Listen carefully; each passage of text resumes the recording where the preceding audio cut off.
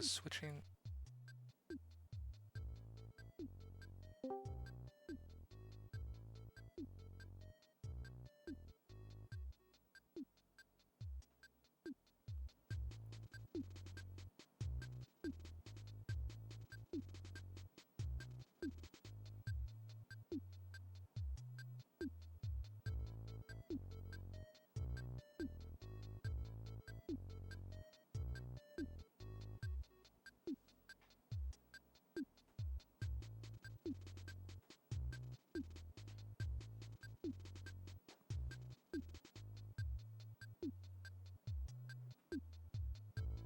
Okay, welcome back everyone. This is Speedrun Ragnarok on the RPG Valkyries channel, and we're here with Temple and Classic James with Mother 2. Hello, hello. Thank you for watching. Hi everybody, how you doing?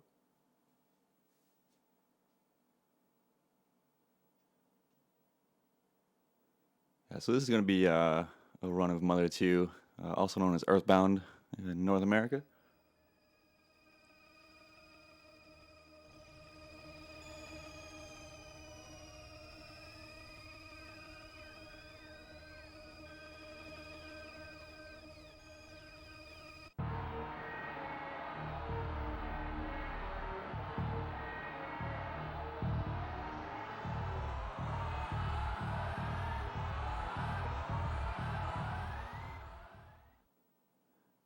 No echo, cool. So this is going to be a glitchless run, no glitches, should be just about 4 hours. Let's see. I guess we'll get the naming incentives in. The only incentive that can kind of keep going throughout the run, I guess, is the name the player. We have till like probably 3 hours into the run. Okay. So we keep that one open, but everything else we can put in now. Alright, so the names for all the characters will be Ness. Gonna be Ness. Everyone's Ness. Okay.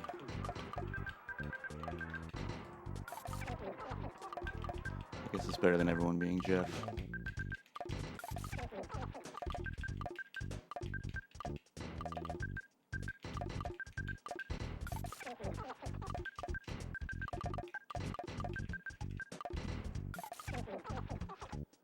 And then the pet Is Kit. K-I-T-T.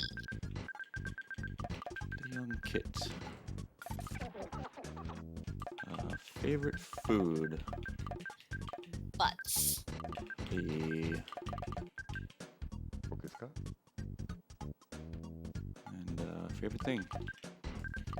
Scala. S-C-H-A-L-A. Fits perfect. Focus cut. Very nice.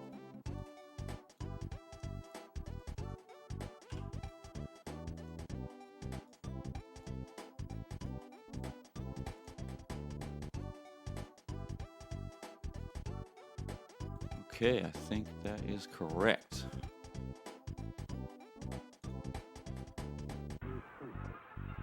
Alright, well we're ready when you are. All right. All right, we will go in 3, 2, 1, go. Good luck, Good Temple. luck. Thank you.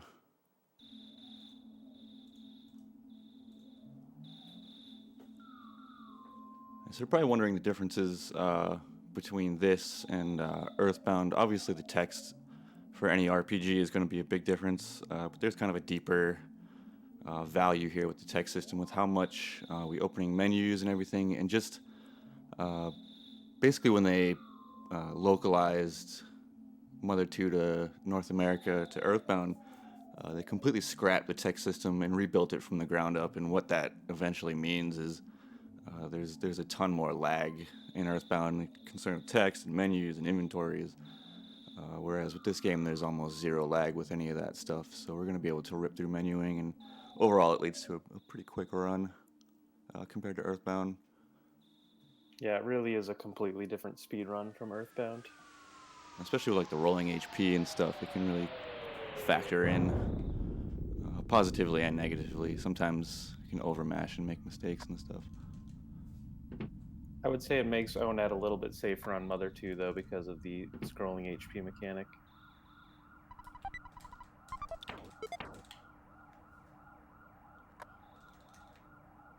Yeah, So I'll you're still be actually playing it.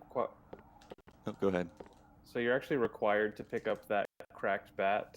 You won't be able to leave later on down the line. We don't actually use it for anything, but it's required. Yeah, you have to pick up that bat, or they won't let you leave the house.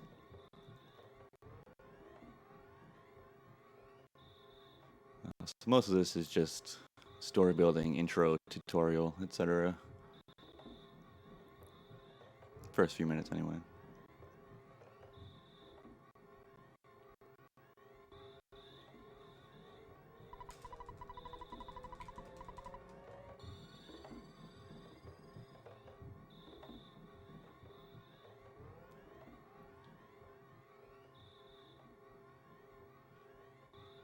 A lot of people ask if the runners that run Mother 2, if we are able to read Japanese, and as far as I know, none of us can.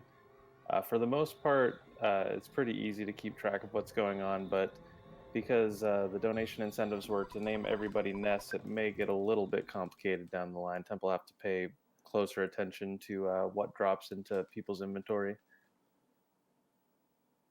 Yeah, for sure. It makes it a little different, but in PB attempts, we use all the same name anyway, so I am used to it. Just with naming, it makes with JRTA time, if you name everyone just one character and all the same, it saves you a little bit of time. So you have to pay closer attention to for sure for where things are landing and stuff.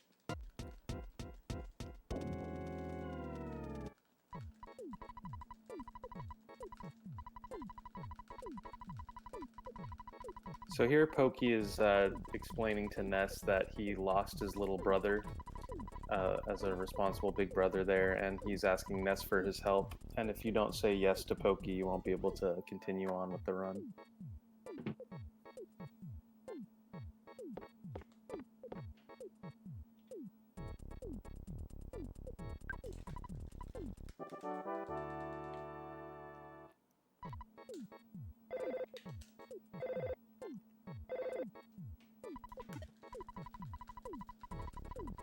And here's where we meet Dad for the first time. He will be able to save your game for you throughout the run, and he also deposits money into your bank account, which is sort of an interesting mechanic for how you get money in this game.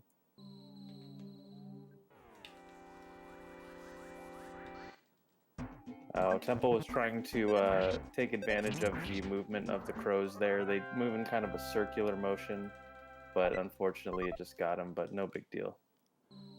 How is it decided how much money your dad gives you? Is it like based off of how much stuff you beat up? Yeah, every time you defeat an enemy, it's a different amount of money for the different kind of enemy, and that's will be deposited into the account afterward. Okay, that's pretty interesting. So it's basically like common RPG mechanics, just very different. Yeah, sort of in an Americanized way, I guess. It's kind of a common theme in this game is traditional JRPG elements, but kind of a little different. So what Temple's doing here is he's trying to scroll the enemies off the screen to despawn them, or to get a different spawn like that crow there stuck behind the tree that he can just walk right around. And also, the snakes, you're able to do something called the stutter step. Temple didn't have to do that, but certain enemies in this game only move when Ness moves. So if you kind of just tap a few frames at a time, you can actually get yourself around them.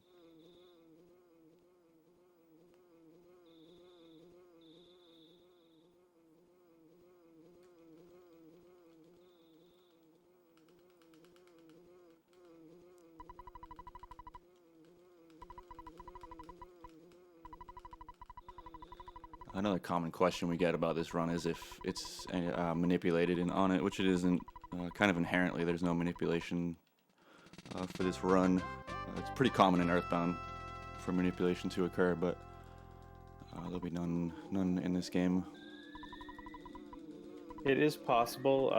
It's different memory values from Earthbound, so we weren't able to just port it over from our Earthbound manipulation. But it's kind of nice to have a run where you can be competitive on without any manipulation. So that's a bread roll right there. It heals for about 25-30 HP. That's just a safety for the first battles in ONET, because if they don't go perfectly, it'll help quite a bit having that. Yeah, ONET's a rough spot on the speed run. No matter what you're doing, it's tough to get through, especially initially. So we're gonna take every safety we can, and it's definitely possible we could just die, but it's no big deal.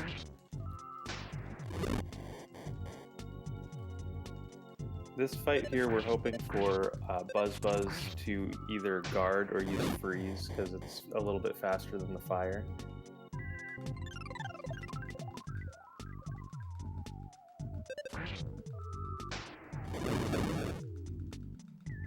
We also want him to do a charge forward attack, which is about 100 HP, so 2 of those will take out Starman in 2 cycles.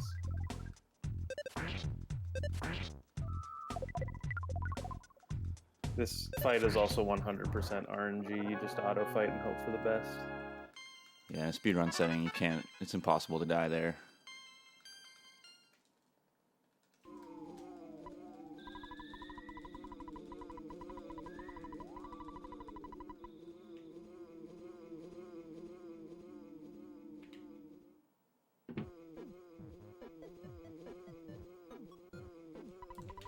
This is kind of one of the small changes we'll see in the run here between Japan and North America.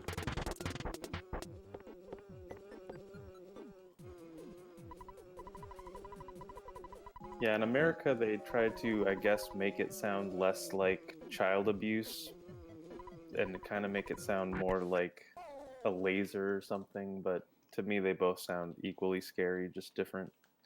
Yeah.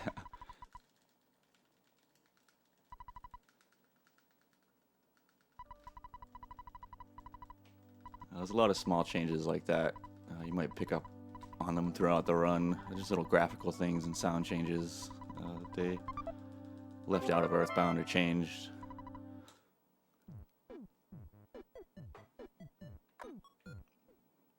But mostly it's the same game. Otherwise, like, same story. Nothing else is too crazy. Same enemies, all that good stuff. Mechanically, it's pretty similar. There's no like unique Japanese glitches or anything like that. It's just all in the tech system.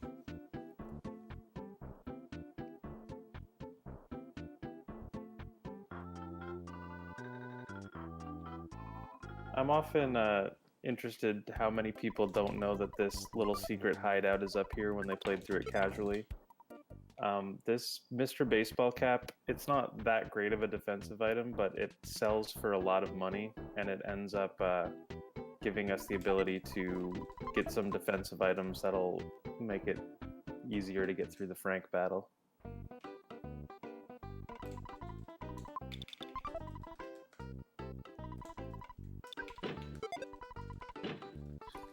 I learned Earthbound, Titanic, and Percent when the RPG Gauntlet was going on, and I just have to say that Frank is mean. He sure is. Yeah. That can be a rough fight if he doesn't want to play nice. All of On It is pretty scary. So this first fight is technically optional. It's a 100% chance to drop a hamburger, and also the way the leveling up will work, it'll give you an extra level going into the Frankenstein fight. So that's why we tend to take this fight in races or marathons. The cookie caught me off guard. Oh, that's right, from the crow fight. Yeah. Glad you were paying attention.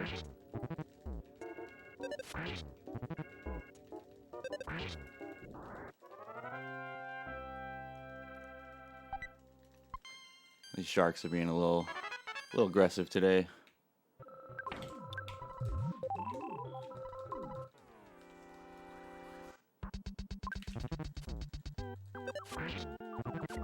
It's gonna set me back on Frank a bit, but I think we'll be okay.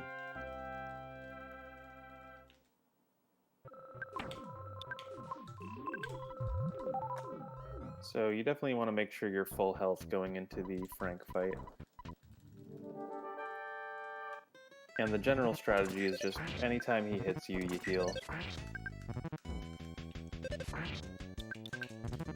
Frank does a lot of empty turns. Oh, that smash, my goodness. Crit me. GG. That is awful luck right there. Yeah. I mean, death to Frank isn't too bad, to be honest. I'll take that over like an ant or cop death, but that could still happen, I guess.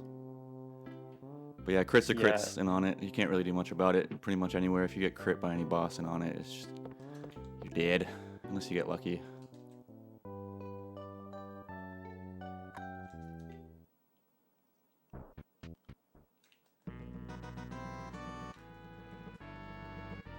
So, Temple didn't want to be introduced to this photo man this early in the run, but unfortunately, if you do die, it's unskippable.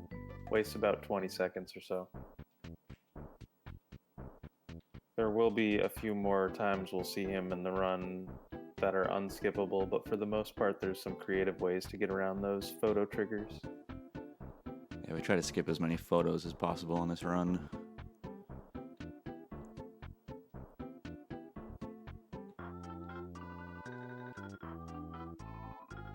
The odds for Frank to crit, by the way, are about 1 in 20, I believe. So yeah, just pretty rotten luck there.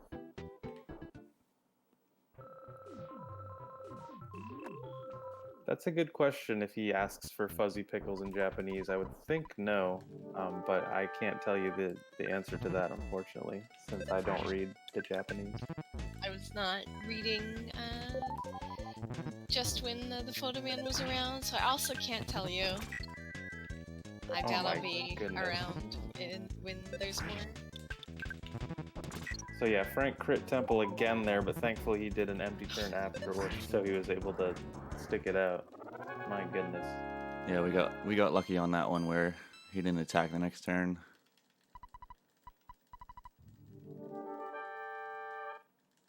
So this Frankenstein fight is more or less scripted. He'll go empty turn, bash, empty turn, bash, and the turn number 2 there will always be a weak attack.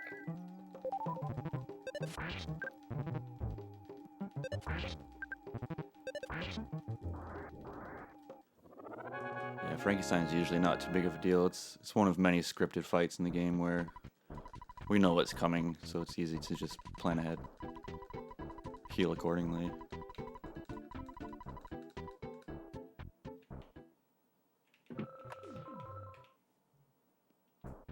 And luckily, after you defeat Frank, you can come right back out and he'll give you a full heal, so that saves you from having to go to a hotel to heal up Ness.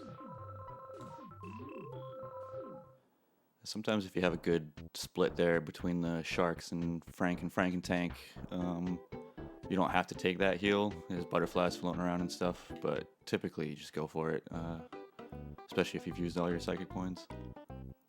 Yeah, and it really doesn't take that long. Well, the wiki says cheese sandwich. Wow. Oh, I feel like I read that somewhere.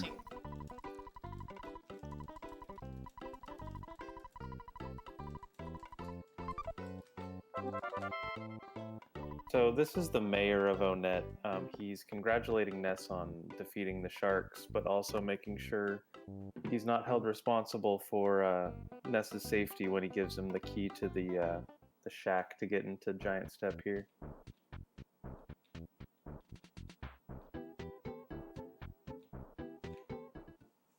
Temple's gonna take this chance to load up on burgers. It just makes the Titanic Ant fight much more feasible.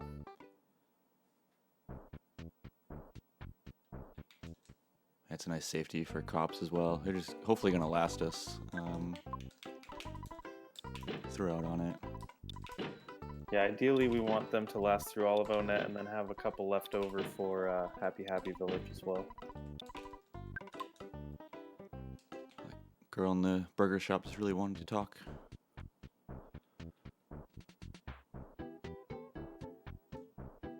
Another mechanic is you'll see those enemies are now running away from Temple. That's based on your level versus the enemy's level. And if the game kind of determines that if you took a fight with that enemy, you would win 100% of the time, it'll just have them run away from you so you don't even have to bother fighting them. It's pretty nice, actually. It's a nice mechanic casually. You can level up, grind levels pretty easily when they're running away from you. So Temple's going to be looking for slugs here. On the bottom floor, they're going to spawn in packs of 4, and it's always going to be slugs. These little dots can be slugs or ants, but we know on the bottom floor they'll always be slugs. And he wants to fight a total of 22 to bring Ness up to level 8, and that's when he gets his special attack. I believe it's going to be PK Scala in this run. And Titanic Ant is more or less impossible unless you're manipulating it. It's going to be impossible without that Rockin' attack or the Scala attack.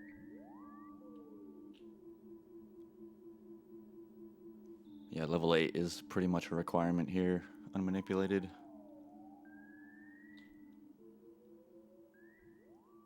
Also, all of the enemies in Giant Step are able to be stutter stepped, as I mentioned before, because they only move when Ness moves.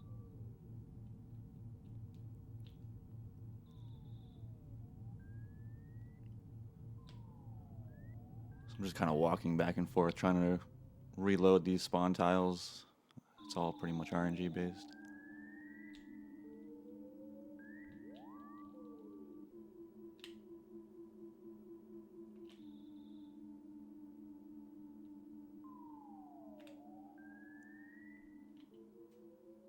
Luckily, this is the only grinding section in the run. We don't have to grind levels. Yeah, that's a really nice aspect of the Earthbound speedrun is there's very little grinding involved because of how we handle the boss fights later on. Yeah, luckily the boss XP curve is pretty decent.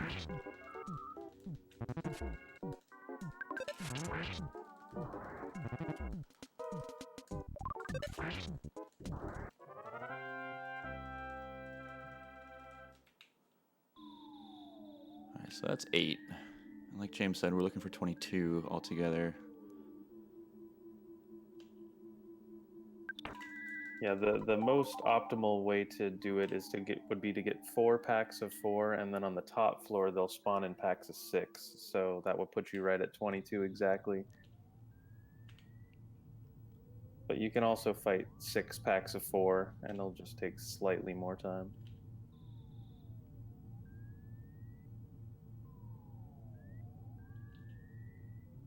The slugs are great for grinding because they're very tame. They only hit you for 3 or 4 damage, and you can almost always take them out in one hit.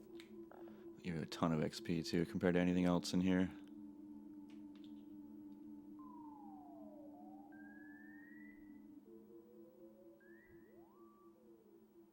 Yeah, Temple's not having the best slug luck here. This can definitely be frustrating in races and stuff when the slugs just don't seem to want to spawn for you. They're just not showing up today.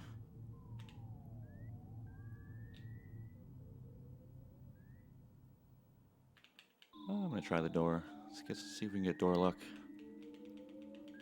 Yeah, it takes a little extra time to go through a door because it has to load the screen, but it does give you a chance to have 2 spawn tiles with slugs there. And so there he was stuttering to make sure he didn't take the mouse fight and to get over to the slugs.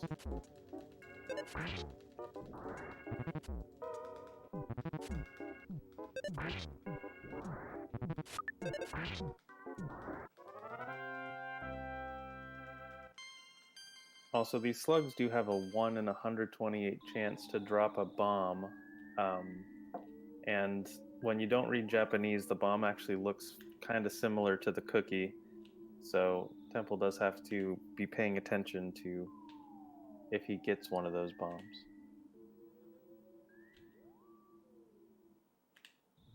Though I would be happy to get one. It makes the next couple boss fights fairly safe. Not super safe, but safer.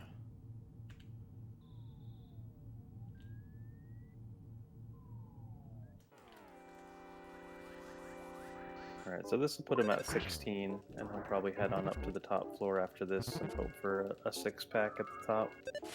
If he gets a 4-pack on the way, he'll probably just take it. Yeah,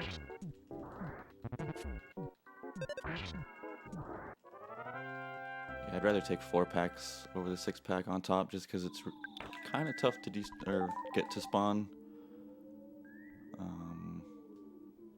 But I also kind of want to progress, so we'll see what we get.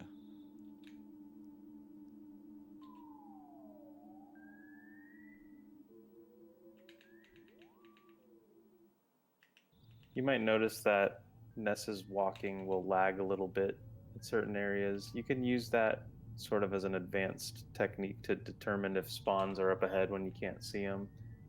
In this case, it doesn't really matter because he wants to grind anyway. And the reason he's not taking these fights is because it's a 2-pack, so that's going to more than likely be a ant and a slug.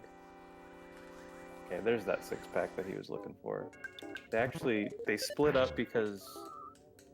Oh, never mind. That's unfortunate. I guess it was a 6-pack and a 2-pack. Yep, I was baited.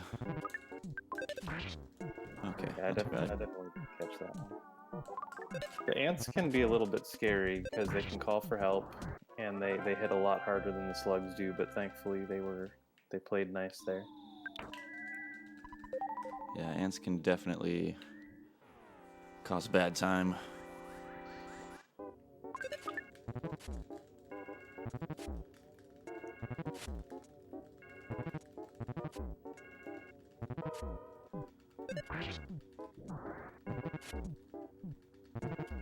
So this fight's gonna for sure give us level 8. I'm gonna be keeping my eye on the offense stat that Ness gains here. Pretty much, we're looking for 24 offense. It's gonna let us one-shot any further ants. Wow, 2 misses. And on these 6-packs, it's a little dangerous when you start missing because after, I think, the 4th turn, they are able to hypnotize. And there you go. So Ness should wake up pretty soon, but it's possible they can hit you over and over and Ness will stay asleep. Yeah, you don't always wake up when they hit you.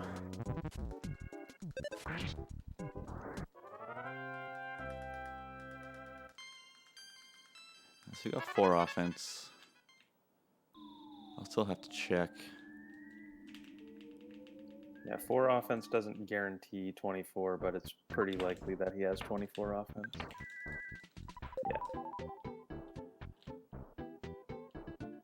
Yeah. And I think it's close to 100% that this butterfly will spawn here. I think it's 90%. So it's a nice place where we can make sure Ness is full on HP and psychic points going into the ant fight. Yeah, and that respawn is pretty much guaranteed. If you don't get it the first try, it's definitely there the second or third.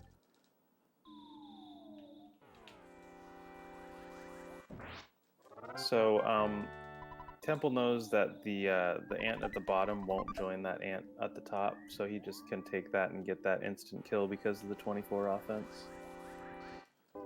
Ooh, and ant was right underneath him as he entered the door there. Really nothing you can do about that. Yeah, they just jump right on top of you. Can't do anything about it.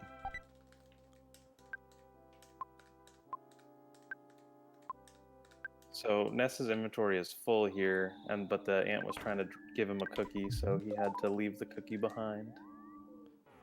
Ooh, and another. My goodness. Not the best luck here in Giant Step. So that's 2 burgers I've had to use, which is unfortunate. But You could say you're starting to get a little antsy. Nice. God. I guess I'll just go in with 70. Here comes the crit. The only thing that can go wrong with that 70 is if Ant decides to crit. You're always going to start with that special attack here because you need to take out the Antoids, because if you don't kill them, they'll keep healing Titanic Ant.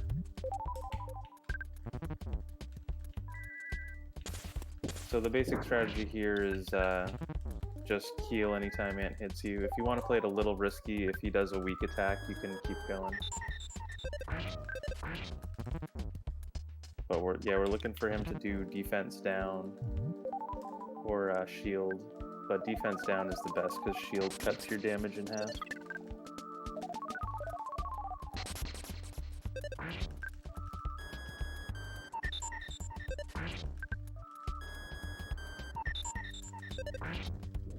All right. So yeah, after the other kind of not great luck going on, the ant fight actually went really well. Yeah, which I'll take. I think Ant killed most of my practice runs. Didn't kill him, but set me back quite a bit. Killed Ness. Yeah, and it's definitely the one of the worst deaths you can take early on because you have to walk all the way back through Giant Step, and you don't want to take fights, so it can take a while to get back there. I didn't see exactly how many burgers Temple has, but it looks like at least 6 or 7, so he'll be totally fine going into cops.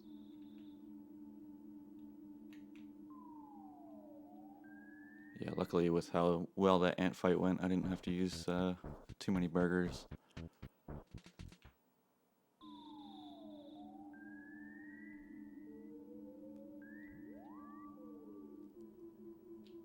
Technically, you can do a death warp out of Giant Step, but the problem is it's not really going to end up saving time unless you get the perfect Antoid fight to kill you. And it also means in a non-manipulated setting that you would have to find a way to heal Ness, and that really also eats into any potential time save to death warp out.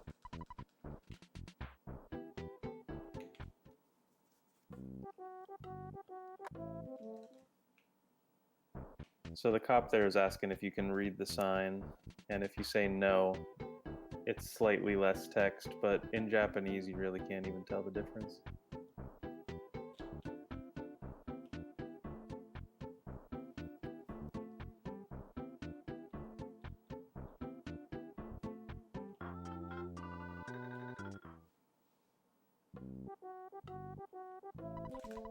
So there was just a miscommunication between the mayor and the cops, because the mayor gave Ness permission to go up there, but the cops think he was trespassing.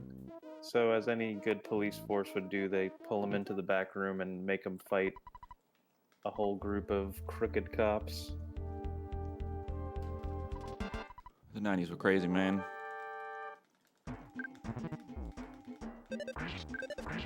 So here, he'll probably be healing around 50, 55 HP. That'll keep it pretty safe.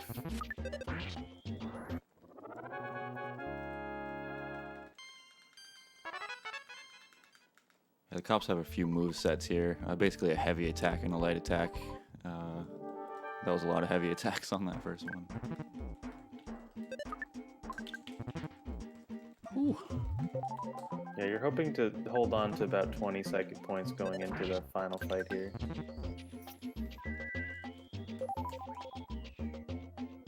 think I've seen a light attack yet. Yeah, that was pretty close there with that 1 HP. At least we got a free burger.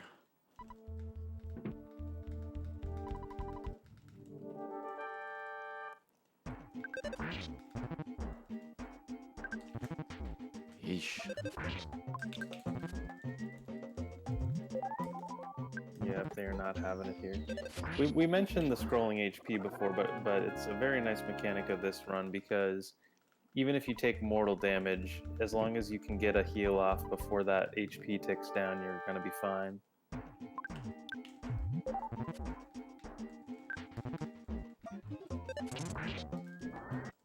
That works.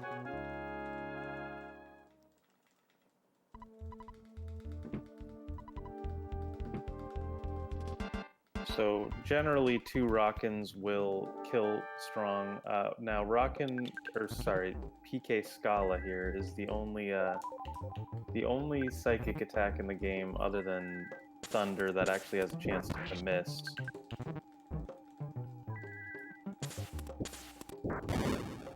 And it's actually based on speed if it's... Oh, and I jinxed it, man. I'm sorry. No, it's happened, I think, every practice run it's happened. That second rockin' hasn't hit in probably 6 or 7 runs. It's super common, I guess. I'm just used to it at this point. Yeah, seems like it. I mean, it's not a huge deal if that happens. It's going to take about 3 hits on top of the first Ruckin to kill him.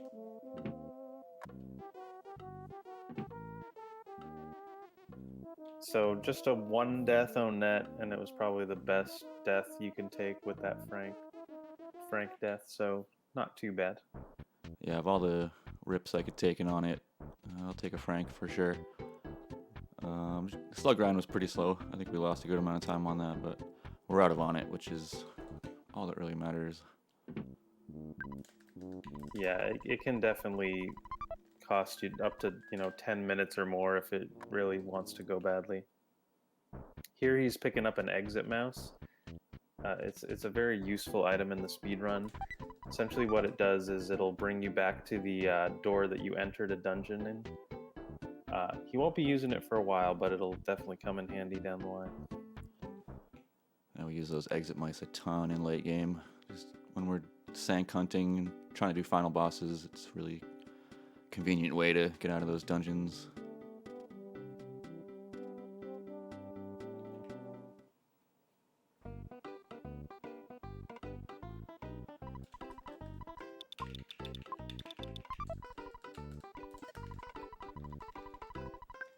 So he's making a save file here for sort of a dual purpose. One is if things go bad, it'll put him here instead of all the way back in Onet. But it's actually faster to death warp back after you do the next section of the run. So when you die, it'll put you back at the last place you saved.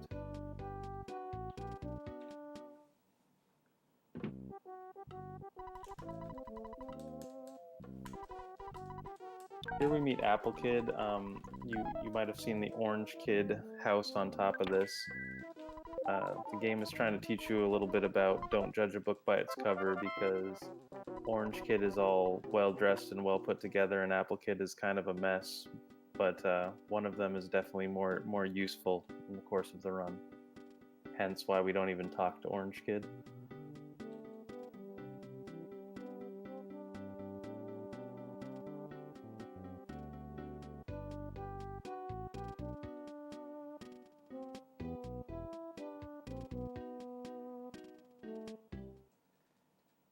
So these caves are just completely RNG here. If there's any enemies, he's just going to have to exit and re-enter the room.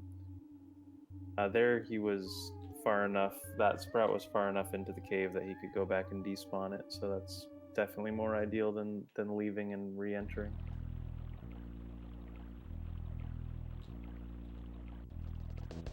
That little girl down there, you might not realize, but if you get mushroomized by one of the enemies in Tucson, she'll actually buy the mushroom from you. So Temple's going to be looking for 2 butterflies here, and there's a lot of spots in Peaceful Rest Valley that they'll spawn. And there he just loaded the pencil. You don't actually have to go all the way up to the metal pencil statue and check it. As long as it loads into the game's memory, it'll essentially flag the next trigger. So just a quick announcement. The host is going to be changing soon, so I'm going to be signing off, and Yagamoth is going to be signing in, but thanks for having me, everyone. And good Thanks, luck, Kate. Temple, on your run. Appreciate it. The mushrooms and also the sprouts, they have a fairly small aggro radius, and Temple knows exactly how big it is. That's why he was able to just walk around them there. As long as you don't get into that, circle of theirs, they'll leave you alone.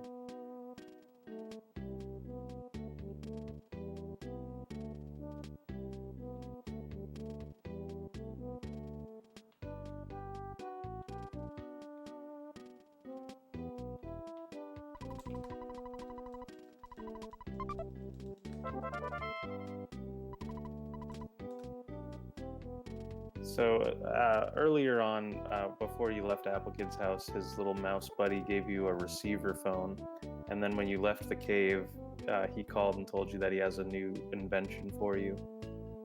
And just as luck would have it, it's an item that erases all pencils.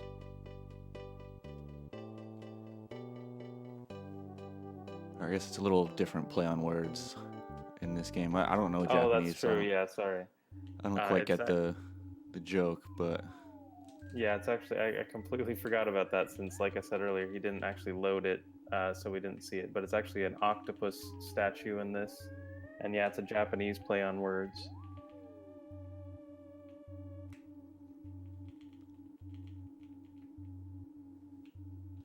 the one later, it's the eraser in Earthbound. It's the Kokeshi Keshi. I get that one, but this one I don't. I think someone explained it to me once, and I still didn't quite get it. I was like, oh, okay.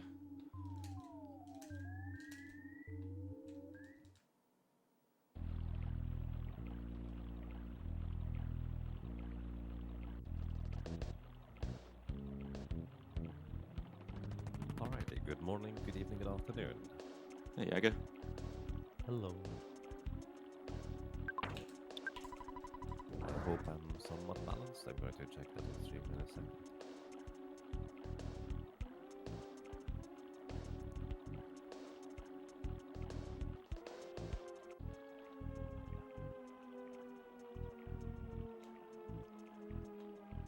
So the enemies in Peaceful Rest Valley are very, very dangerous at this low level. So he wants to make sure he doesn't take any fights here.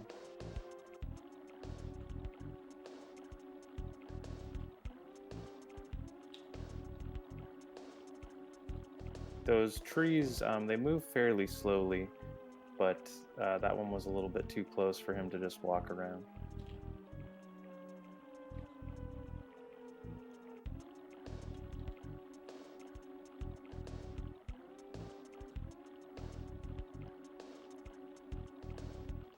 So a really nice Peaceful Rest Valley for Temple there. That's about the best you can hope for. Very few despawns. These snakes are only a 75% chance that they're going to run from you, actually. It's just right on the cusp of Ness's level threshold there.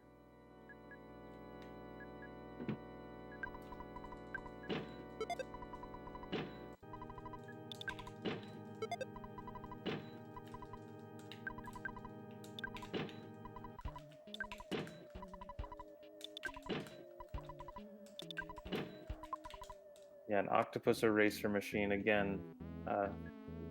We're having a hard time understanding the play on words, but I'm sure it makes sense. Oops. Knee-jerk reaction there. Yeah, the cultists there. This is a happy village, and it's dominated by this happy cult, and they do spawn there in the caves. And it's funny, like casually, I feel like you'll never see them there, but in the speedrun, they're there all the time.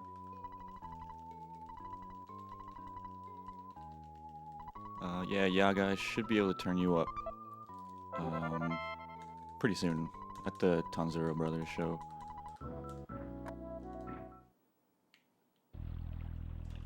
So there, Polly gave you the Franklin badge, and it's required to move on from this point.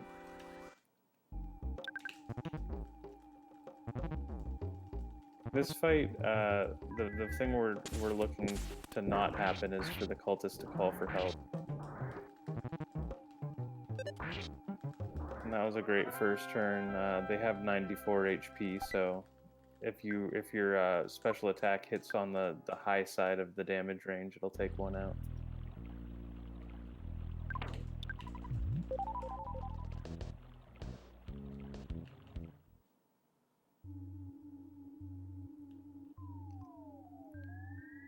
So Temple's inventory is full there, and that's why he wasn't able to get that cookie drop from the crow. But it's not something he needs. You might Yeah, also notice that. Go ahead, sorry. Oh no, it's just cookie is sometimes nice for a car painter strat, but that's not really worth it here. Oh, that's true, yes. Because at the end of the Carpenter fight, we do want Ness's HP to be as low as possible for the Death Warp. But I was going to say that you might notice that the cultists look a little bit different in the battle screen here. In the English version, they took that HH off of their forehead and they added sort of like a ball on the end of their cap, I guess, to make them look a little more cartoony.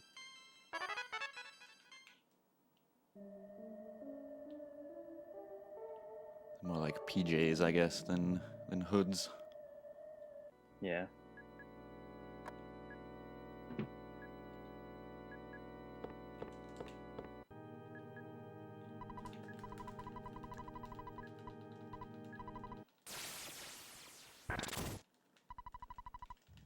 So Carpenter every 3 turns is going to do a lightning attack, and that will reflect off the Franklin badge. So we're looking for those reflects, and it's a 1 in 4 chance for every lightning to hit.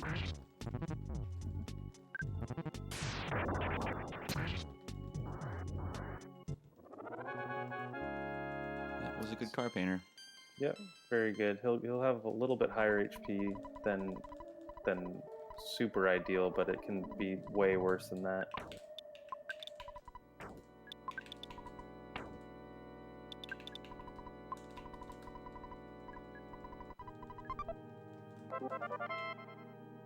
As far as the speedrun goes, Temple mentioned it earlier, but it's still pretty similar in all the mechanics. The big difference is just the faster text and the fact that we don't do any manipulation in Mother 2. It is possible, but it's just not something that's been done yet for Mother 2 runs. But the rest of the route will all be the same. Yeah, as far as the route goes, it's pretty much the same. But I guess technical advantages it has is just the text system. Like we were saying, it's just way faster. Not only is there less text on screen because it's Japanese, but it's also the way the game is processing the text boxes and inventories. It's just much faster overall than Earthbound. The faster text definitely makes some of these early battles safer, because in Earthbound it's about 23 or 24 HP that you want to have to ensure you're going to get a heal off, whereas in Mother 2 it's more like 15, 16. So it'll make certain fights a little bit safer.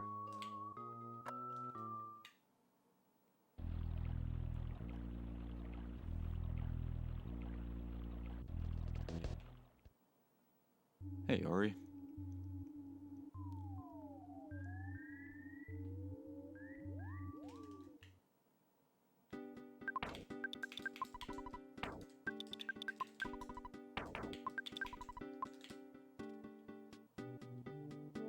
So their temple was moving the Holmes hat over to Paula. That's a way of both unequipping it from Ness and also saving it for a little bit of safety later on. Oh, very nice. That mole took Ness out in 1 hit. That's super ideal. At this point, he can just auto-fight with Paula, and the fight was over before I could even explain it, but that was a very, very good Death Warp there.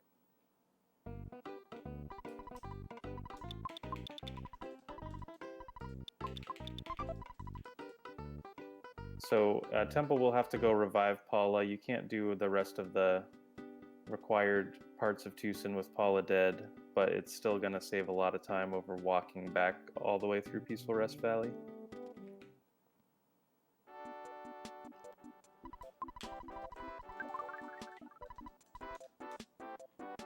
Now that we have Ness and Ness, the run progresses. And here's another small cosmetic difference is in Earthbound they're renamed the Runaway 5, and they got rid of those super sleek black suits there, made them look a little less Blues Brothers-ish, but I definitely prefer the Mother 2 version of the Tanzura Bros. Very clean cut. I like it.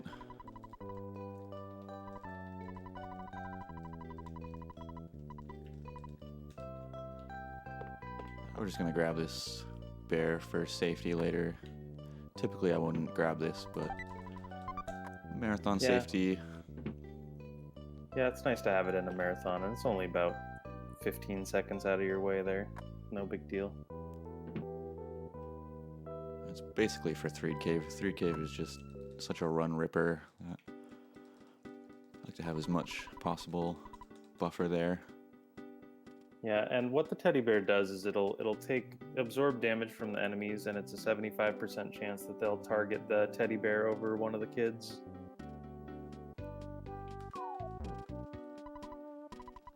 Wow, look at that hippie over there. He's scoping out the deal. Should be able to still get away from him, but it's a strange place to see him spawn. I was a little worried about that.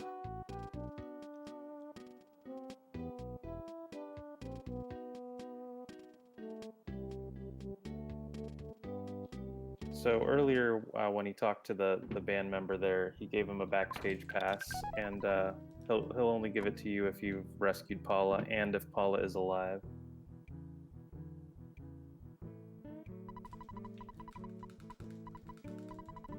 And the only way to get into the backstage area is to talk to this girl here, because if you go right up to the door, they'll just tell you to go away.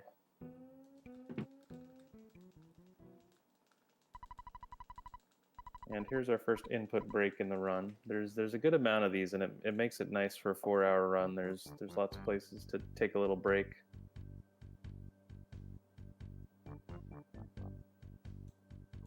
Alright, Yaga is turned up. Hello, good morning.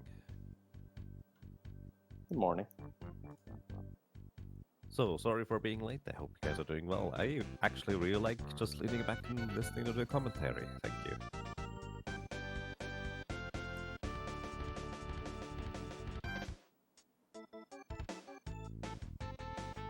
Doesn't really apply in Mother 2, but everyone always asks why the Runaway 5 is actually 6 members. And we've come to decide that keyboard player is just a touring member. He's not an official member of the band because he doesn't show up in any of the other cutscenes.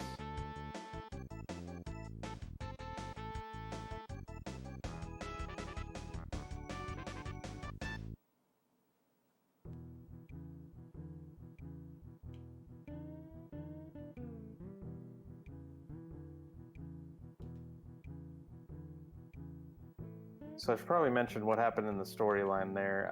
He went into Berglund Park to talk to Everdread, which the game sort of expects that you're going to fight him when you first come into Tucson, but in the speedrun you just don't go talk to him and you never have to fight him. But when you come back and rescue Paula, he gives you a wad of $10,000, or I'm not exactly sure how much it translates to in Japanese actually, but it just so happens to be the exact amount that the Tanzura Bros are in debt to this manager here, and that's how we get them out of debt. There, when he walked sort of out of the way there, it was to skip one of those photos that we mentioned earlier, so it saves you 20 seconds there. As long as you don't move a pixel down, you won't trigger that photo trigger. Yeah, those event triggers are essentially little rectangles outside the door. You just kind of walk around them. You don't want to trigger the event. Once we get teleport later in the run, we'll just be teleporting through those triggers. And if you were to have either ridden the normal bus or walked down here to the tunnel, these ghosts wouldn't have let you through. And that's why we needed the loud music from this bus.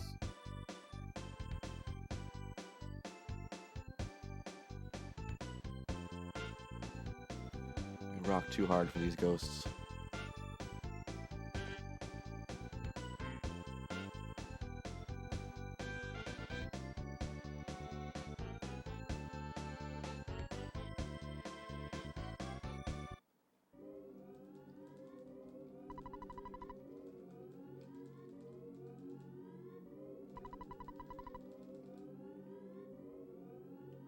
So you might be wondering why they didn't just take you on to the next town with them, but Paula has psychic abilities, and she had a premonition that this is where we need to be.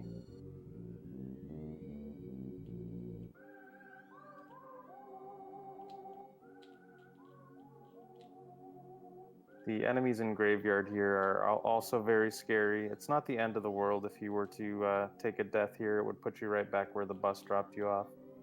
But still, ideally, obviously, he doesn't want to take any fights here.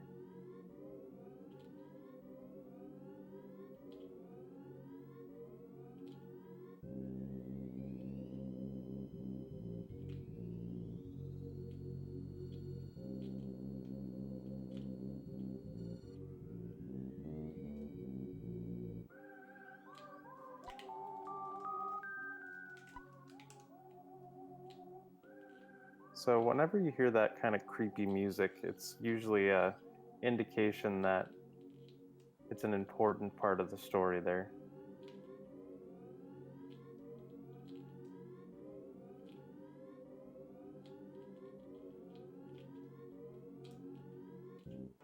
Graveyard's not having it.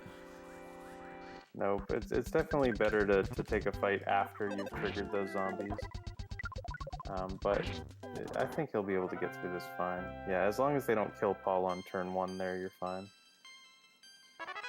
Just a small waste of time. But actually, as long as Paula takes a level up on something, it'll give her her fire ability, and that'll come in handy for the next boss fight in Threed. Yeah, I'll be using that on Boogie Tent for sure.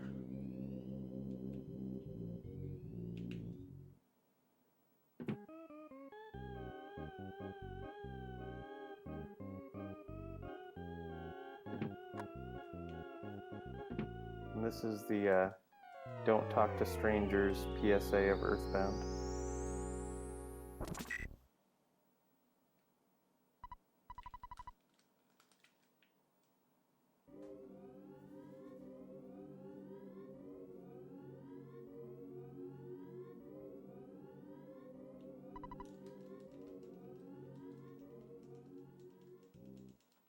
So here, you're locked in this dungeon, and it would essentially be the end of the game, but like we said earlier, Paula has this psychic ability and is able to communicate.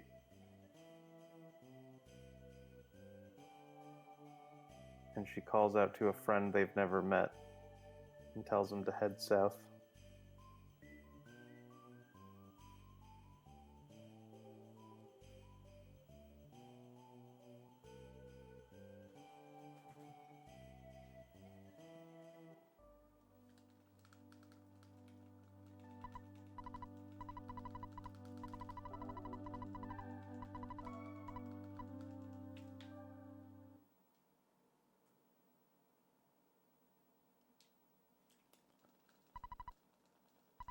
So Jeff's pal Tony here doesn't like the fact that Jeff is fixing to go leave in the middle of the night, so he wants to come along. Or I guess Jeff is going to be named Ness in this run.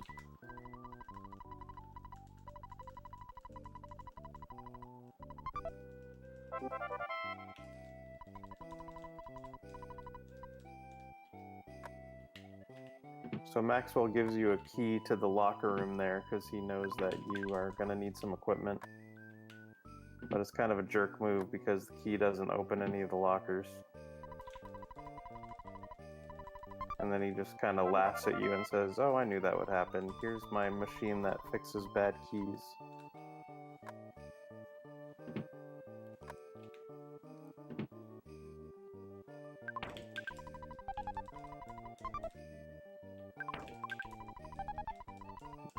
Yeah, it's not super ideal for inventory purposes. Temple has to pay a little closer attention, but he mentioned earlier that for PB attempts, he generally names everybody the same thing anyway because of Japanese timing. Starts from console on. But you definitely have to pay closer attention when everybody's named the same thing.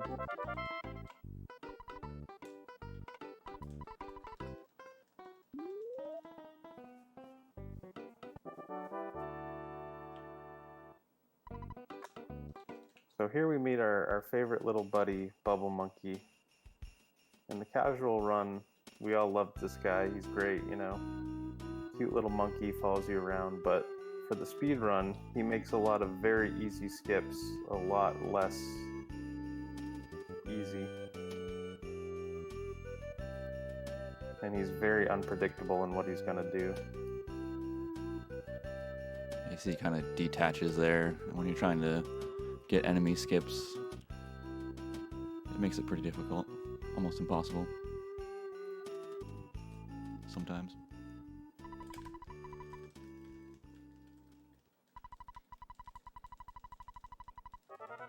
So here again, Ness is calling out to Ness and telling him to head south.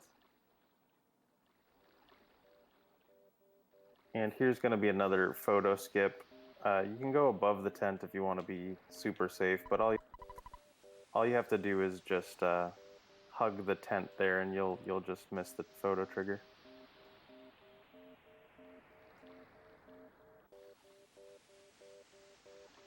So yeah, if you were to come down here without Bubble Monkey, you'd hit a dead end.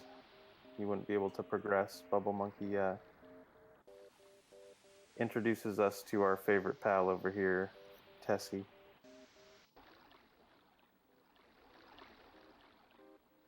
Or as we affectionately call her, MS Paint Beast. Because looks like anyone could just draw that in MS Paint. It's become kind of an emote. I guess there's just a lot of emotes of Tessie. They've been spreading around lately as more EV runners are getting partner and such. You're seeing kind of all these Tessie emote variants floating around. It's a good time. Yeah, they're fantastic. Hometown hero, that Tessie.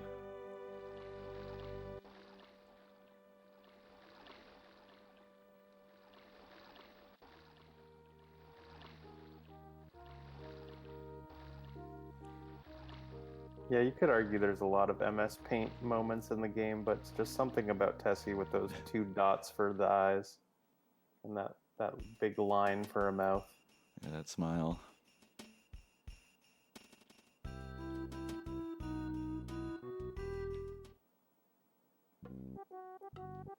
So there's another one of those octopus statues. Obviously, Jeff can't do anything about it just yet. It is possible to skip this fight, but it's very, very RNG dependent. Very few runners have ever pulled it off.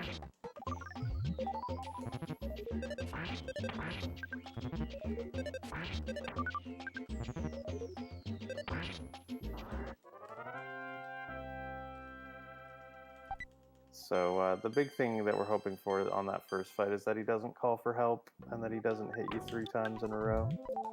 And he didn't do either of those things, so we're fine. Yeah, the protoplasm fight can be pretty difficult typically, but luckily we got through. Still a bit trolly. Yeah, but as long as you don't die, it's fine. It looks like this duck is going to be skippable for sure. Temple's just going to have to drag him down a bit.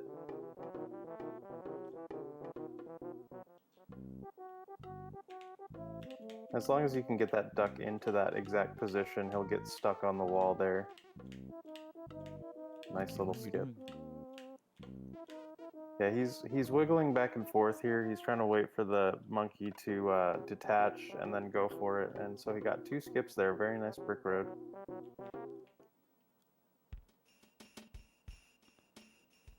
Well, it's hard to tell when monkey's going to detach. Typically, if you can get it to detach, chances are pretty good it won't again for at least a couple more seconds.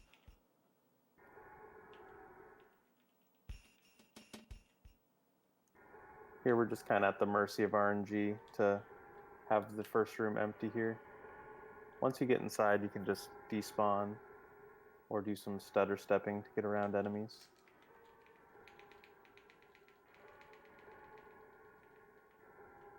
Yeah, so it's really not bad to learn how to stutter step. You just kind of have to tap in a good rhythm and you'll be able to get around the enemies. Although the more enemies that spawn, the harder it will be, just based on lag.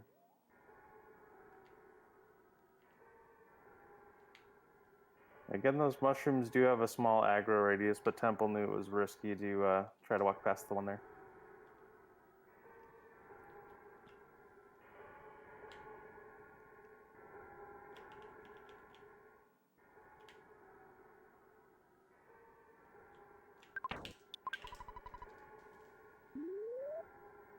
So you want to wait for Bubble Monkey to catch up to Jeff before you use the bubble gum there, because if you use it when he's detached from Jeff, he'll float very slowly over there to the top.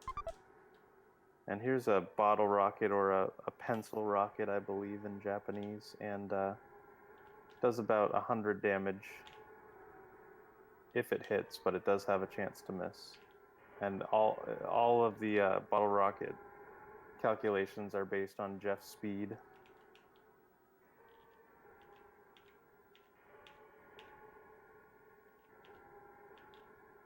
There, he's just trying to make sure he dragged the mushroom down so it got stuck and wouldn't be able to come around and get him. If you kind of just rush up that rope and go, he can get you pretty quick, but if you wait and have him aggro you a little further down, there's a higher chance he'll get stuck.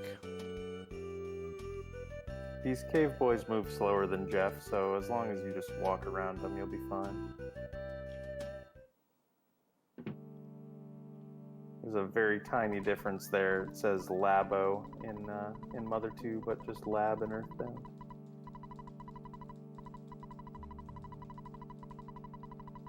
So this is Jeff's father having a very business-like conversation with his son, who he hasn't seen in 10 years.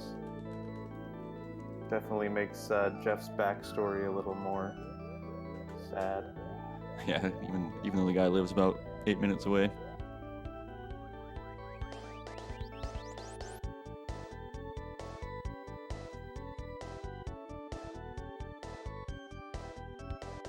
So here's another input break here. We got about 2.5 minutes or so riding in the Skyrunner.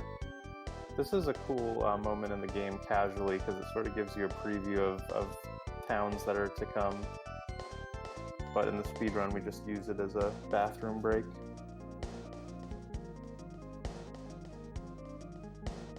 Yeah, good question. The Japanese run is faster just due to text, but in this game, it really is a completely different run from English, because the menus will load instantaneously, and that really plays a factor in inventory and stuff, and it just makes for a faster run. But the vast majority of us still run on English primarily. Only a handful have done the Japanese run.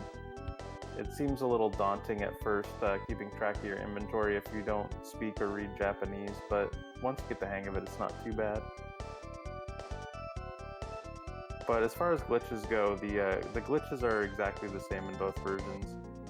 As far as we know, there aren't any exclusive glitches to either version.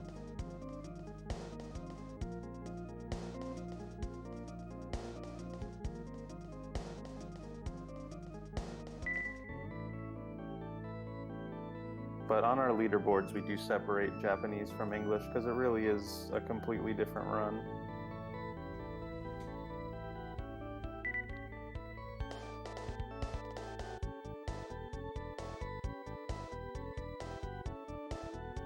Yeah, it's really just about paying attention to where things drop.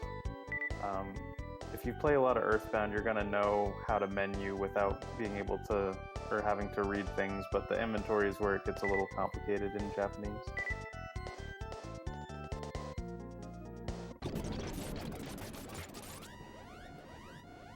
So not the most graceful landing from Jeff there, but he's here to save the day with his bad key machine.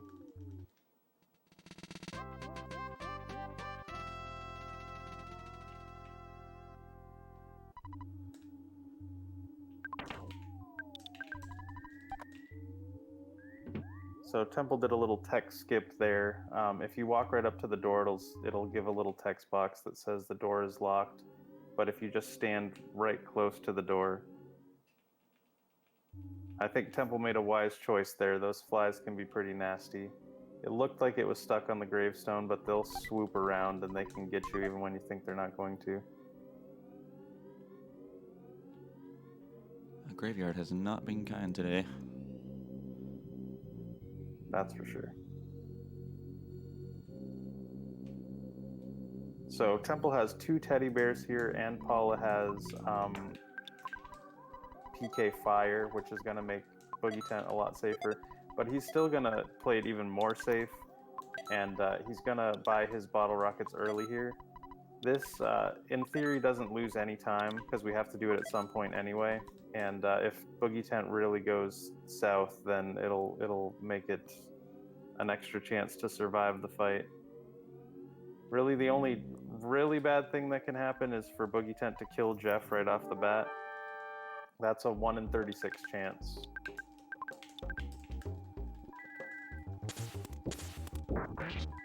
And he didn't do it. So Jeff is gonna shoot his his big bottle rocket, which is the equivalent of 5.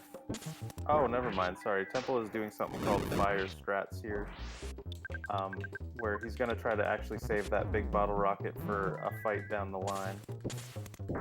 Ooh, rip teddy bear there. That's why we get 2. I didn't want to be bearless in Threed Cave. But very nice. So Temple was able to take out the tent. Because Paula has fire, she's actually useful in this fight. If Paula's at level 1, all she can do is freeze, and it's resistant to freeze. But with rockin' regular bottle rockets and fire, you can take him out and then save that big bottle rocket for the next mini boss fight, and it saves time overall. What it really does is sort of mitigate some of the time loss of having that unnecessary fight that he took in the graveyard. In that trash can there is a jar of fly honey, and picking that up will advance the story here. This is a call from Apple Kid on that receiver phone we got back in Tucson.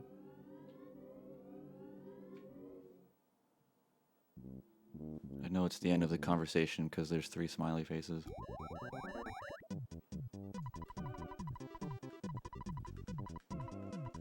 So this is a little... there's debate over whether this is a glitch or not. If you don't move from that doorway, that delivery man will come into the tent, and it'll save you from having to wait for him outside to run up to you. Saves a couple seconds.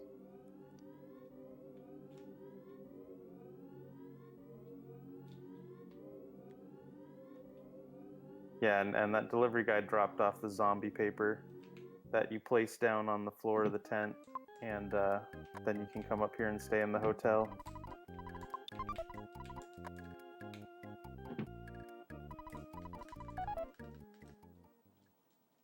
He just needed to make sure he has enough money for the next section of the game. He's going to need a bus ride and a couple of show tickets.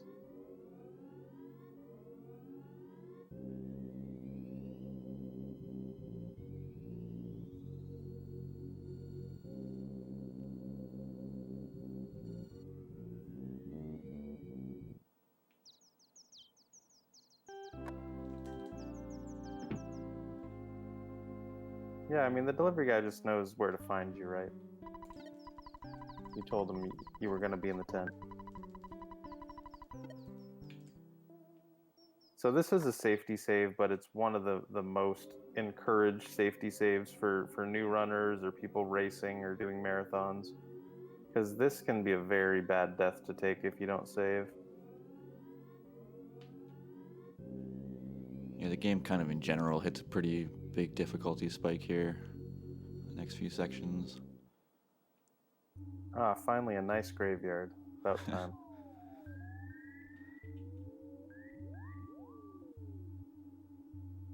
So there are a couple ways to approach Threed Cave here. Well, if you get empty rooms like that, it makes it easier. But you can either despawn the rooms. Oh, this is something I realized we didn't even touch on yet. With enemies, if you approach them from behind, you'll get a green swirl, which means you get a surprise attack. And if you get a green swirl, it'll be 100% chance to run away. But on the flip side, like you just got there, if they attack you from behind, it's a red swirl, and then they'll get a surprise attack first. So kind of saw both sides of the spectrum there. So getting possessed by the ghost isn't great. The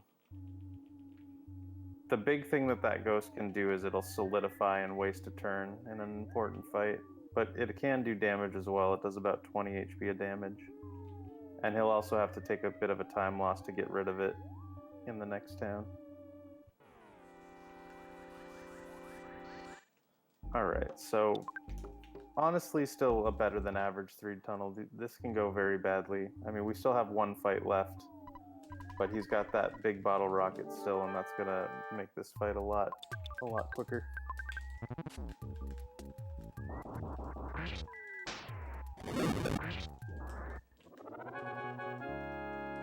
Very nice, 1 rounder.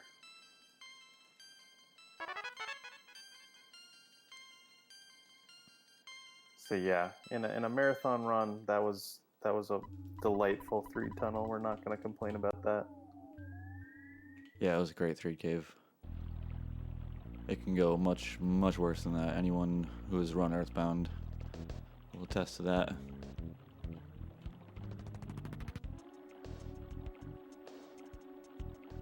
So this section, Grapefruit Falls, is often a barrier for new runners. It can be very, very frustrating. The more you play it, the more in tune with the lag you get.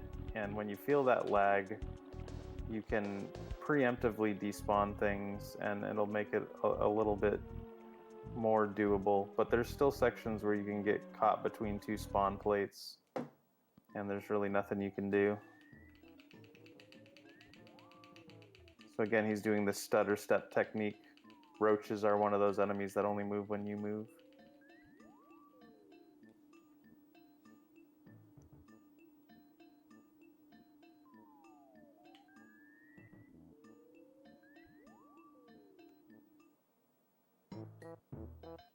So he's gonna have to go to Dr. Saturn to get rid of that ghost.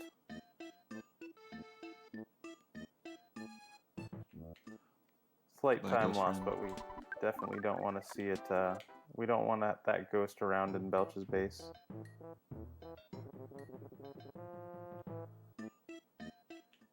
I'd let him hang around if he didn't cause so many problems.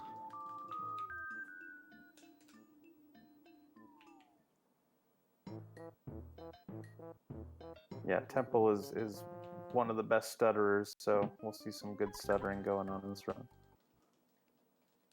And it is a good point that teddy bear just makes stuttering just that much harder because there's less room and more lag.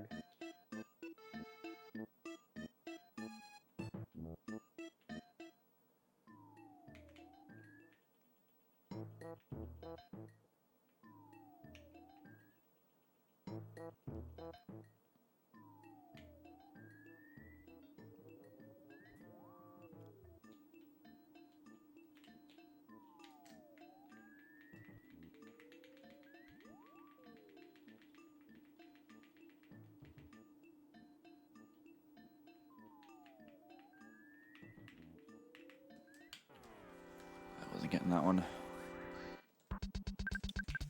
It's all good. Got that first one there. And these guys are no big deal. You just freeze them and they'll be on their way.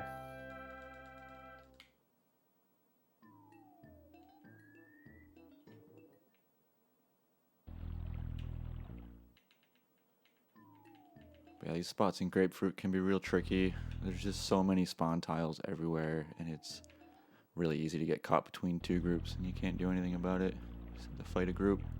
Yep, and even if you don't get that bad luck, you can get bad luck just sitting there and despawning from that door, 20 times. It really adds up.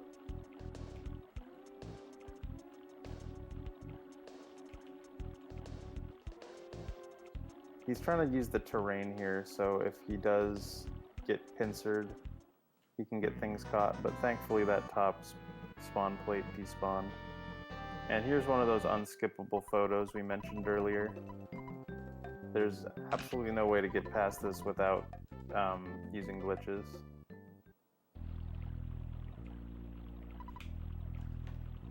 And here's the biggest input break in the game. The password to enter Belch's base is literally to wait for 3 minutes and not press anything on the controller. Yep, and in Glitchless, there's nothing we can do about it.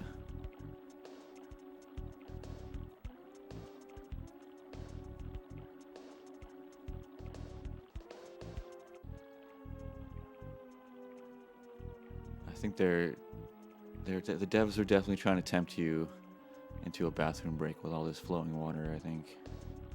Just make you stare at this waterfall.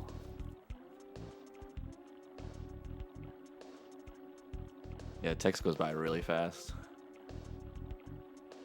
Oh, so was it cheese sandwich like somebody said earlier? We were curious about that in the Japanese version since we don't read it. Oh, very cool. See, we learn something new every day. I mean, which, you know, it makes sense. Cheese is typically the way to go. Why the fuzzy pickles in Earthbound.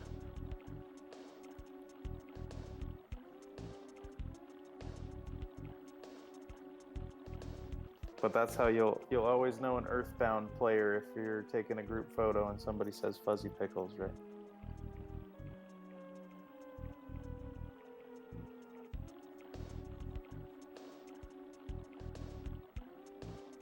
Yeah, thank you, son, for explaining that to us. Very cool.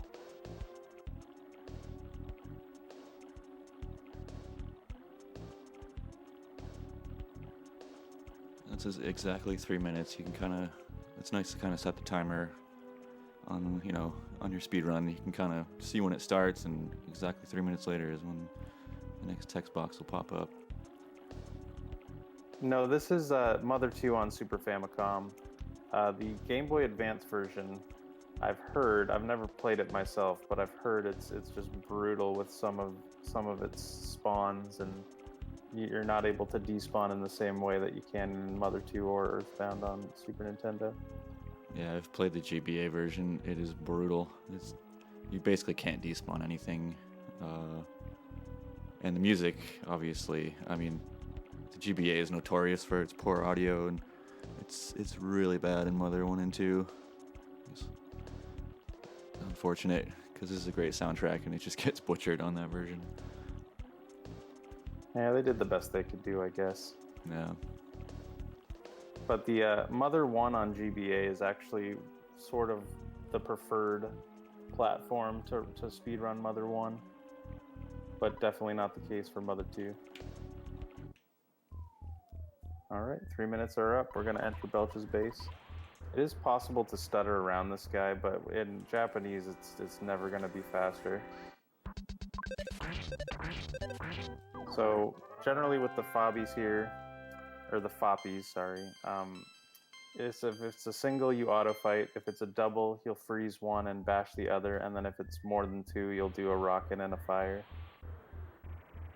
So here he was caught. He either would have had to go back up and take that fight or just come down here. So rather than wasting more time, he's just going to take this fight. It's a very safe fight, just waste a little bit of time. These are the kind of fights you can kind of see the big difference in how quick the battles are compared to Earthbound. Yeah, it's ridiculous. It's probably about a quarter of the amount of time.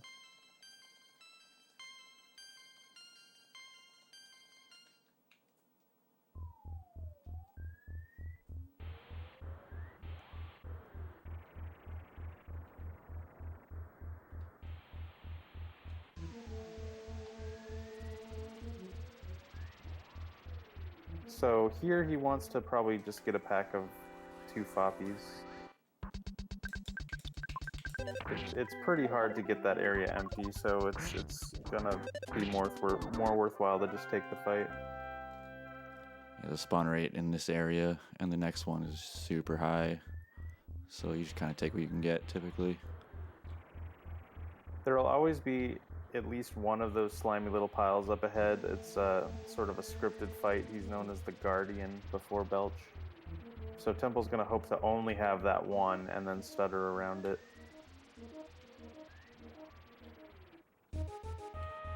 Definitely no flies.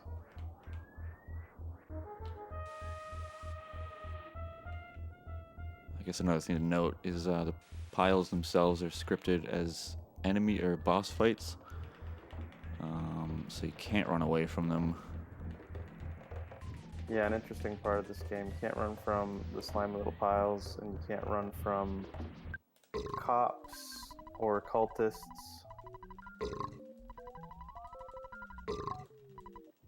But very nice stutter there, so pretty good Belch's base overall. With Belch here, you have to use the fly honey.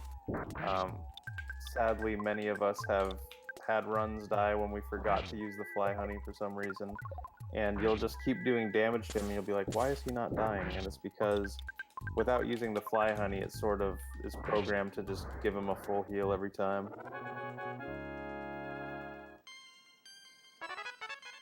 Nice quick Belch fight there, and we're on to the next part of the game. And here's where that exit mouse we picked up almost an hour ago comes in handy.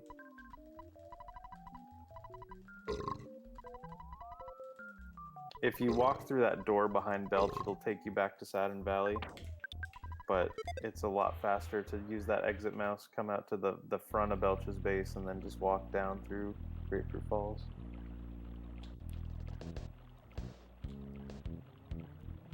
It's not like the biggest time loss. Like, I don't know, if you're in a run or something and bad things happen, you can always just go back to Saturn Valley and walk back out here. But if everything's okay, you can just exit mouse right out. So he's picking up that protein drink for something coming up in, I don't know, about 40 minutes or so. That's one of the nice parts about the speedrun is it's very optimized in where you pick up things that you're going to need and minimizes shopping. We're going to need a series of items for Monkey Cave later. We'll pick up as many as we can along the way. And a very nice Grapefruit Falls on the way back. So this part of the run, as mentioned earlier, is can be really tough. It can be bad for everybody, kills a lot of runs, so I'm sure Temple is very happy with how that all went.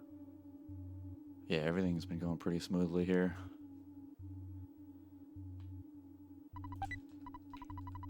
So this is a Skip Sandwich Deluxe here. He'll be holding on to that for a nice little enemy skip down the line.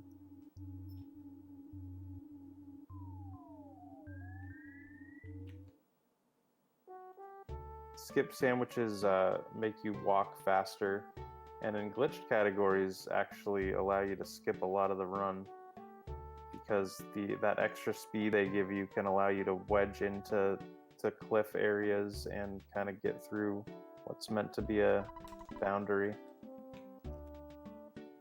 Yeah, if you're into glitch runs, definitely check out the recent Earthbound Any Percent runs. There's been like huge advances in the glitches in the last like 3 weeks, and it's a really exciting run to watch these days. The glitches are great.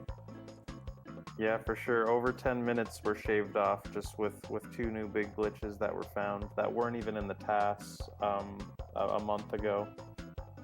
Discovered by Pirohiko, the TAS legend himself.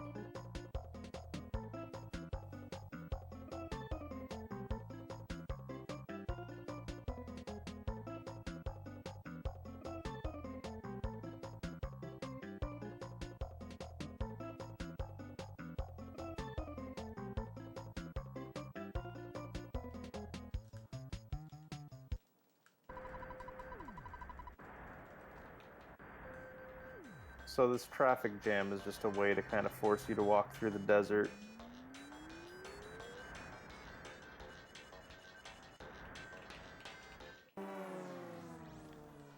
Oh, that fourth member. Yeah, a little unfortunate there with that teddy bear that time. These moles at this point really can't do anything to you. They just are going to waste your time. I'd like to blame it on off-screen lag, so I'll just do that. Hey, nothing wrong with that.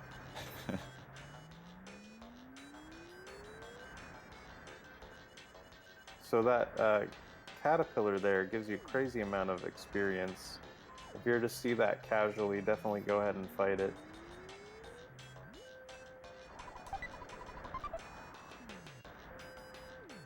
That was a big bottle rocket there that he picked up. He's going to be using that in Mole Cave here. And continuing the theme of random people asking you for food in this game, this miner here just asks you for some food, and maybe it's teaching you to help those that are hungry in real life, because it'll definitely be an advantage to you later on in this run.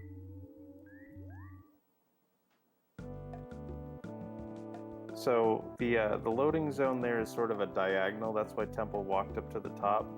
It saves frames to hit that door a little bit sooner on the top. It's kind of a minor optimization that's come about recently.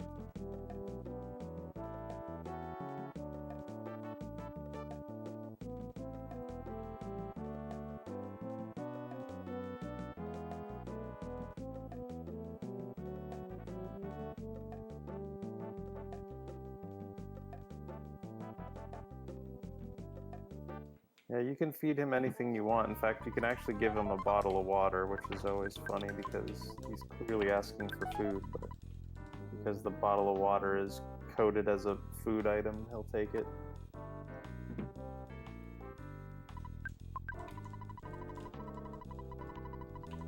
So here you just have to talk to the manager here. We're finding out the Tanzora Bros are having more debt issues. This time she's saying that they owe her $1 million. Casually, this part can be pretty confusing. It's this massive city that you're introduced to, and you have to trigger this cave. This part can take forever if you don't know what's going on. But obviously, in a speedrun, we know exactly who to go talk to. Yep, and it doesn't give you that little sound cue of creepy music or anything to know that you triggered something, so you might be walking around for a long time casually.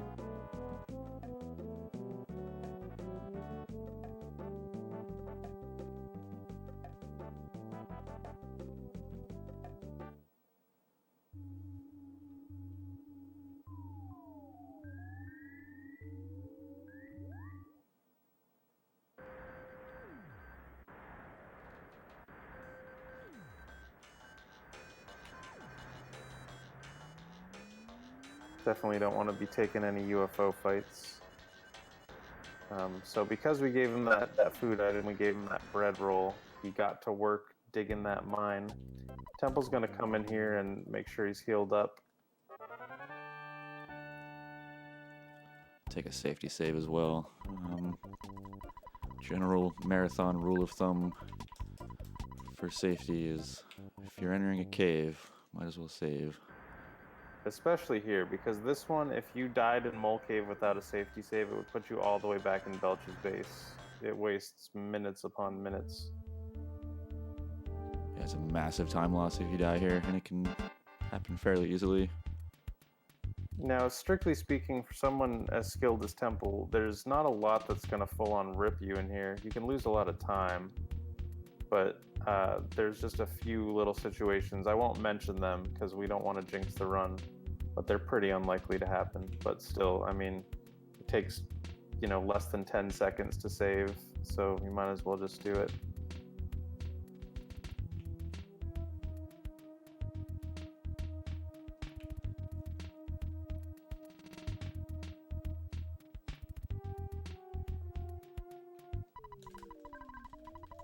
So for the first 3 moles, he's going to be chucking a big bottle rocket and doing a freeze beta with Paula. And unless you get really terrible luck, that'll kill him. Just the bottle rocket alone should kill him the majority of the time. And again, how those bottle rockets work is a big bottle rocket is the equivalent of 5 regular bottle rockets. And based on Jeff's speed, it's going to decide how many of those bottle rockets hit. So if 4 or 5 of them hit, the mole will be dead just by the bottle rocket. Yeah, the game actually rolls each rocket and its chance to hit, and then adds it all up.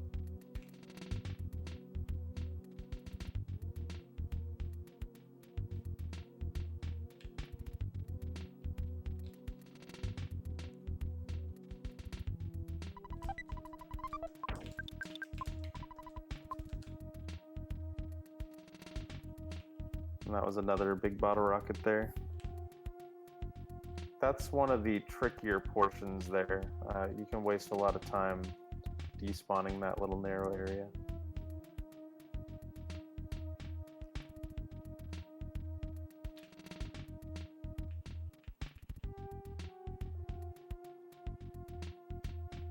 You'll see him kind of wiggle around to drag the mole down here. It's because if you walk all the way up to him, you risk spawning enemies back where you came from on the ladder. But as long as you drag him down, they won't spawn.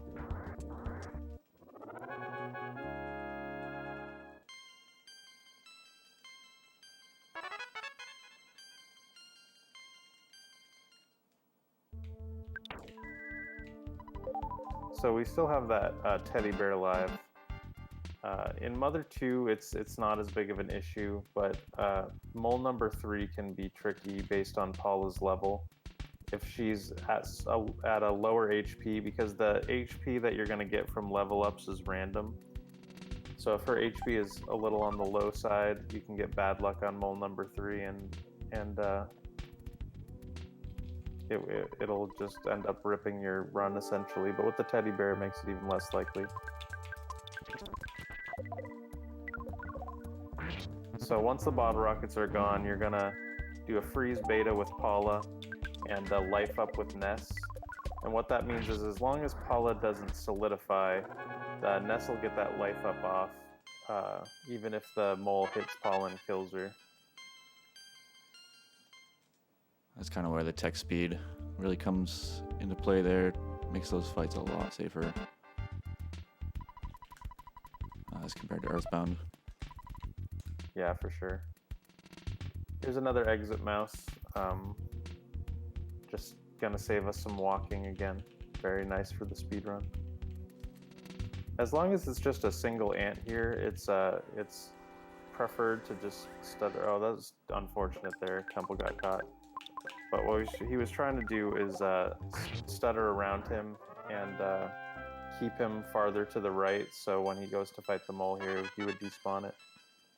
Now that ant can be scary. It can actually paralyze, which at this stage of the game is just brutal.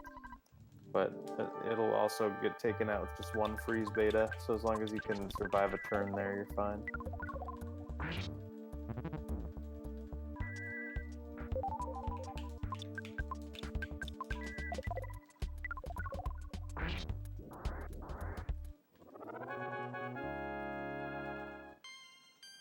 So 4 moles down and just 1 more to go.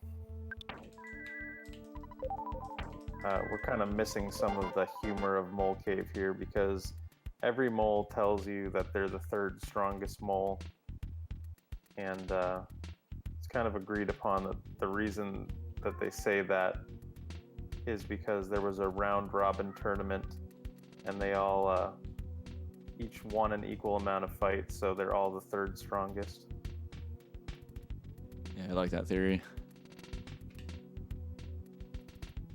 They're all 2 and 2.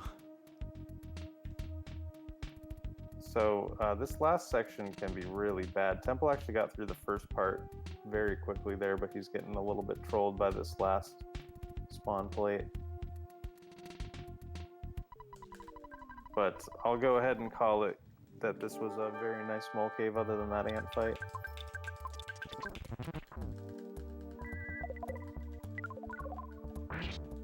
It very well could be the 3rd hardest segment. It's definitely one of the worst parts of the run when you're at a high level. You can lose a lot of time here. And like I said, there are some situations that's just full on kill the run, and they're completely out of your control. Mostly the first couple of moles. If you don't have a bear, you can just kill any party member. Yeah, and then the other thing that you don't want to happen is to come off of a ladder and have a snake on top of you. And if a snake poisons you, because you're so low level at this point, casually you're always going to have healing beta here, which heals poison. But when we're doing the speed run, we're not going to get it until after the last mole.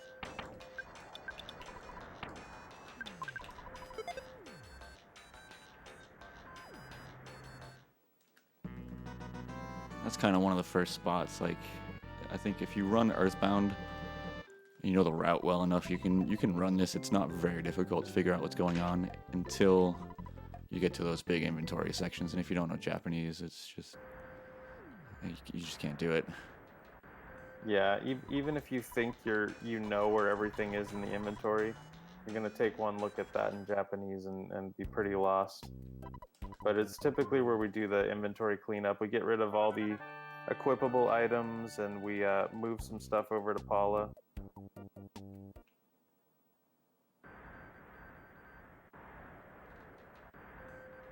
We essentially move all the useless items to Paula because we want the most amount of explosives for Jeff and Ness for the next part of the run. You're basically trying to optimize their inventory for explosives. Yeah, and unfortunately there's some items in this game that you can't throw away, like the jar of fly honey. Even though we're not going to need that at all for the rest of the run, it'll say it's an important item, and that's kind of nice because, you know, if you accidentally threw it away, you wouldn't be able to continue the run. But once you use it, it's unfortunate that it won't let you get rid of it.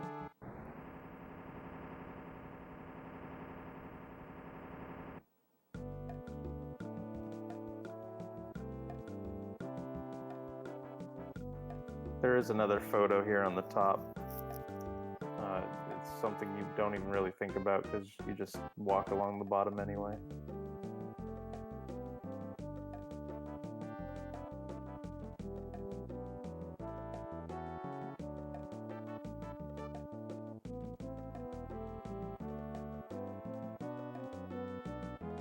So what happened there was, because you gave that guy a bread roll earlier that probably cost $1, he was so thankful that he found a diamond in the mine and gave it to you. And it just so happens that that diamond is worth $1 million, and it can get the Tanzura Bros out of debt yet again.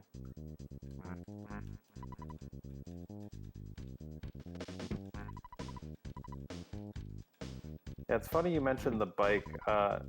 Very early on in Earthbound speedruns, like long before I ever ran it, I know some people picked up the bike because they figured, oh, you know, you move a lot faster on the bike. But it turns out it's such a short amount of time that you can use it for, and there's so much text that you have to go through to get it, that it actually loses quite a bit of time to get the bike. And then you also have that disadvantage of having to hold on to it for the whole run as well. Yeah, you can use Escargot Express, but it's definitely not worth it for the speed run.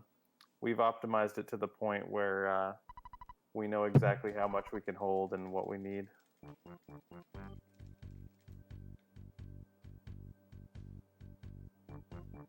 Yeah, they actually used to do that in the old runs way back when this was first being run. They would load up on skip sandwiches and call Escargot Express and dump things off. But basically Andy Perfect and a fellow by the name of SDFG took the route and just completely optimized it back in like 2014 and cut out a lot of that stuff.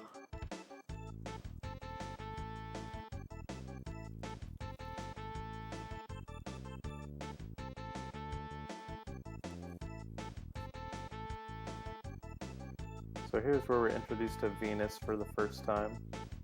She's gonna take over from the Tanzura Bros when they leave.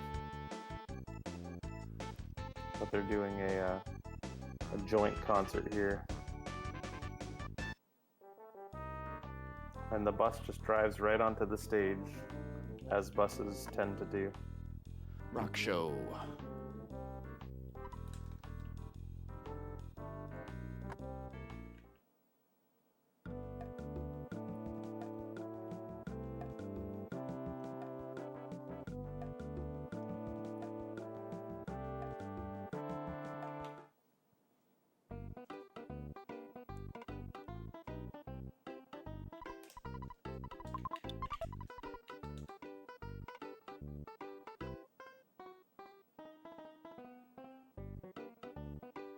So here we're going to load up on explosives. It's kind of our first opportunity to purchase big bottle rockets and stuff like that. So we're going to take advantage.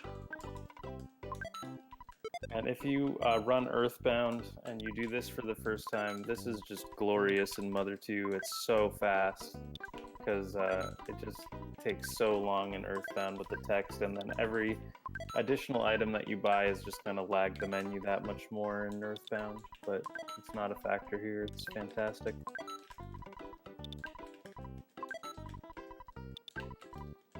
He's just buying super bombs and big bottle rockets, and he knows exactly how many of each he wants. Jeff is the only one that can use bottle rockets, but anyone can use super bombs.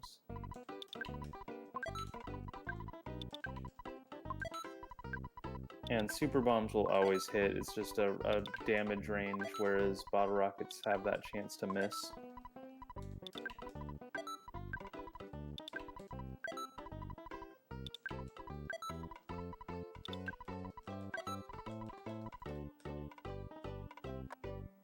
That's one of those shopping sequences. You do it for the first time in Mother 2 coming from Earthbound. You kind of just do it normal speed, but you realize how much faster you can go, and in PB attempts you can really kind of rip through those menus.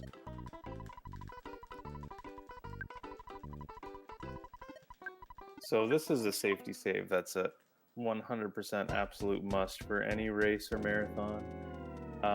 This part is just can be brutal, and there's nothing you can do about it.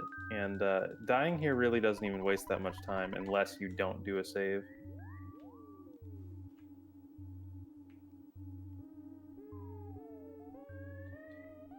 It's one of those spots in the game, speedrun or casual, this part just kicks you right in the face. Yeah, it's crazy. It's crazy how tough these enemies are. And if you're playing casually, you don't know what's coming or what to expect. Okay, so we got 2 enemies here. We'll see what they are. Oh no, it's 3. This is not good. Yeah, it's pretty much the worst fight you can take. But it's pretty likely this is gonna rip. Ooh, very nice. He did the middle strat. There's two things you can do there. You can either chuck both the bombs at the middle or at the left and the right. If you chuck them both at the middle, you want the first one to not kill, because super bombs will do splash damage, but if the enemy in the middle dies, the bomb will go towards the one on the left, and then the splash damage wouldn't go to the right. So that was awesome that worked out, because that is a rough fight. Pretty slim chance of that working, and it actually works.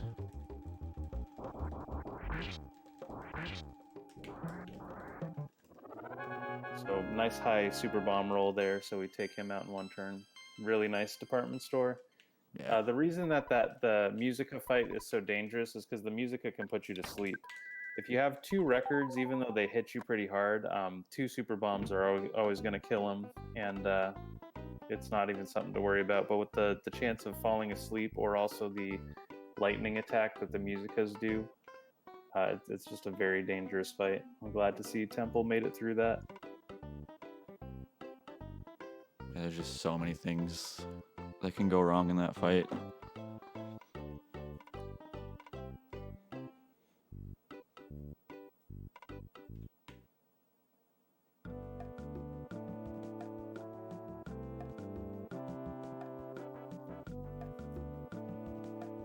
So here's another little small censoring difference in the Japanese version. In the Japanese version, this is a bar in Fourside, but they changed it to a cafe in Earthbound. And at the end of the game, Pokey's dad is here in the bar, and it makes a lot more sense if it's a bar than a cafe.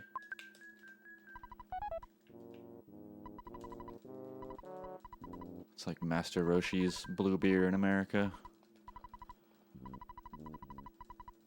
Just So that censor out kid- the alcohol. Yeah, exactly. That kid there, you have to give him something. It can literally be anything, and that's how you get him out of the way. And that's how we actually use the protractor that Jeff comes equipped with. It actually serves a purpose. We'd typically just drop it, but we can use it here. The kid is hyped on protractors. You're So those NPCs there can actually be pretty frustrating. They can block you in, but they were cooperative that time. So it's possible to skip this enemy here. Yeah, it looks like he got it. Very nice. He has to be down in that lower left corner to pull off that skip.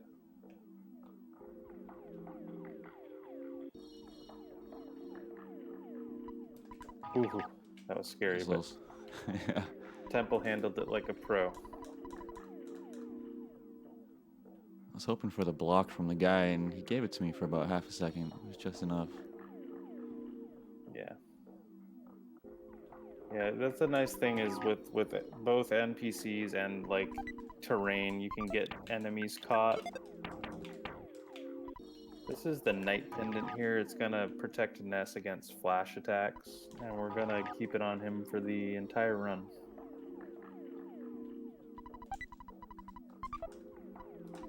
This secret herb is not 100% required, but it's right there, and it can save a lot of runs from little potentially bad situations. So there is a tech skip here. If you hug the bottom of the room there, you'll skip this invisible man. There was some debate in the community over whether it's a glitch or not, but it sort of just got grandfathered in because this is something that's been in the speedrun for a long time. But the thing is, it actually turns off spawns, and we didn't even really realize that because the spawns turn back on when we ride the bus later. So the way we kind of worked around it is we said, if you do that tech skip, you need to ride the bus. But the reason why Temple skipped it is because if you were to die to this fight and you had already done the tech skip, it actually soft locks you and he wouldn't be able to finish the run. So in a marathon setting, it's just not worth it. So yeah, this is why he got the secret herb there, because Jeff got paralyzed on turn 1. And oh man, paralyzed him twice in a row. I didn't actually see what happened on turn 1. It looks like Jeff probably got his attack off before he got paralyzed there, because that could have been really bad. Yeah, that's why we grabbed that secret herb. Sadly, he paralyzed me twice. It's not a huge deal. Jeff will get healed at Talarama. Yeah, it's only a big deal in that fight itself, but thankfully, Right. yeah, I wasn't paying attention, but Jeff must have gotten one attack off, because if Jeff doesn't get any attacks off, it's actually kind of hard to take the Manny out with just Ness. And then if you were to paralyze Ness as well, then there's the only thing you can do is psychic attacks, and there's only so many psychic points. Yeah, This is Jeff outsped turn 1. I believe that's what happened. Okay, yeah, that's very helpful then. This point in the game kind of bombards you with a bunch of information here. First, the monkey tells you that he knows how to teleport and you should come see him, and then the guy, or I actually don't even remember, but there's oh yeah, the guy is a delivery guy, and Apple Kid told him to come bring him the gourmet yogurt machine, and then the maid overheard that you had that, or you were going to get the gourmet yogurt machine, and she told you that she loves yogurt. So, but I think it's actually different in Mother 2. Now that I think about it, I don't think it's trout flavored yogurt. That must be something else. I'm not sure what it is though.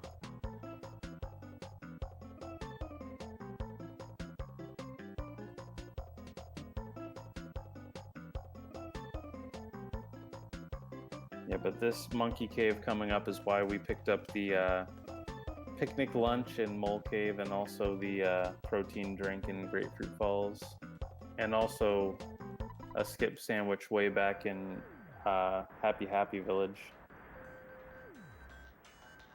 This is another part of the run where if you're an Earthbound runner and you don't know Japanese, this part is really difficult. Yeah, because it's not as simple as just reading what you need to give them and then giving it to them. The enemies in this cave are just kind of silly because they're always going to run from you. Even in a speed run, you're going to be at a high enough level. So they're just a nuisance, but they can actually cost a lot of time. If you're trying to squeeze around them and you get a non-green swirl fight, you can actually lose a lot of time. I think that happened in one of Andy Perfect's world records way back in the day. He actually lost time in this part. Strawberry tofu. That sounds so much better than trout yogurt.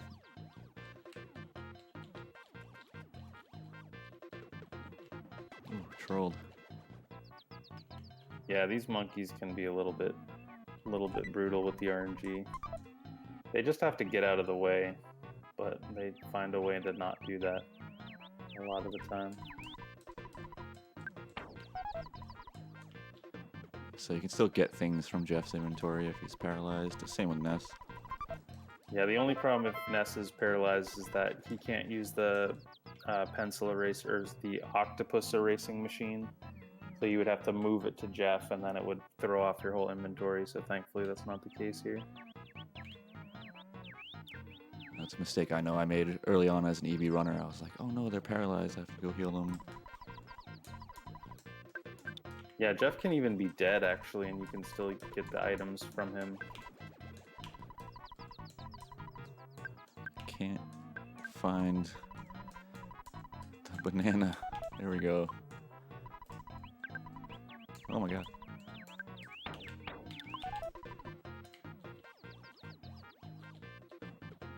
Hard times in Monkey Cave. Yeah, for real. This is a bag of Dragonite here, and we're gonna hold on to that for almost the entire run. But it's quite necessary for one of the later boss fights. Yeah, the paralyzed animation is cool because it kind of looks like they're just sliding along. We got the pimp strut.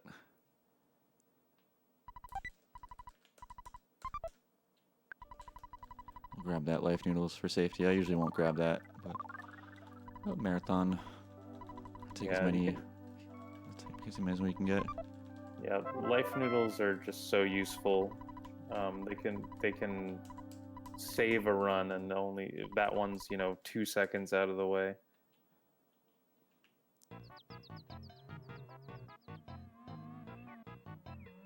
Like you'll find later on, there's lots of situations where it doesn't matter if certain party members die, but like if Jeff were to die, for instance, before a boss fight in a sanctuary, it would be horrible if you didn't have a life noodles.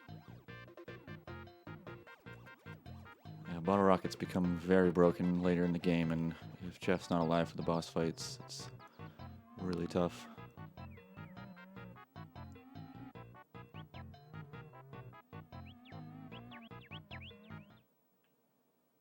Oh, it's dragon powder in Japanese. Wow.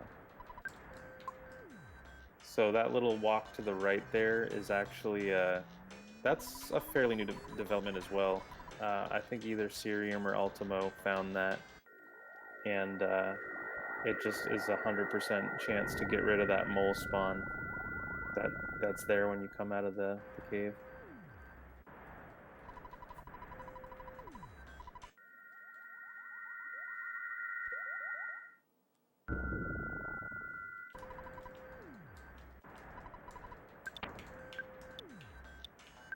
It's actually possible, I think Phalix might have a highlight on his channel. It's possible to teleport into a butterfly during that learning sequence.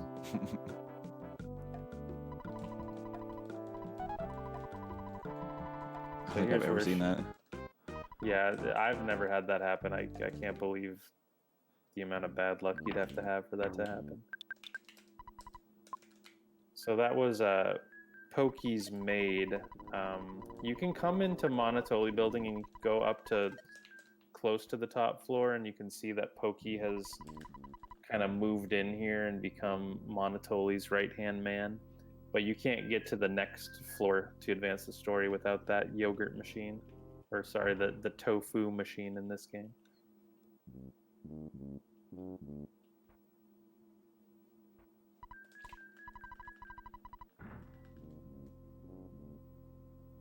And no, it doesn't soft lock, but what happens is the butterfly, depending on where it hits your party, it has to fly all the way up to Ness. So it can actually kind of hit the back of you, and in the teleport sequence, Jeff is going to be pretty far from Ness, so it actually wastes a lot of time. So Temple's using the skip sandwich here to do some kind of cool robot skips. There's one RNG-based robot there, but the rest of this is all just skill-based. It's a really fun part of the run to learn. Yeah, I don't think I ever get tired of doing this section.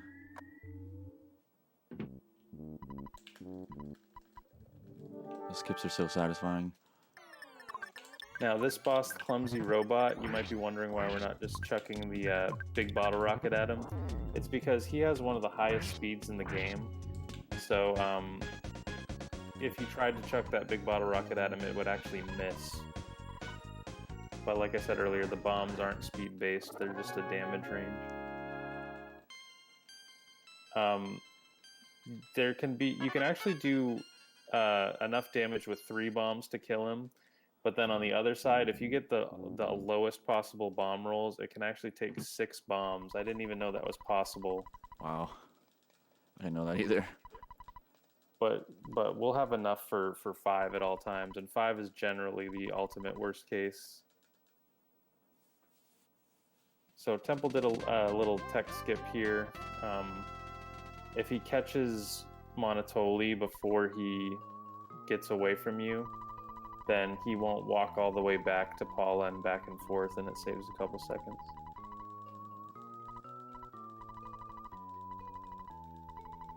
Yeah, I'm excited for Mother 3 after this. It's a nice little continuation. Yeah, it's too bad they couldn't get the full trilogy, but it's very cool to have Mother 2 followed by Mother 3.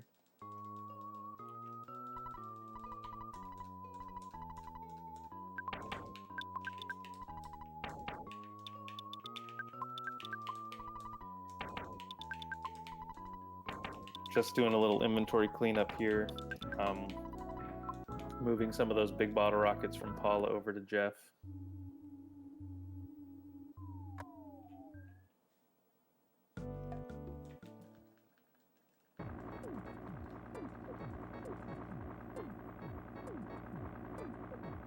So Monotoli told you to come use his helicopter, but lo and behold, Pokey beat you to it. I always like this animation here where Pokey's fat head sticks out of the window. It's so goofy looking.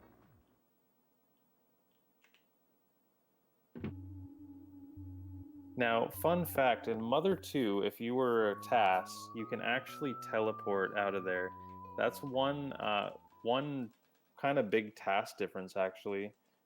In Earthbound, it won't even let you attempt to teleport, but in Mother 2, it will. But the problem is you have a very tiny space there, and you only have teleport alpha.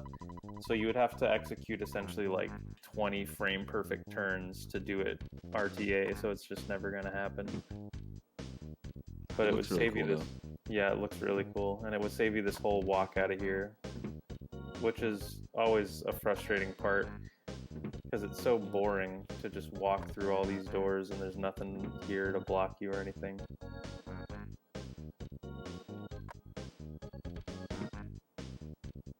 I think that the Mother 3 run is going to be the translation, but I'm not positive on that. Someone can probably give you the for sure answer. Yeah, I believe it's in English.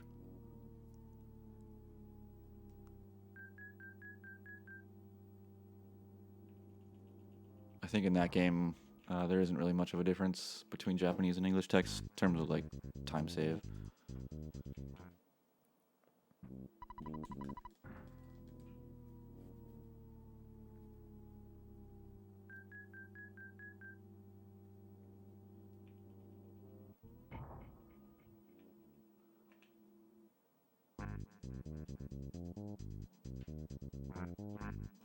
So this is our last use of the Tanzora Bros. They've come so helpful for the rest of this run, but we're not going to see them after this.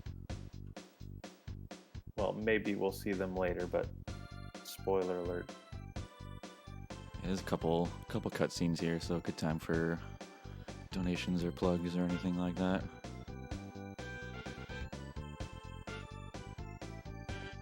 Well then, currently we don't have any more donations. By the way, I hope I'm sounding fine for now. sounds good to me. Alrighty, just making sure because I ended up just shifting myself up a little bit. Alrighty, but I guess we do have some time to plug as to what we are, well, here to do for. We already reached over 3,000 in donation total, and the next goal is quite ambitious with a 10,000 goal. After we passed our last two marathon goals, we've decided to make $10,000 our new marathon goal. This amount represents funding one of the Take This AFK rooms for one of their many annual conventions. An AFK room provides for convention attendees with a professionally staffed safe space where they can regain their calm and talk to a clinician if need be. They are open to anyone who needs them, usually during the main event hours. So bringing the AFK room to a convention often allows Take This, which is the charity that we are trying to support here, to also one of their sorry, I messed that up. Bring the AFK room to a convention often allows Take This to also one of their many informative mental health-oriented panels as well, covering topics such as how to talk about mental health with sensitivity, dealing with self-doubt and social anxiety, and practicing proper self-care. The next convention appearance will be at PAX Unplugged in December, and MacFest and PAX South in January. So essentially, Take This is pretty much concerned with mental health and also trying to remove stigma around social issues about mental health. So we are trying to, well, raise funds for this kind of rather fascinating charity.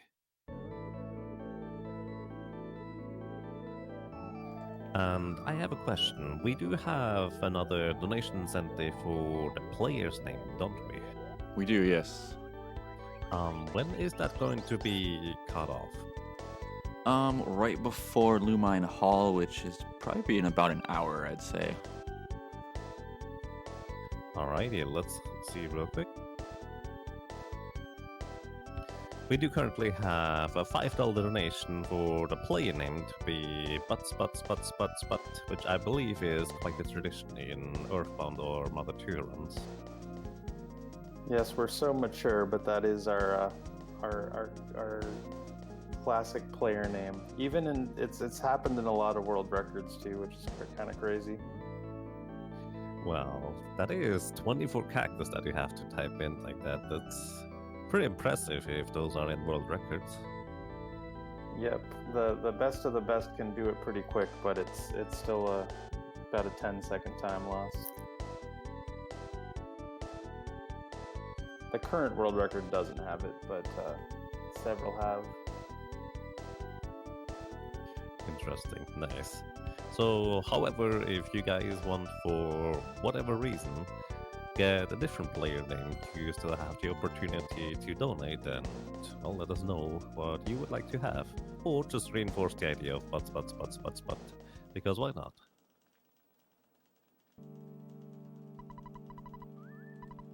It's kind of one of those save the frames, kill the animals situations where the community is a bit divided.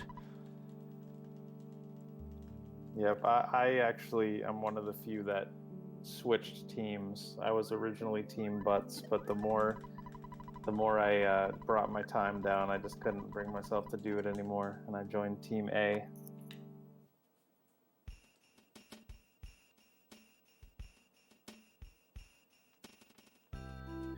Well, there's some prices to pay, attempting to get better and better times.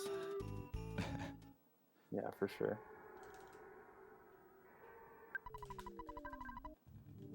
Gotta make some sacrifices. So Shroom here, he will always mushroomize on the first turn, and we just don't want to see Jeff get mushroomised, so looks like this fight should go fine. Even if Jeff does get mushroomised, it's only like a I think a 50-50 chance that he'll feel funky, and then from there, it's not even guaranteed that he'll to hit the bottle rocket at a different target. But what that does is it confuses whoever has it, so it has a chance to target your attack back to the party, which can be bad in that situation. It could turn ugly pretty quickly if Jeff or Paula are firing explosives back at the party. Yep.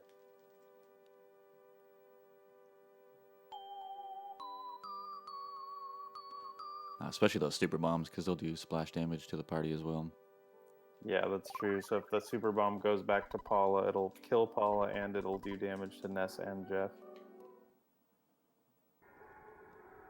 So that's one of the required sanctuaries to progress the story. The first one's Giant Step in Onet. This is the second one we have to do in order to keep going. Yeah, it's nice. A lot of the sanctuaries can be done kind of any order, so it provides some flexibility for routing. But like Temple said, this one you have to do at this exact point in the run.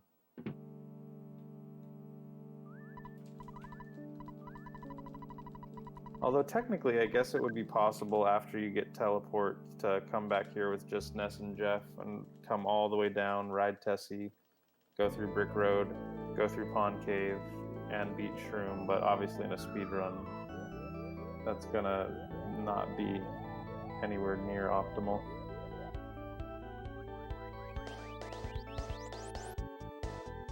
It's funny because the spawns in that cave, they won't be there when you enter from the kind of the back entrance there and go fight Shroom, and then they'll be running away from you when you leave.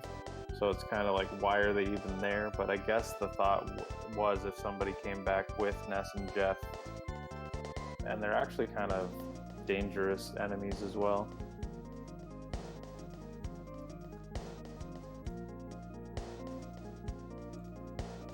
So we do get a player name opportunity here, so I'll just go with what's winning now, but we get another input, like I said before, Lumine.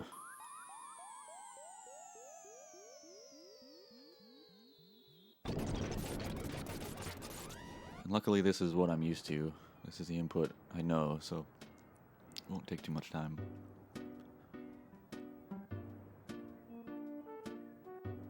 Whereas if I had to spell out something like St. Louis Cardinals or something, it wouldn't work. Or it'd be slower. Yeah. Is the first opportunity actually in Japanese, though? I can't remember. I know that it gives you a chance to do both Japanese and English.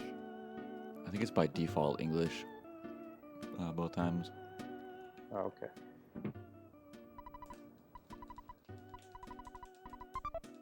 Which is kind of strange. So that guy gives you a number to call the Stoic Club. And if you tried to walk over there to the Stoic Club first, it would they wouldn't let you inside. So you got to come over here and get the phone number.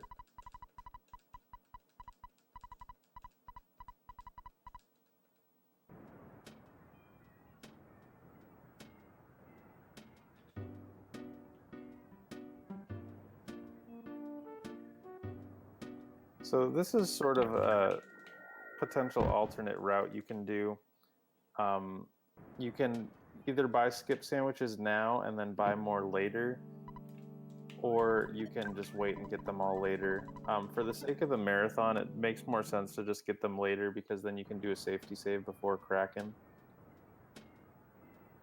And it also doesn't make as much of a difference in Mother 2 because one of the reasons we do it in Earthbound is because it's a lot less dialogue when you buy skip sandwiches in Winters.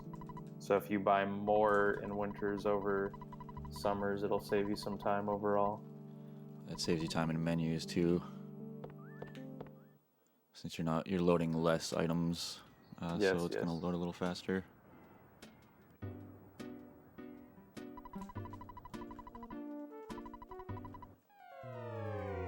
So essentially, she was hanging out in the Stoic Club, and then she was kind of blown away that you came all this way to try some of her magic cake.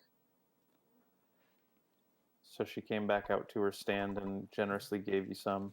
This is when the game gets a little trippy. Not that it wasn't trippy already. Yeah, throwing mid-90s 12-year-olds into existential crisis.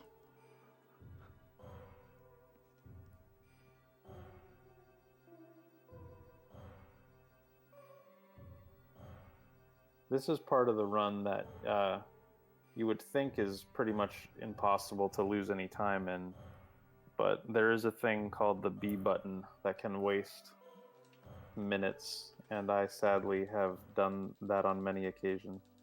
So I.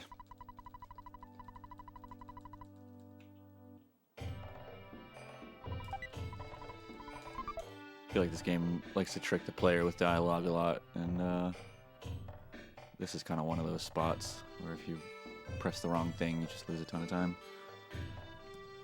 Yeah, and there's another thing you can do is, so he's gonna come down here. He's gonna talk to his. Well, he actually for the speed run we're gonna skip talking to the master, but he would tell him to come up here and meditate, but then they send people to try to tempt Pooh to leave. And so if you move at all, so you can't hit the D-pad at this point, because if you move at all, it'll stop the whole meditation sequence. Like this girl comes to tell you that your master wants you to come back to the temple, but she's actually lying to you. So you can't hit the D-pad here, and then as soon as this sequence starts, you have to always answer yes to every option.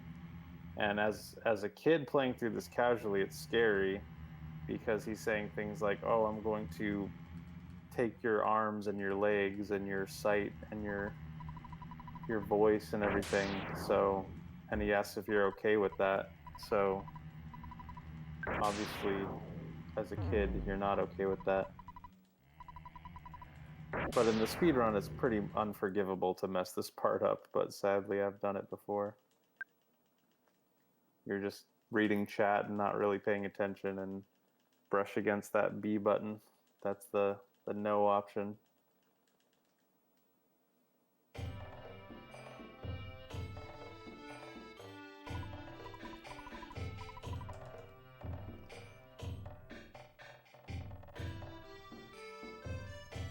But then at the end, he's actually telling him the truth when he tells you to leave. And that's what's confusing too, because you may have already messed up and had to come all the way back and talk to your master again and then come back down.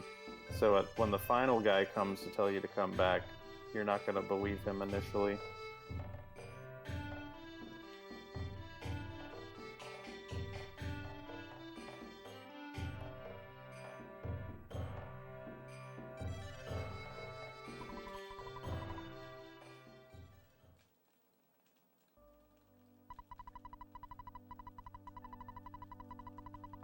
So just doing that sequence and talking to your master, you'll get a couple level ups here, and you'll actually get teleport beta, which is a teleport that goes in a circular motion. So there's a few parts where we have to teleport that are either really, really hard or impossible to do with just the teleport alpha, which goes in a straight line and you have to steer it. So having that beta kind of completes being able to teleport wherever we want. And as you kind of get deeper into learning the speedrun, beta is actually slower overall than alpha. So if you can actually alpha, it's faster, but there's some spots where it's really tough to pull off an alpha. Some runners can do it.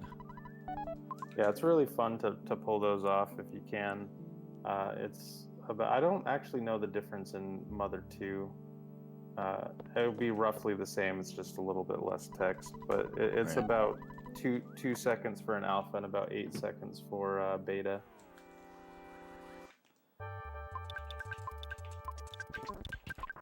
So here the game wants you to fight both of these guys, but because of your invisibility frames, after you fight the first one, you can just read the sign and leave, and you won't have to fight the second one. Wow, he didn't die? That's really not likely to happen. With 2 freezes and a big bottle rocket, he's almost always going to die. Jeff with that gut save. Yeah, that's sorry, another aspect that we haven't talked about yet. You have a gut stat, and really what that does is it determines whether you will do a crit attack to an enemy, but it also gives a chance to survive even when you take mortal damage. You'll just survive with 1 HP, and it's called a gut save.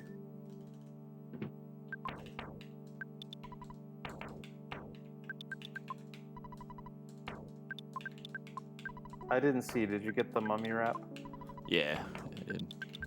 So the mummy wrap is a 50-50 drop from those mummies, and what it does is it does a set amount of damage.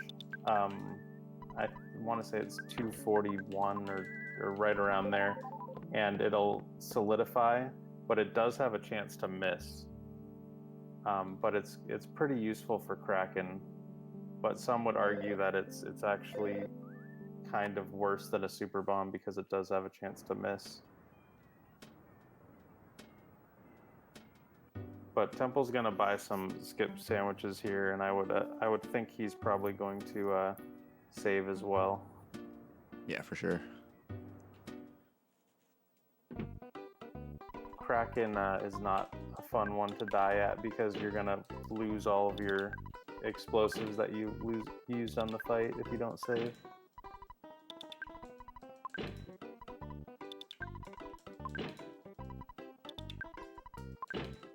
And these skip sandwiches are mostly used for clever ways of getting around enemies.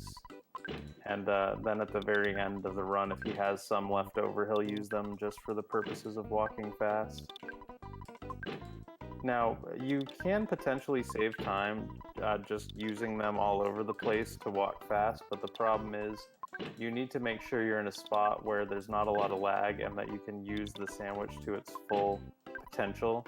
Otherwise, it doesn't really make it worth your time to buy it, even with the shorter text here.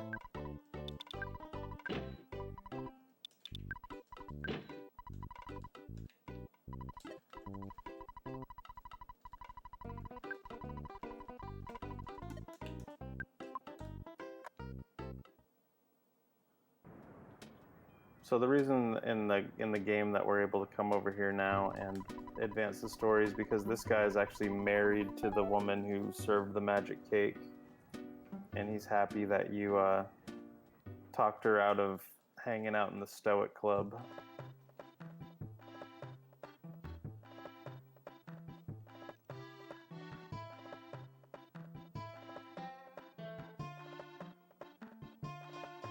Those boats have a weird face. You're right, they do.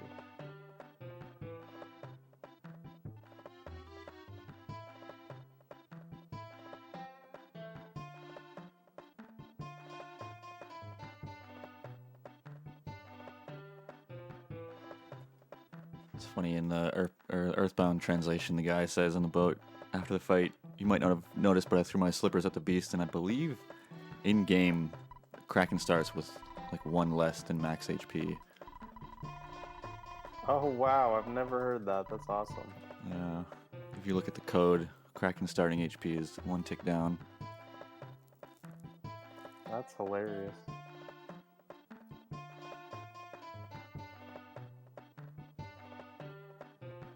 So the strats for Kraken are gonna be Super Bomb, Mummy Wrap, Super Bomb, Super Bomb, Mummy Wrap, Big Bottle Rocket, Super Bomb. And that'll give you a very good chance of taking him out, but hopefully you get good damage rolls.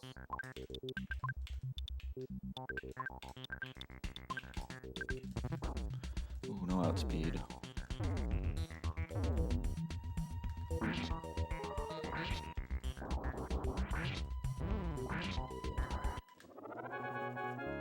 Not a huge deal there. Obviously, it would have been better if Paula survived because now we have to heal her. But that's just what's going to happen if Kraken outspeeds and does fire like that. Normally we're looking for Paula to get the first turn there and hit with the Mummy Wrap, and then that solidifies the Kraken. He won't get his first attack off, which all of his attacks can be pretty devastating. Yeah, he can also do a flash attack that can really mess you up.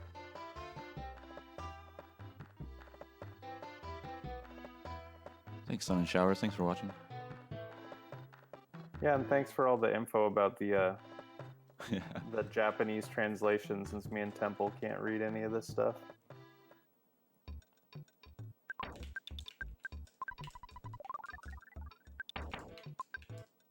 So that's another reason it's helpful to pick up all those extra life noodles, because if he didn't have extras, he would probably just go to the hospital to heal her to be safe.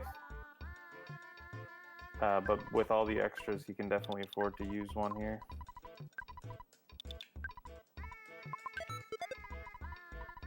Hey Ultimo, yeah, most of this run has gone pretty well. One little Onet death was all we've had so far. What's up, Ultimo? Ultimo, the current world record holder for this category in game.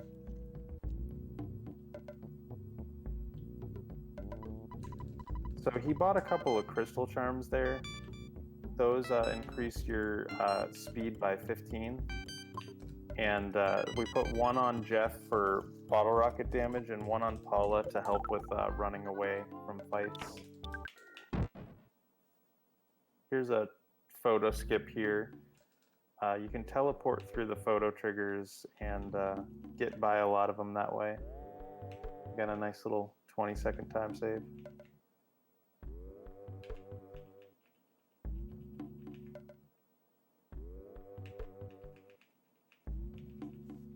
Wow, getting some bad luck here with the first room. Yeah, Ultimo brings up a good point. The Japanese runners have kind of their own wiki for their leaderboard, and we ported over their times to our speedrun.com. And then when Ultimo got the world record, he submitted his to their wiki as well, and then they reclassified it as overseas reference record, even though it's the fastest time. So that's where those skip sandwiches come in handy. That's just skill-based skips there. If you walk in the right paths, you'll be able to get around those fights. Now this room is just kind of random if you're gonna get it empty or not.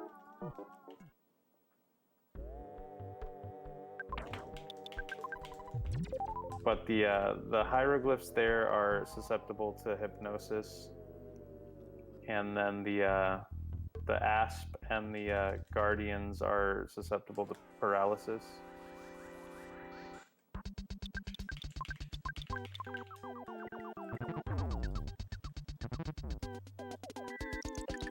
He just doesn't like Paula today.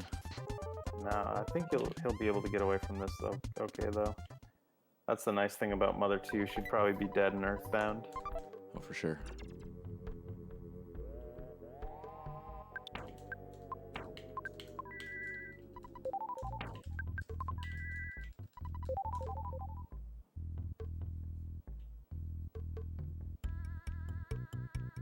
So we're just trying to keep everyone alive to this fight. After this fight, really Ness is the only one that needs to stay alive.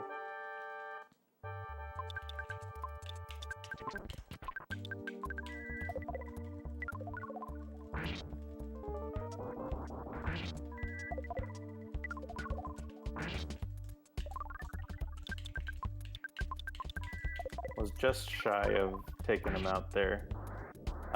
You can do a rock in there, but Temple already had to do that paralysis omega, so he's low on psychic points. So we just went into a second round there. Not a huge deal.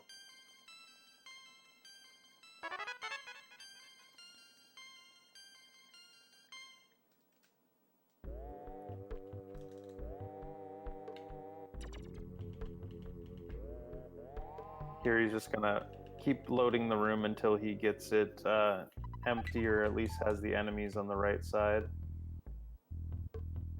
You have Kind of have to be pretty far right there. Yeah, just to be safe. And you have to trigger that. There's like a switch on the ground, and you have to hit that to open up that sarcophagus that was there at the top of the pyramid, and it opens up a hole that you can drop down. Now here he purposely took this hieroglyph fight because he knows that nothing's going to join this fight if he takes it. And then he can just do a quick hypnosis and run away.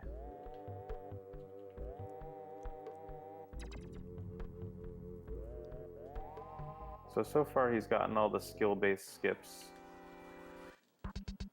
That one's a little bit tougher. if you get hung up at all, they'll come over there and get you. I feel like that one is the least consistent out of all of them.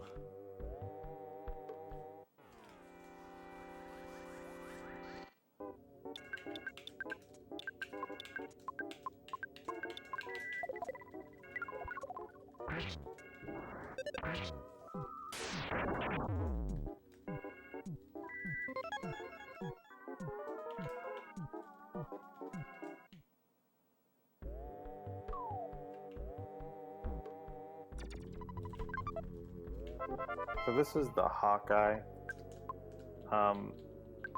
You could actually not pick that up. It's sort of brutal casually. I mean, I don't know why you wouldn't at least check out what it is, but if you for some reason don't pick that up, you would get all the way to the next section and wouldn't be able to progress. You'd have to come all the way back.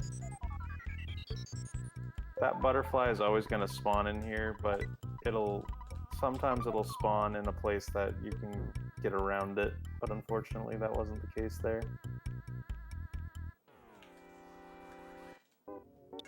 So pretty standard pyramid there. You got all the skill-based skips except for one, and then none of the other rooms were empty. That's a good question, Yag. It's been so long since I played this casually, and I think casually I never did that personally. What would happen is in deep darkness, it would just be all dark, and you wouldn't be able to progress. I don't know if any NPCs would actually tell you that you need it, though.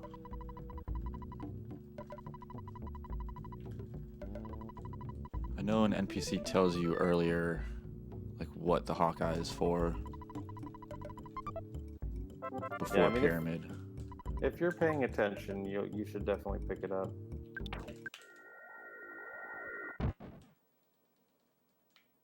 Their temple knew that if you go from the vendor there and just go in a diagonal motion, you'll be able to teleport right to Dungeon Man. And that guy he talked to down there gave him a key to Dungeon Man. So I don't really see a door, so I don't know where that key goes, but it's required to continue on here. Now this can be a very frustrating part of the run.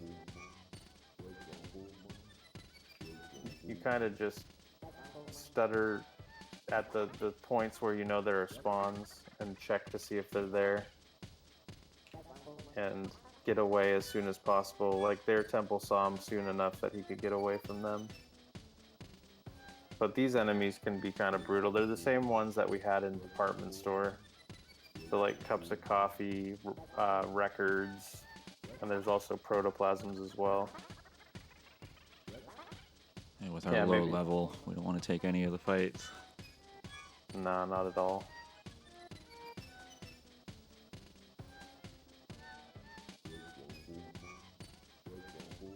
Yeah, the cups of coffee are terrible.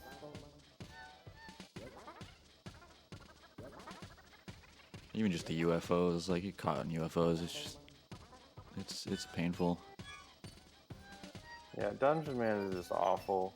If you can avoid all fights, it doesn't seem bad, but there's lots of parts you can get caught on enemies. Like here, he talks to Dungeon Man, and then he drops down the hole back to the first level. Dungeon Man's telling him he'll follow along when he leaves, but when you fall down these holes, there can be enemies right underneath you, and there's nothing you can do.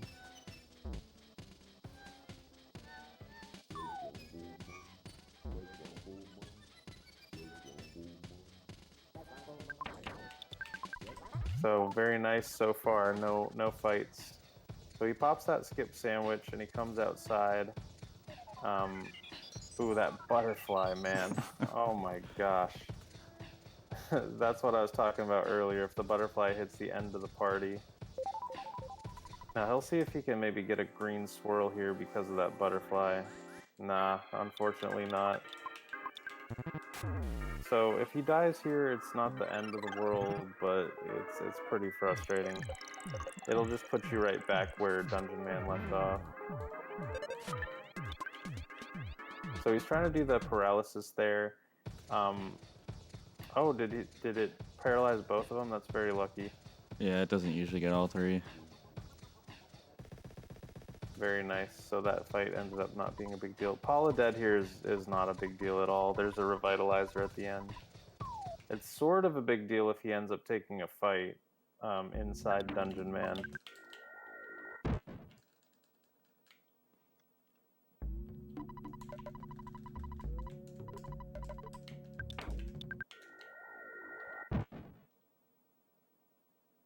So this is sort of the first we're seeing of using teleport to get around enemies. Essentially, when you start your teleport, the enemies will just freeze where they were. But the problem is off-screen enemies that have already spawned will still be there, so you might teleport into an enemy that you couldn't see. And if that's the case, you need to open up the menu almost instantly to be able to do another teleport in time. Temple's doing a safety save here, definitely respect that, because the problem is, in this game, when you die, you'll lose half the money that you have. If it's still in the bank, you won't lose it, but if you've withdrawn it already, you'll lose half of it, and at this point, he just withdrew all his money for multi-bottle rocket shopping, so losing half of that would be very detrimental to the run. And normally I wouldn't save there, but with Paula dead, I just take an extra level of safety. Yeah, for sure. Like James said, if I get in any fights here, she's my main damage dealer. Ness and Jeff are fairly useless at this point.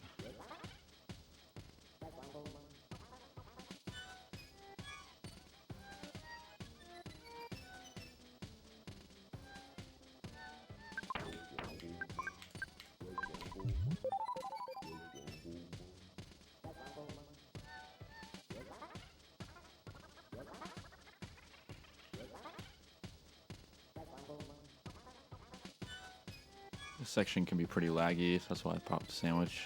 Get us through a little quicker.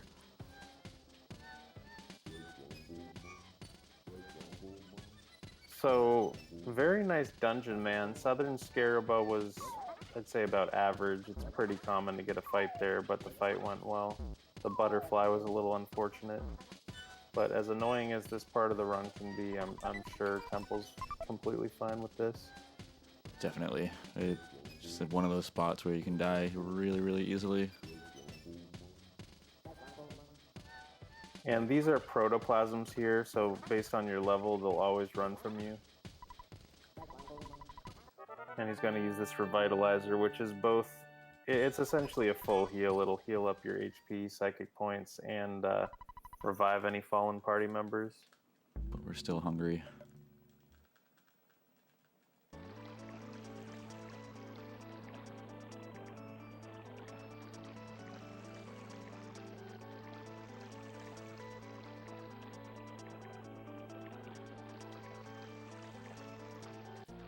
Yeah, all those gifts on the top or the last floor there, they're all protoplasms, so they're all scared of our levels. They cuddle up in the corner. So this will be the last big shopping section coming up. The guy in Scarabud also sells multi-bottle rockets, but this is where we get them just for safety. And they're the equivalent of 20 bottle rockets. So we combine that, and then also we have the crystal charm now for some extra speed, but we'll be picking up another item that gives even more speed later. So the extra speed combined with the 20 bottle rockets will be our main source of boss killings.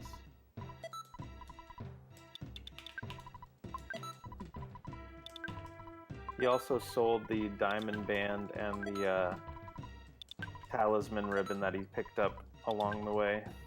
The diamond band sells for about 5,000, and it's there in the pyramid, and it's very, very useful for having enough money here.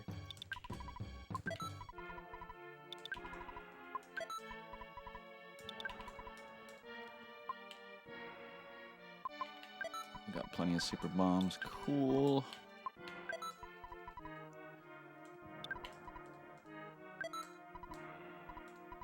Let's get one more. Just for good measure. We have the money. Yeah, I would say you can never have too many bombs. They're useful even in the final fight of the game. Yeah, it's And so definitely not a there's bad thing to have them left over. Yeah, I love super bombs in the final fight. Now, there's where he used the Hawkeye for the first time, which is where the game would have stopped you. If you don't use the Hawkeye, not only is it all dark, but it actually, there's an invisible wall you can't get past. And this is a kind of cool section, execution-wise. Watching top runners do this section is pretty cool.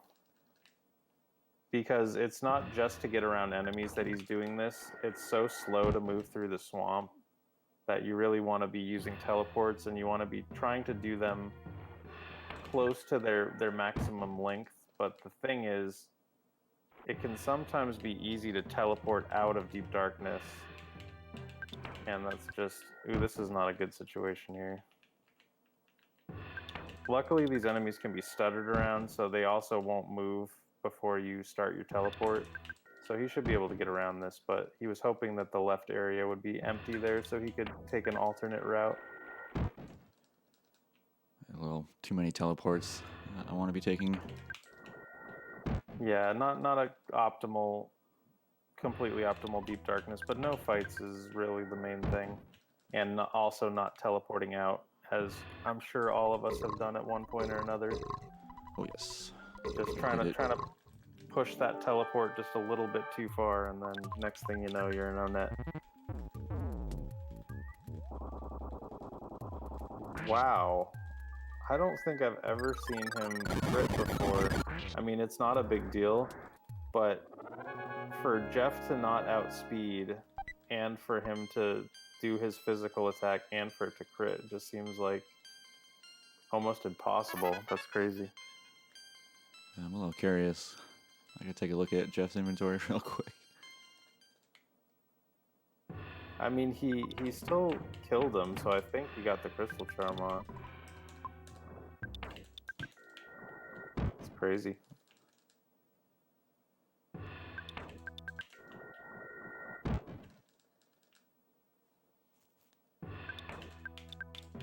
Temple's just pretty much gotten crit by everything in this run, it seems like. But thankfully, only one time did it really matter.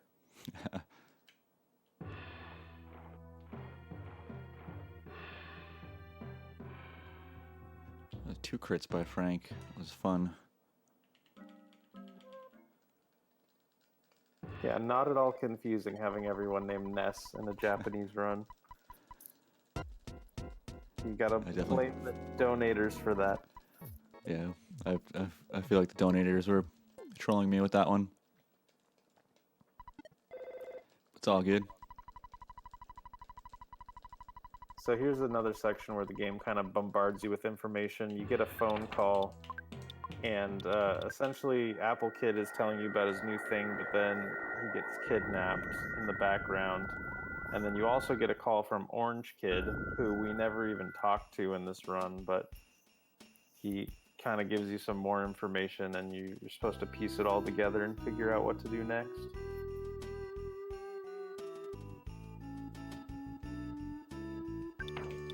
So these are the same spawn tile locations as the first time you walk through, it's just different enemies. But these enemies can actually be kind of scary. They're the mooks, and they can paralyze you, I believe. Or no, sorry, diamondize you, I believe. Which a diamondize is essentially an instant kill.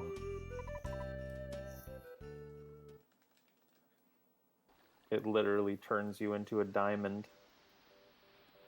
An unsellable diamond, which is sad.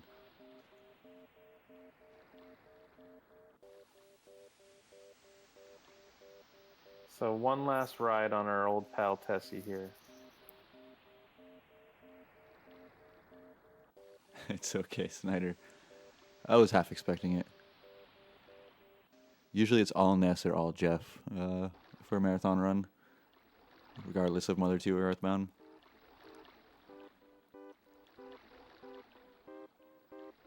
Lest we forget the great escapade of Jeff Bound. Oh yes. RPG Limit Break 2016. Yep.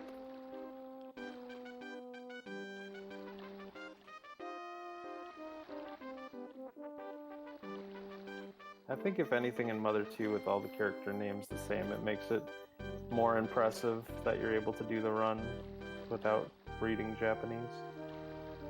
It was definitely an adjustment when I decided to go with all the same names for PB attempts. It took me a few runs to adjust to where things were. And still I mess it up. Like something will land somewhere and I wasn't paying attention and spend 2 minutes looking for it. Something I didn't mention the first time around, so I'm glad we're coming back again, is he's going to walk in a diagonal motion here. It kind of looks like he's walking out of the way. But it's something in this game where you can skip certain spawn tiles by walking around them.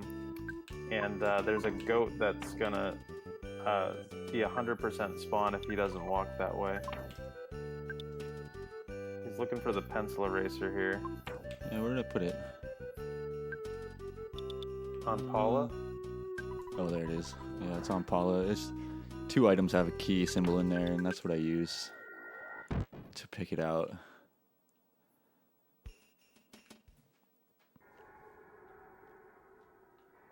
I have to like just pick one character in a Japanese word to focus on since I don't know it. And some of them have the same. So that bat there, anyone watching this that's not familiar with the game would think that bat was chasing after you. But I actually have to tell you that bat was trying to run away from you by running at you. It really Makes was. a lot of sense.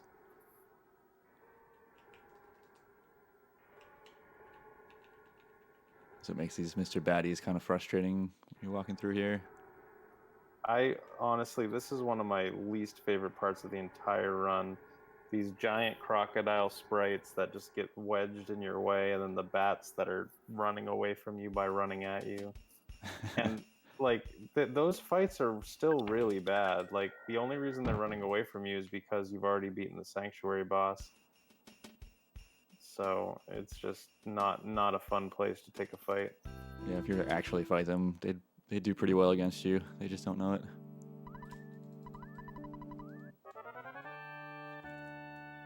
So Temple's gonna heal up here. This is another kind of scary part of the run. There's a lot of skill involved, but there's still some randomness as well. Yeah, this is one of those sections I just feared doing for the first couple years of running this. Just every time it was a sweat fest coming in here.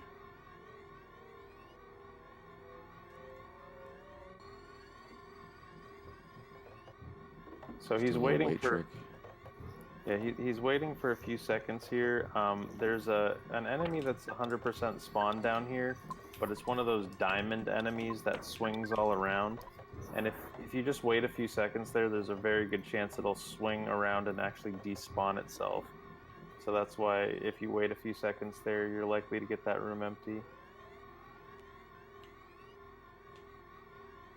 And the enemies in here, he doesn't want to mess with these diamond enemies at all, but the starmen enemies, the way they work, if they kind of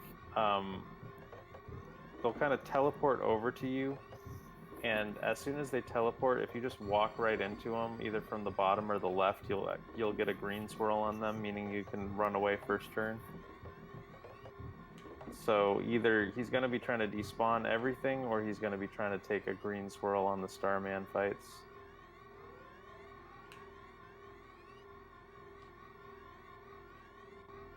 And technically it's definitely possible to get through the entire place with only green swirls, but it's very easy to get impatient in here.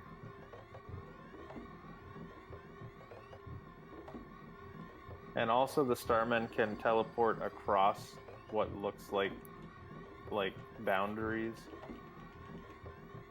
Like if you're on one little narrow hallway, they can transport across and get to you. Yeah, like below here. You just jump across the barriers.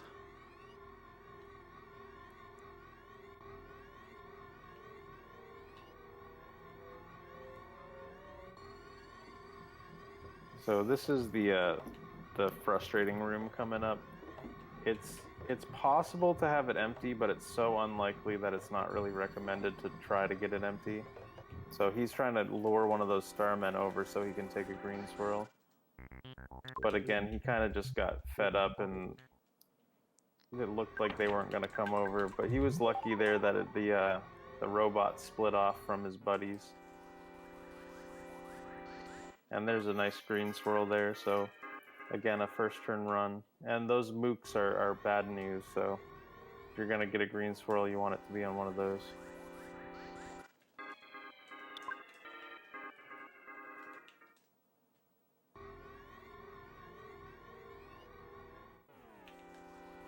I don't know if I'd agree with that fade roll. You can watch Ultimo's former world record. It has a pretty amazing Starman base, as well as Andy's had some great ones too.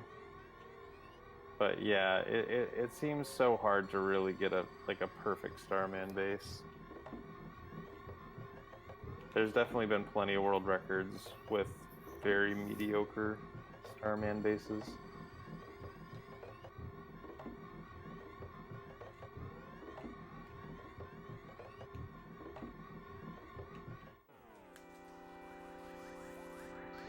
Yeah, that was unfortunate. It was just kind of in an awkward spot there. He was trying to lure it over. He's been getting good luck with these runaways, though, on the non-green swirls.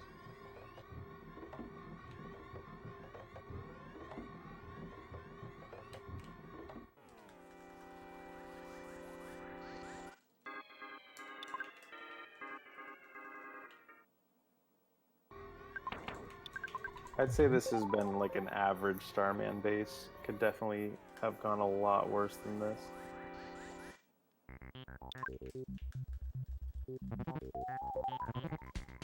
A few more fights than you ideally want, but none of the fights carried on for too long.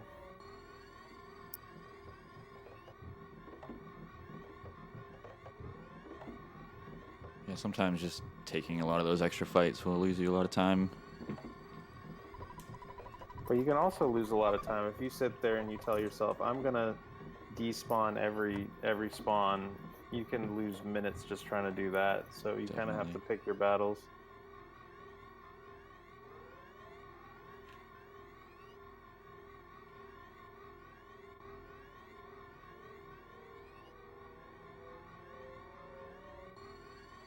He kind of hugs the top there. That's another one of those.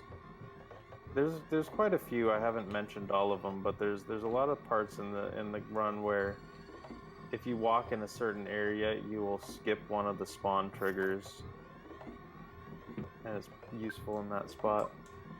So with the Starman Deluxe, he's just going to chuck a multi-bottle rocket at it and hope to not get terrible luck. I'd say at least 90% of the time it'll kill him.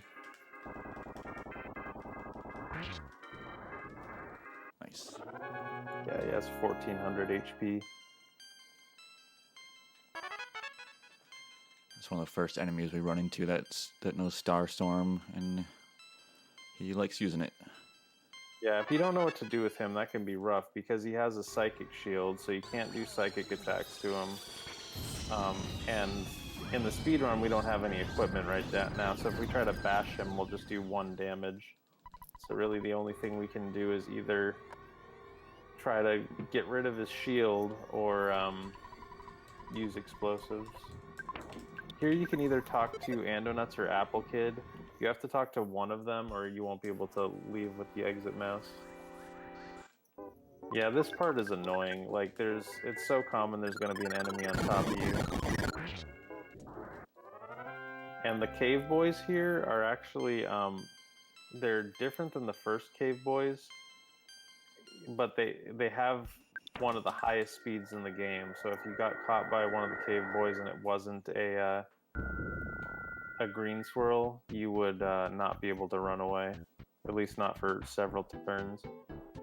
The way running away in this game works is they take the enemy speed against your highest speed party member, and then it'll add a 10% chance every turn to run away, but you're going to start at a negative chance to run on those cave boys. So it's going to take you multiple turns just to get to an actual possible chance to run. So there he picked up another exit mouse, which is definitely going to be useful in the sanctuaries coming up. And then did a lazy teleport back into Onet. You got to come pick up this Overcoming Shyness book. And this book only appears in the library after you do Stonehenge. It's actually the only reason we have to fight Starman in Photo Percent.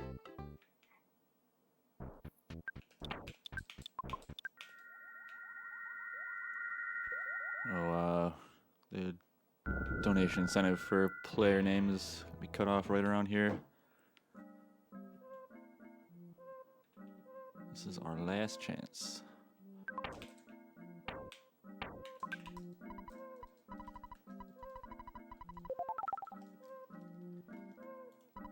It looks like it's still the same. Yes, indeed. It looks like there haven't been any new donations towards that, so currently we still have the but.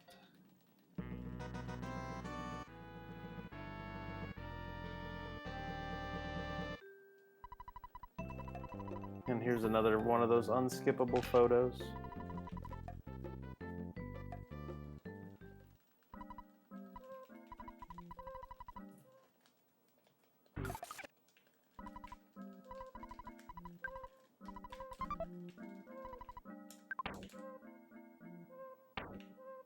That Tenda there, he is very generous with his bag of Dragonite that he gives you there.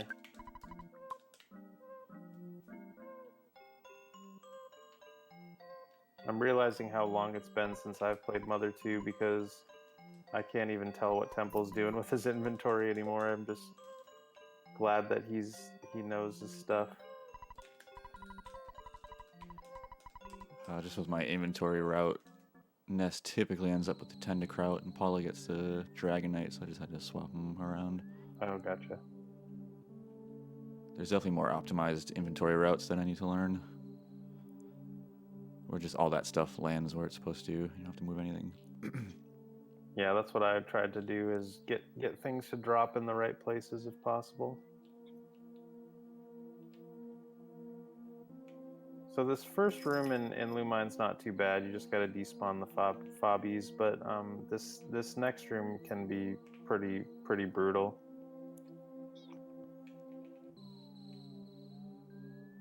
He's gonna wait till this first area is empty, then kind of walk down, and you'll see him kind of walking a bit and then stopping. And what he's doing is he's trying to let those enemies that swing around despawn themselves. Because when they're not aggro, they're kind of just swinging around down there.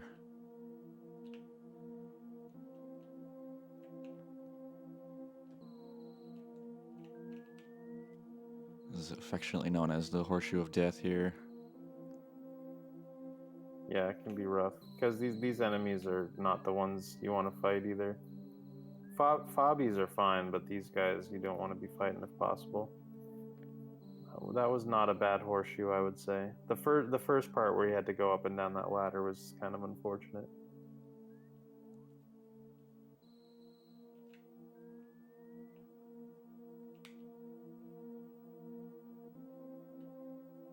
So if you just hug the top here, you actually avoid another one of those spawn tiles. So that was a really good Lumine haul. I love that that top floor strat was found. It saved Lumines forever. And that item that he just picked up is really a game changer for the run. It gives Jeff 40 extra speed, and that combined with his bottle rockets, it's just gonna make for these boss fights to be easy peasy. Wow, I feel like it's so rare for someone to die in this fight. It's not a big deal. Paula doesn't really need levels for anything. Potentially lower HP on the final battle might matter, but that's the only thing I can think of. I guess speed, but we're gonna get those speed stats eventually anyway. Yeah. Yeah, so like Electrospectre has around 3,000 HP, so trying to take that fight out in a timely manner without kind of cheesing the bottle rocket strats is not an easy task.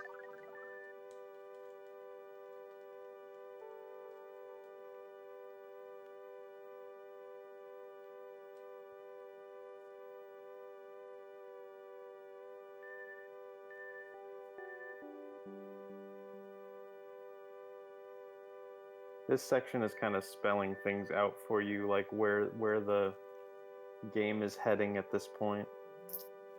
Can't remember the exact dialogue that it says in English. It's like Ness is basically realizing he's seeing his thoughts out on the wall. Like, are those my thoughts? Can they read what I'm thinking?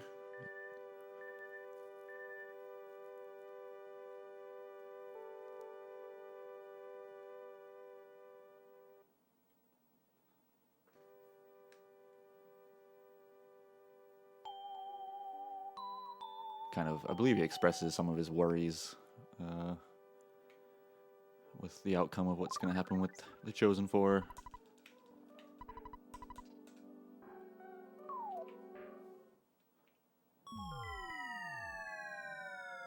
This is actually one of like two things the game actually checks for to have you able to fight Gygus. Dropping down through that Lumine hole. If you don't do it, somehow glitch around it or work your way out of it, you go to fight Gygus and it just won't happen. Yeah, the Skyrunner won't be there in Saturn Valley is the problem, or the Phase Distorter won't be there in Saturn Valley, and you have to go through the Phase Distorter to the final area, even in a glitched run, or else you won't be able to finish. It is strange though that dropping down into Underworld is that the trigger for that. Doesn't make a lot of sense.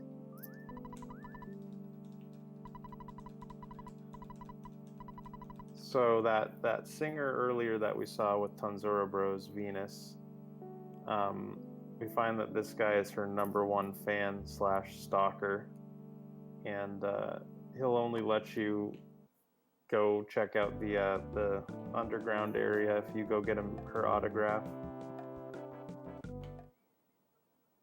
And now I'm kind of wondering what the Japanese text is, because I'm sure it's not the same as English, but in English he asks you for her autograph and he says it can be on anything. I don't even care if it's on toilet paper.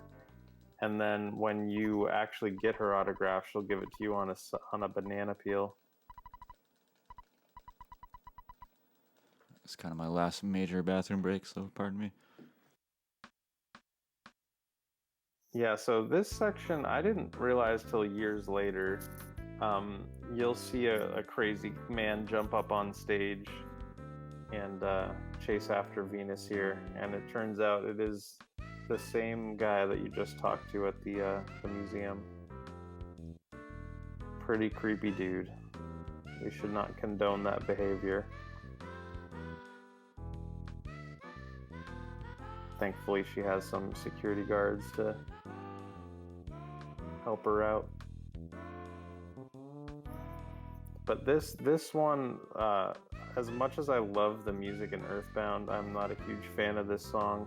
It just happens to be one of the longest cutscenes in the game. It's like 3 minutes long.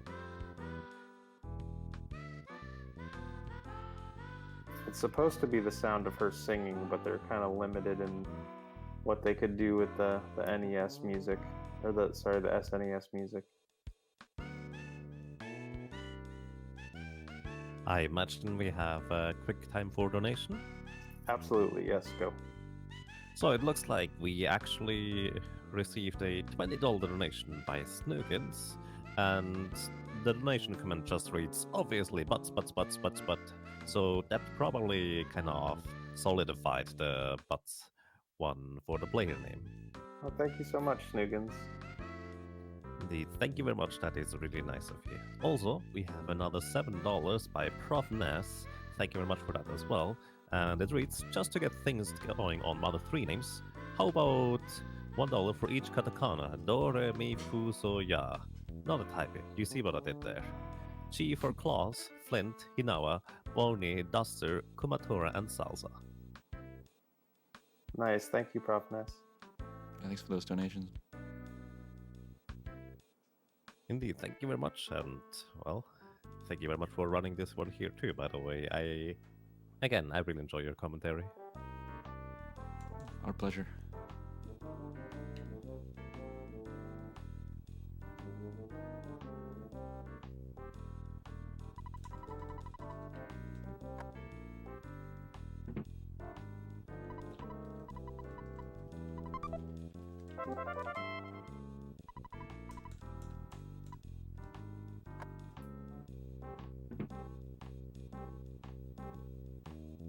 So there you got the signed banana, which I'm still not sure what it is in Japanese, but it's gonna be your key to the next area of the game. Yeah, I'll leave the cursor on it for a second. So maybe someone in chat can translate.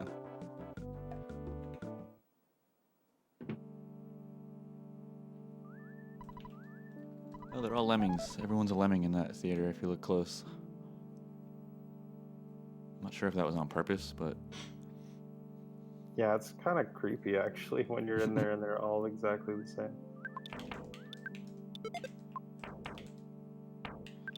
that's it right there. I don't know if that says sign banana or not.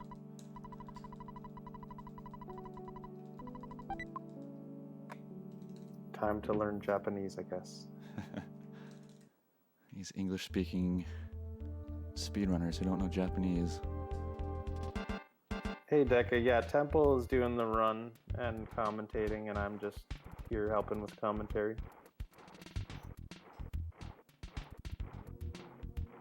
So the big thing in sewers is you want that first zone at least to give you a chance to walk down the ladder and despawn stuff. So far so good. Literally just a banana. That's funny because you can't buy bananas in this game, so I'm wondering, it has to be different in some way, I would think. Oh, it says autographed banana. Okay, that makes sense. So pretty much the same thing.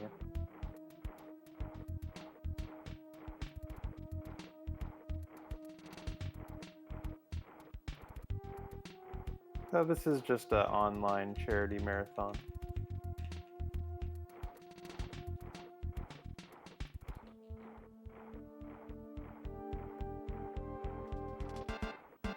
Guess it's a good time to mention James will also be commentating Ultimo Ice's photo percent run at GDQX coming up, so I'm looking forward to that one myself. Yeah, that should be fun. It's been a while since photo percent has been showed off. Essentially, photo percent is a glitched run, and the only rules are no debug menu, and you have to get all 32 photos. So all glitches are fair game. So that was a very good sewers.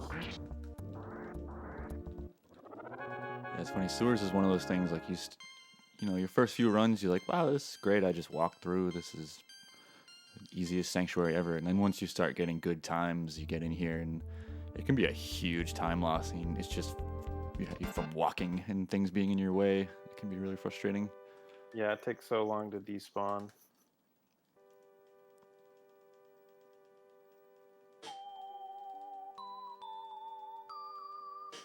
There you go, James. We need to start a podcast. Let's do it. I'm done. I don't know what we talk about, but I'm sure we'll find something. Just high-level Earthbound strategy all the time.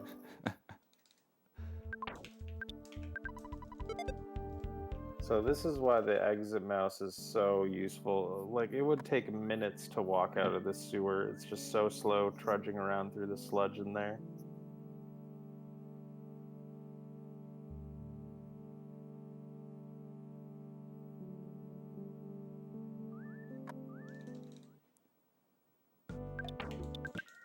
And that item he picked up was a carrot key.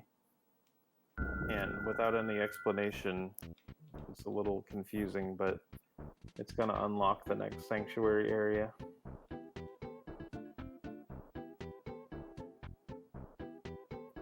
So again, one of our multiple trips to pick up exit mice.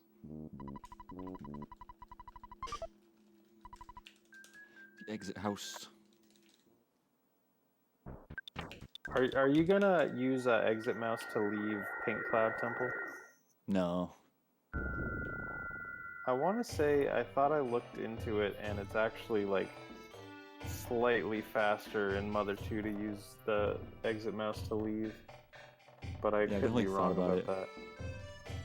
There's like It's the just skip 'cause- sandwich as well, I guess, earlier. Yeah, and maybe it was combined with a skip sandwich or something, but I do know that the dialogue is so much less to pick up the mouse that it sort of makes sense that it might be feasible. So in Pink Cloud, there's not a lot you can do. You're just going to be taking every fight and running away and hoping for the best. And we got that rabbit's foot on Paula, and with her, she's got the highest speed usually, so the rabbit's foot is enough to give us enough speed to get away from most of these fights.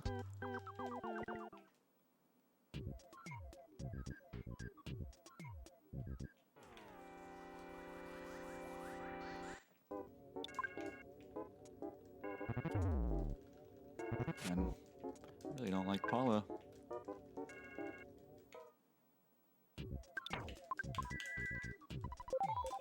Yeah, a lot of second turn runs here. Ooh, that was nice. I would have probably turned around and gotten that green, but Temple's like, nah, I got this.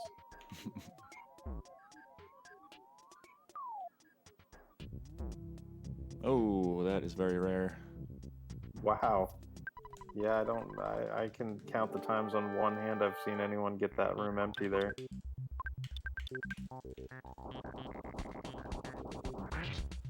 Usually there's at least 2, if not 3 spawns on that bottom floor 98% of the time. Yep. So nice Pink Cloud as well. This run's going really well, honestly. There's just a couple things early on that went wrong, but that's the extent of it. Hopefully we can keep it that way. Yeah, we still have Fire Springs coming up, which can be a little bit scary at times.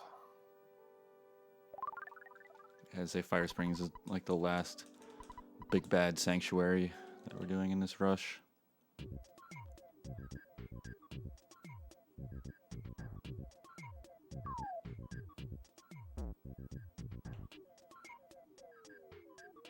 He waited there for a second because, again, even though these enemies are running away from you, they'll swing into you by trying to get away from you, and so you want to wait and make sure they're steady in place before you walk away.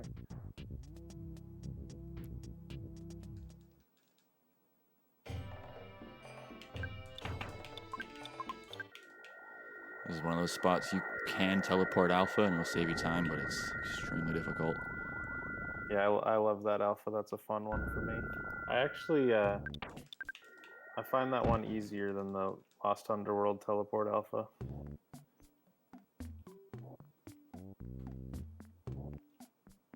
Now here's the C pendant, and this is really required honestly for the Gygus fight. When you put it on Paula, she's essentially invincible. It protects against flash, freeze, and fire.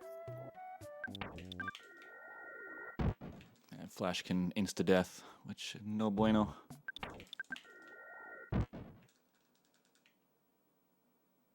Yeah, and also one of Gygus's attacks, like, I guess this is kind of spoilery, but one of Gygus's attacks is essentially a freeze attack, so having that C pendant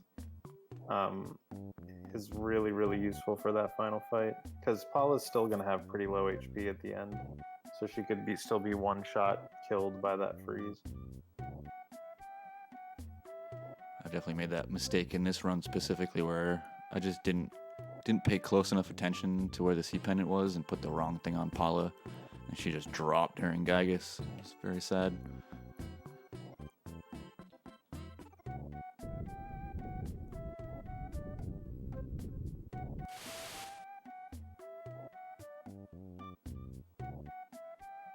Oh yeah, we were talking about teleporting out of deep darkness earlier. It's just the worst.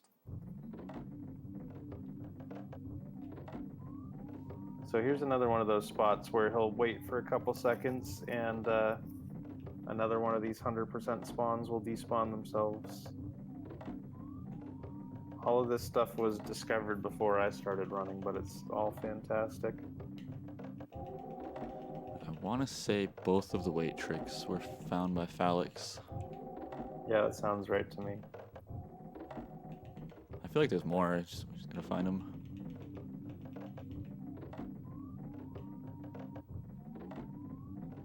So these rooms are 20% chance to be empty. You can try to force a green swirl in there, but if you fail it, those fights are pretty scary because they have the psychic psychos in there.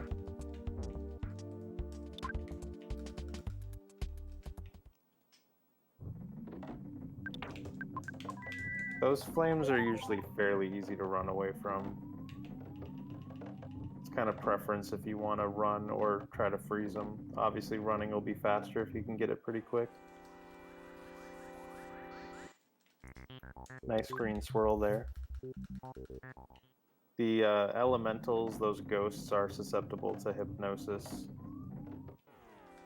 So if it wasn't a green swirl, he could have put them to sleep, but still obviously better to just run.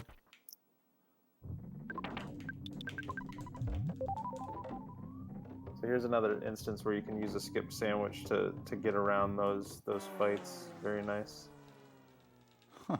What? How is that red? That sucks. I guess it caught Pooh, like it was right between Pooh and Jeff.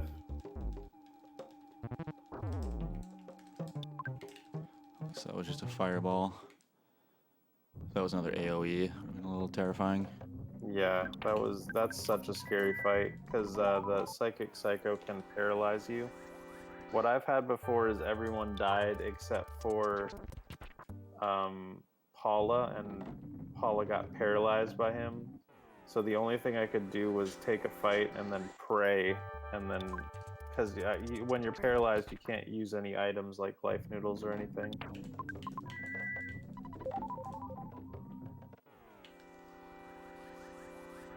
So he's taken this fight just to be safe because it's one of those weird ones where even after you beat the final boss or the boss of the sanctuary, it'll still swing around into you, and if it's too close, you'd have to deal with that after the fight.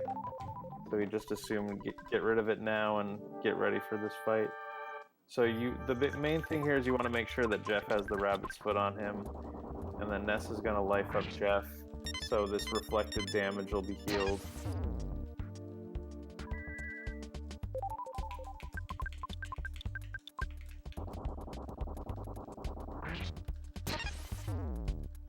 I usually wouldn't do the second life up there, but marathon safety. Yeah, there's very rare situations where that second life up will actually be the difference. So yeah, that Diamond Dog fight is an example of, like, casually that is such a hard fight because of the reflecting shield, and if you don't know about, the speed with the bottle rockets and stuff, they're not going to do nearly that much damage if you don't have the rabbit's foot on Jeff. But in the speedrun, it's really not too bad.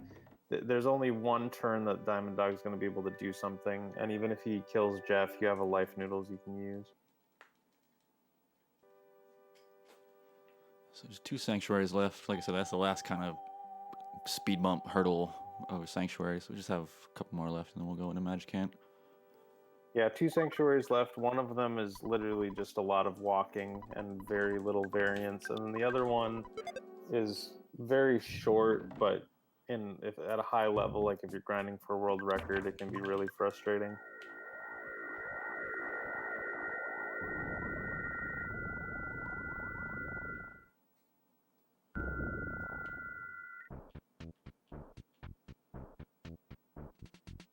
So this will be the last exit mouse we're picking up here.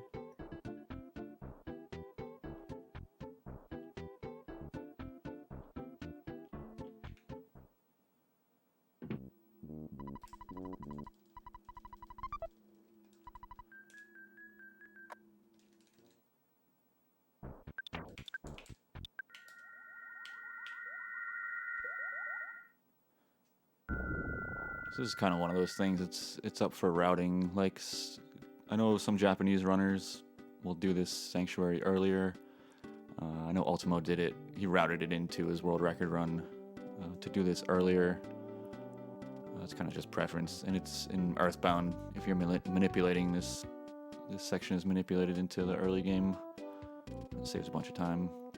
Yeah, well, yeah, even non-manipulated in Mother 2, it's definitely faster, or it has potential to be faster if you do it early. Because this is still a lot of walking you have to do. But the thing is, if you do it late like this, you're going to get the same time every time. And if you do it early, there's a chance you lose time. So it's really just sort of a matter of preference. Do you want one you don't even have to think about, or do you want one that can potentially save a little time or lose a little time?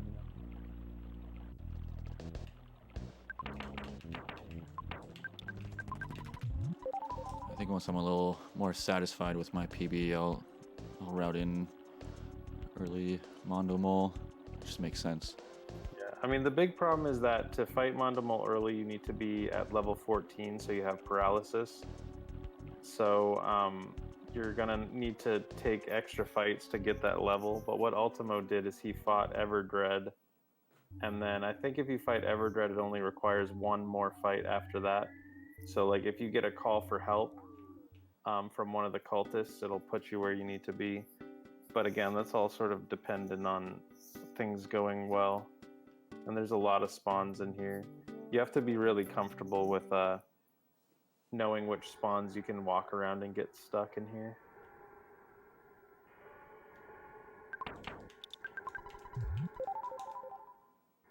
So at this point, he's got a bunch of extra skip sandwiches, so he's just using them to walk fast. They last approximately 20 seconds. And if you can use one to its full length, it does save a bit of time. And with the text difference in this, I feel like even just normal skip sandwiches become a lot more valuable because it's a lot easier to get to them. Yeah, for sure.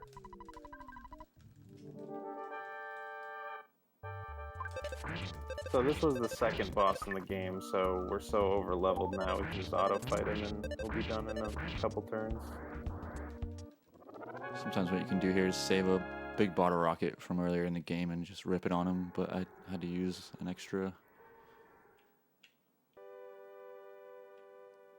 Yeah, big bottle rocket at this point should almost guarantee a one-shot kill. It has to, the damage has to roll pretty low to not kill him. This is typically where I just check Ness's inventory pre-Magic Hand. I'm not going into Magic Hand, but I feel like it's a good spot to check. Usually, it's my inventory route. He's got 2 open slots, which he does not. It's that extra noodles. And we're good to go.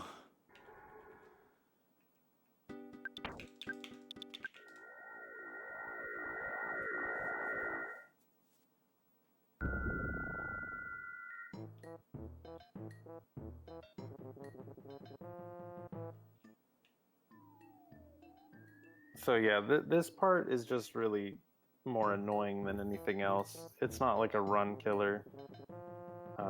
But sometimes, because these enemies are at a 75% chance to run, so you're just on that threshold. They're almost 100% to run, but not quite. So, like Some do, some don't. Yeah, when you get that early, or when you get this kind of luck, it seems like it's easy peasy. But then other times they'll just always come after you. Usually I just try to run, but those sprouts actually kind of have high speed, so just get rid of them and go. Yeah, a Starstorm will always kill all these enemies in one turn, so definitely the safer option.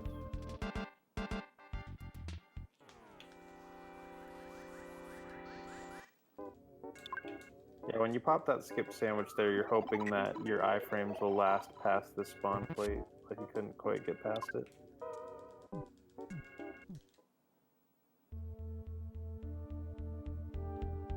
Taking these fights can be a little scary, especially with mushrooms, because sometimes they'll make Jeff feel strange. You can't get rid of it. And you're going into this fight with Jeff feeling strange. It's not good.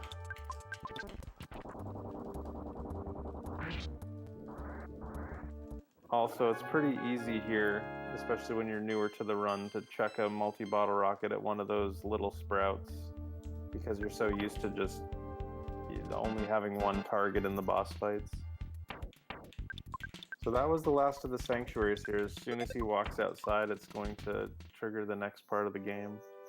Now he's collected all 8 melodies, so he wants to make sure Ness has his inventory correct. Basically, what we're looking for is 3 super bombs, 2 skip sandwiches, 2 bags of Dragonite, Night Pendant, and to a lesser extent the Franklin badge. I like to have the Franklin badge for safety, but most top tier times people will go in without the Franklin badge and have an extra inventory slot. I don't know if they use it, but it's part of their inventory route. Yeah, I don't bring the Franklin badge, but I keep something on Ness that I don't think you have on Ness, so it ends up being the same amount of stuff. Oh, okay. Yeah, the idea is to just leave one slot open because there's another bag of Dragonite at the beginning of Magicant that we'll be picking up.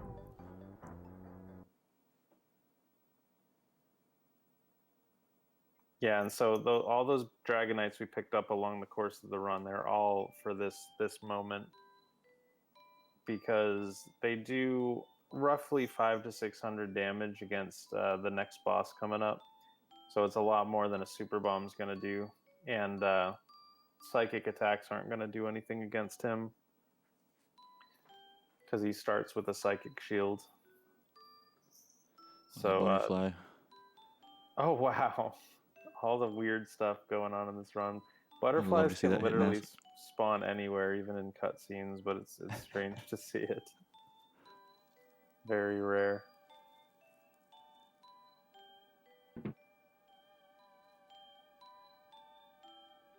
Yeah, the boss of Magicant here, Ness's Nightmare, can definitely be a run killer. Things can go south quick, so we want to pack as much power as we can.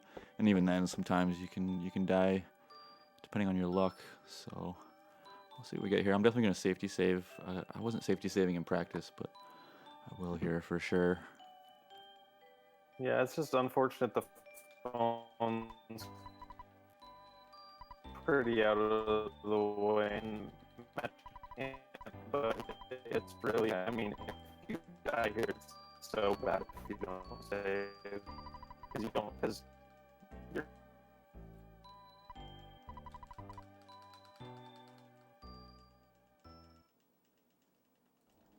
I think your mic died, James. Or something. Sorry about that. That was weird. It looked like yeah, my computer just froze for a second. It was weird. Here we have Ness in his flesh-colored one-piece suit.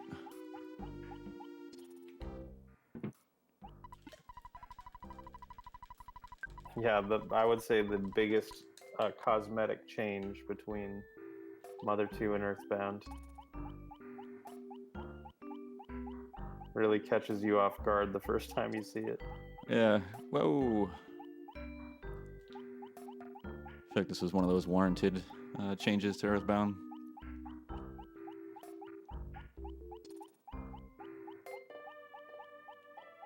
I really don't like that butterfly. What?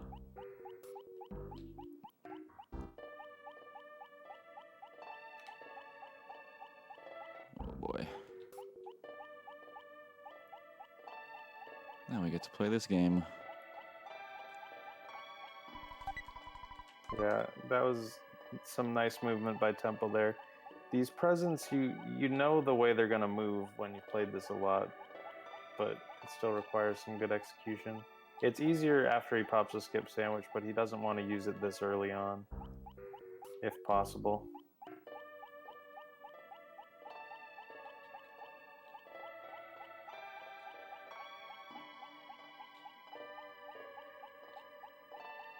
But Magicant is a very execution-heavy part of the run.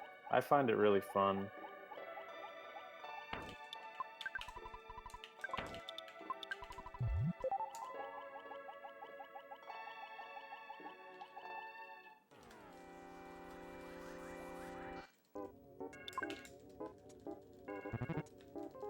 Yeah, those question marks kind of have a circular motion there, but in the narrow spots, they there's not a lot of wiggle room there for what's gonna be able to you're gonna be able to skip.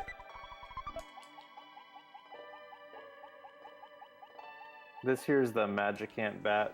Strictly speaking, it's not required, and most world record attempt runs will skip it, because the only reason you're really picking it up is in case you take a Kraken fight. Because as long as you have the Magicant bat, a Kraken fight, you'll be able to at least get through it. It'll just waste time. But with no bat, you can actually rip a run to a Kraken. Helps a little bit for phase 2 of Gygus sometimes as well. Yeah, and I mean, it's right there. It really is not a big deal to pick it up.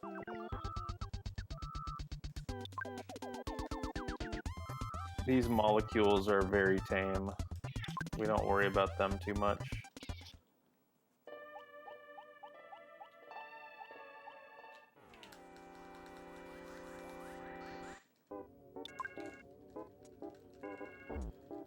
It is a little terrifying. Yeah, double carefree bomb is pretty scary.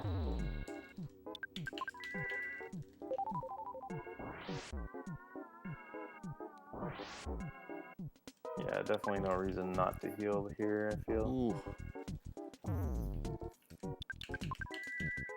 We gotta be getting close to 100% chance to run here.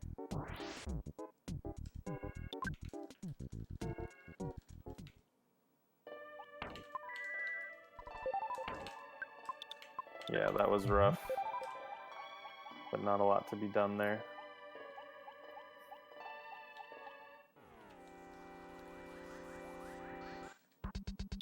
That's a rough Magicant.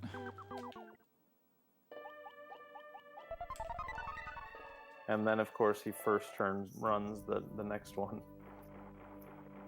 Takes like 6 turns the first time.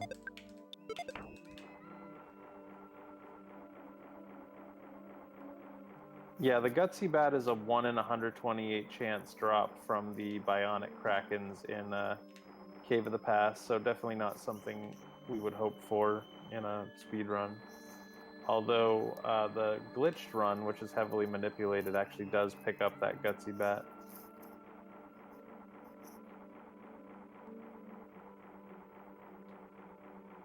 Yeah, the Gutsy Bat is pretty difficult to get unless you manipulate it in. Technically, the Casey Bat that you pick up from Master Barf and Deep Darkness is going to give you the highest offense, but it has a 75% chance of whiffing, so definitely not ideal. Camper Kraken strikes again. I'd have a good one, Deca. So these Krakens are scripted. You can't despawn them, but what you can do is kind of spawn them in a different position. That's what Temple had to do there because it was blocking his entrance to the boss. So this is Ness's Nightmare here, and it essentially is meant to mimic what Ness can do. So like it has Scala, PK Scala as an ability. It can do shield, and it can also, just do a regular attack.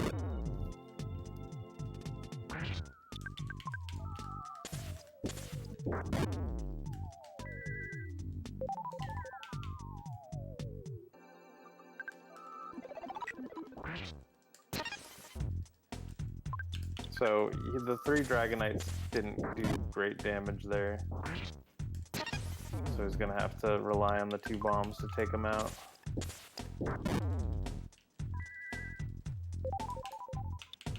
Three bombs. Whew, that's why we get 3.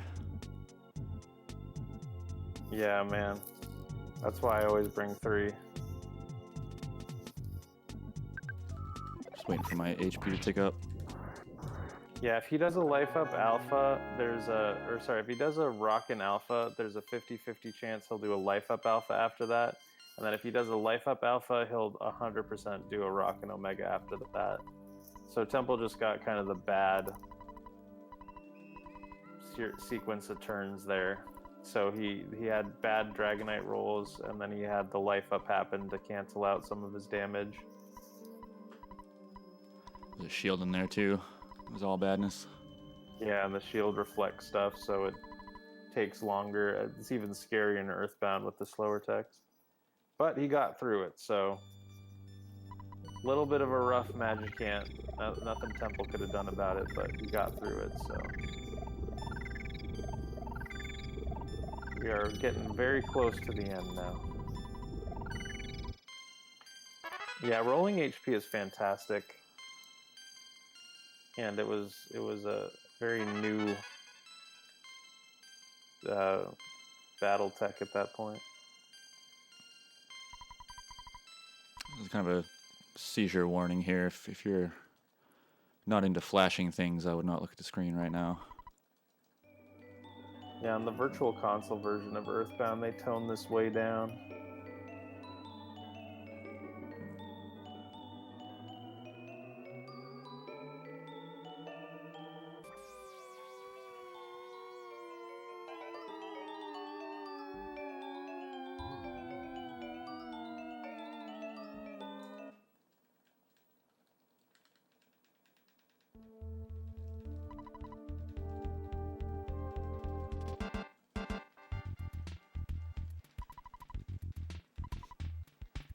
So fun fact, in the glitched run, since we don't do any sanctuaries, it just defaults to put you in a sanctuary for this part.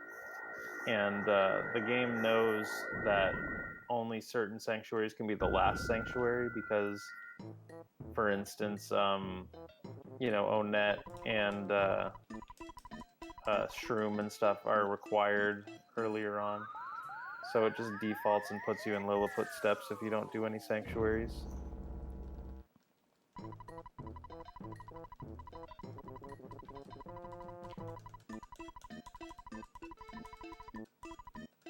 So what Donuts tells you there, at least in English, is that some boy resembling a pig wearing clothes showed up and stole the phase distorter.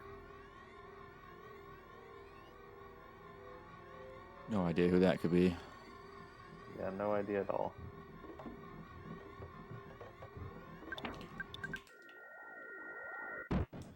I'm just gonna keep on going. Wow, that's a lot of spawns. So yeah, the big thing here is opening up the menu as soon as you can after you complete a teleport. And you also don't want your teleports to be too long because you want to see what's up ahead. It's a very execution heavy part, but you can still just get some bad luck as well.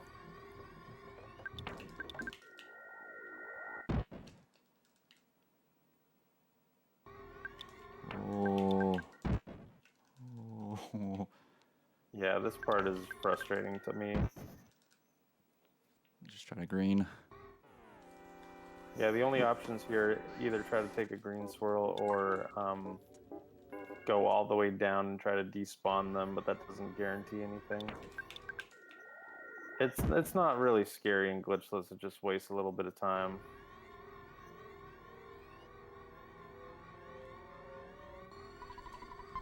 Because you have the rabbit's foot and everyone's at a higher level.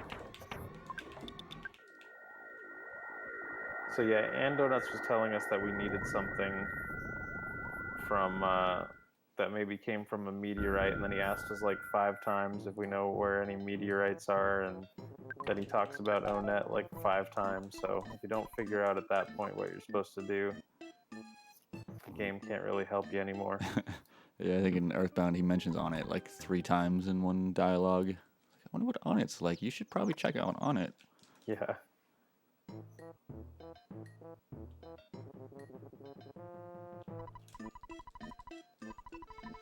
Yeah, exactly.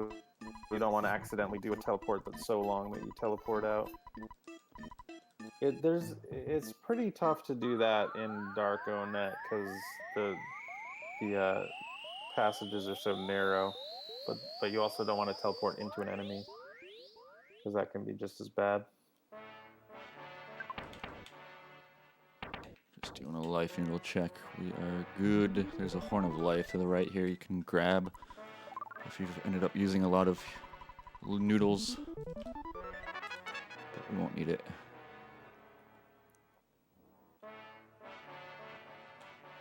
And there, Pooh picked up Starstorm Omega, and that's going to come in handy in the final fight as well.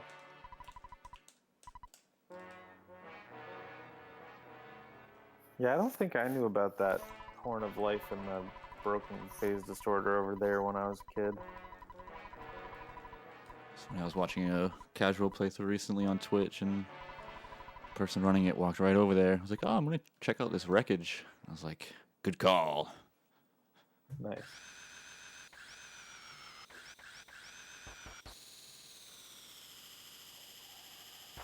So for anyone that's not familiar with the story here, it turns out we had to go back to the past to continue on our quest, and the only way to do that was to take our minds and souls and put them into a robot, essentially. It's pretty intense stuff. And he For some tells reason you when I was a kid, I had no problem with any of this. So I was just like, oh, cool, robots now. This is fun. Yeah, I guess I didn't really think about how deep it was. But the fact that he tells you, you know, you might not be able to come back. Are you sure you want to do this? It's kind of heavy.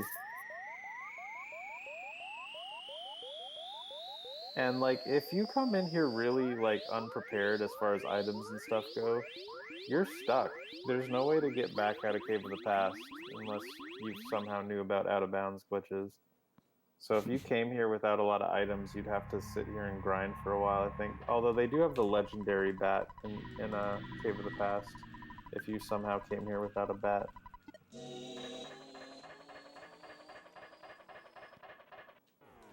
So just one more quick safety save there. And in Cave of the Past, you really can't despawn anything. You just gotta take fights, try to execute green swirls, and then hope for quick runs on the other ones. Ouch. Ness is showing me zero love with the speed right now.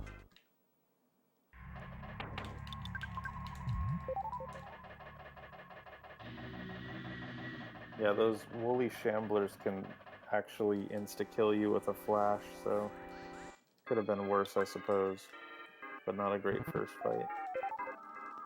Now these Ghost of Starman, they will always do a Starstorm on their first turn, so if you don't run away instantly, you're going to have this Starstorm to deal with. Yeah, it's guaranteed first turn if you don't get it.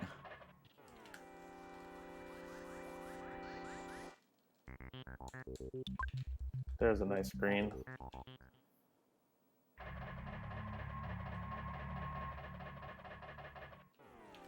I've never been good at explaining how to get the green swirls here. It's just something I kind of can feel.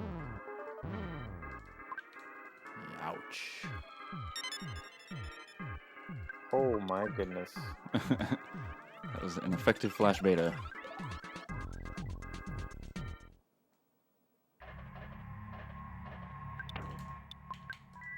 Wow.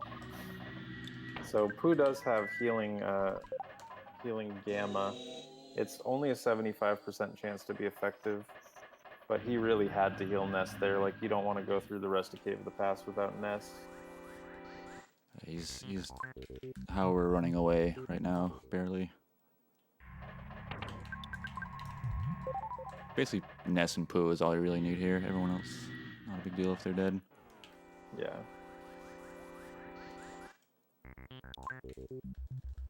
See, I thought that one might be a green when there's lag like that, but a solo robot in this final area is pretty much as good as a green. See, another unlucky one. This happened once earlier to Temple in the Fire Spring, I think. Where, Unexplainable red. yeah, it just gets caught between two characters, but it still seems like it shouldn't be red to me. Alright, so he made it through. That was, I'd say, about average. I mean, Cave of the Past just has a knack for being mean. But yeah, that flash beta was rough. killed Ness and Jeff. Paula was paralyzed. So Pooh's not going to have very many psychic points here. It's going to make for a bit of a slower fight, but it's more important that everyone's alive. And he's just doing some more inventory cleanup here. He wants to make sure Paula has Franklin badge and Sea pendant, and Ness has Night pendant, and Jeff has the Rabbit's Foot. And he'll also be distributing super bombs however he feels are the most effective.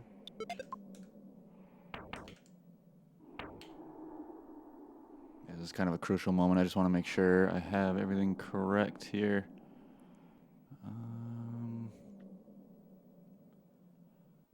Yeah, it looks like we're good. Okay.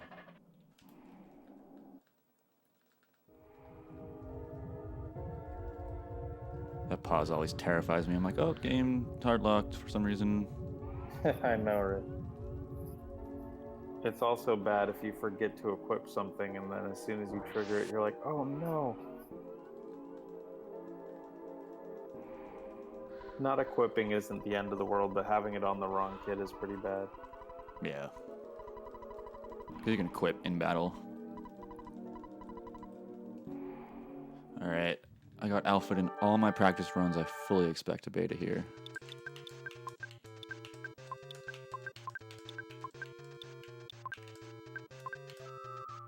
Hey. So the big thing is you want to make sure you get that shield off.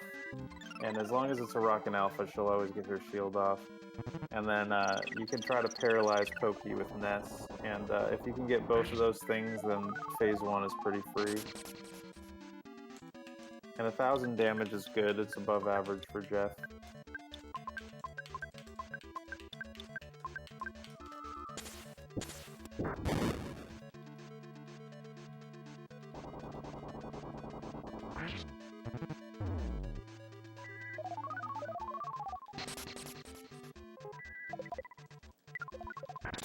I really needed to get that heal off. That's all that really matters.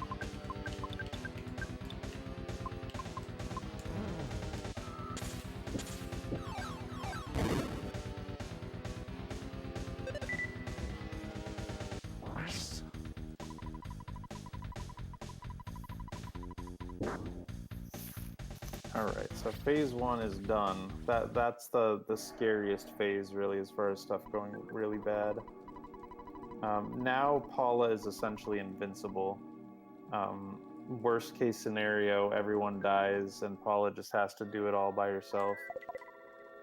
Pooh being dead is kind of bad here, but the thing is he didn't have enough psychic points to be much help anyway. So each phase, Gygus has 2,000 HP. So it'll just be a little bit slow here without the Starstorm. He'll just be doing rock-ins and freezes until he's done.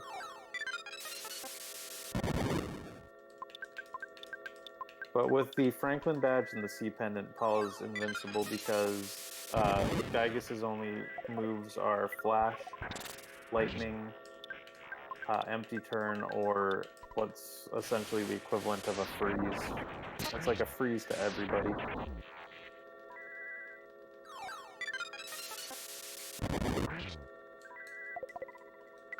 So reflected lightnings normally are a bit of a time waste, but in this situation they're going to be helpful to do a little extra damage.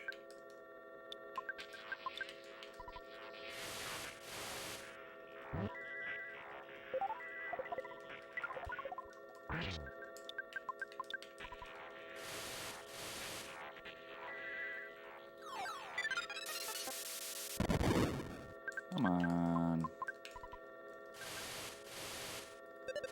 Yeah, again, Ugh. the PK Scala is the only psychic attack which has a chance to miss, really.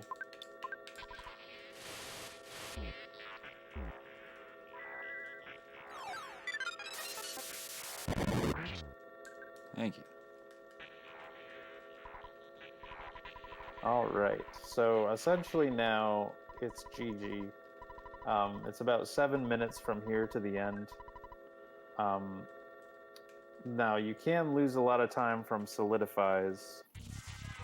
There have definitely been runs that have been, or world records that have been lost to solidifies here, but as far as actually finishing out the run goes, there's no way to not do it at this point. You just have to pray with Paula 9 times.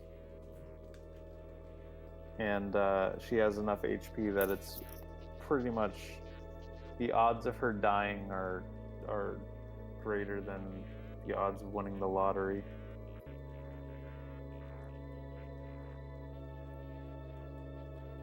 I had a run recently where it got close. I think she was under 20 HP. I was definitely sweating.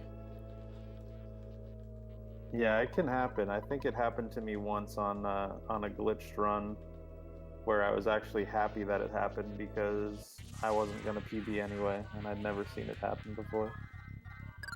But that'll only happen if you go into like phase 2 without doing anything.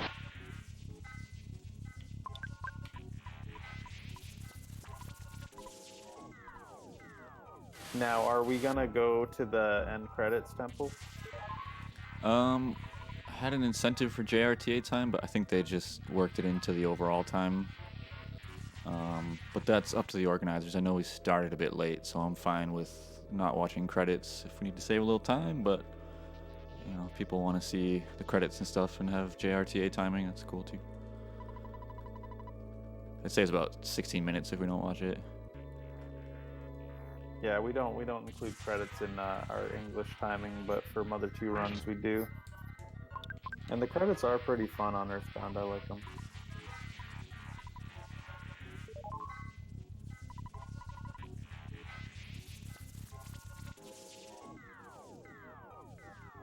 Yeah, I guess I should have said the odds are worse than winning the lottery.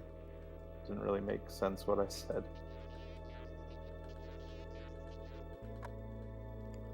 I'm very happy with this run. The goal was to kill Gygas at 3:59 or sooner. That was my estimate. We're getting that by quite a bit. I smashed that, man. Very good run. Especially with all the safety saves and everything and taking certain things safer. It really, most sections went about as well as they could. Magic Ant was a little rough, but that's about the worst of it. Yeah, Magic Ant was rough. On it was pretty bad. I think it was like 31 minutes, which is really slow for this game, but that was about it. Everything else was peachy.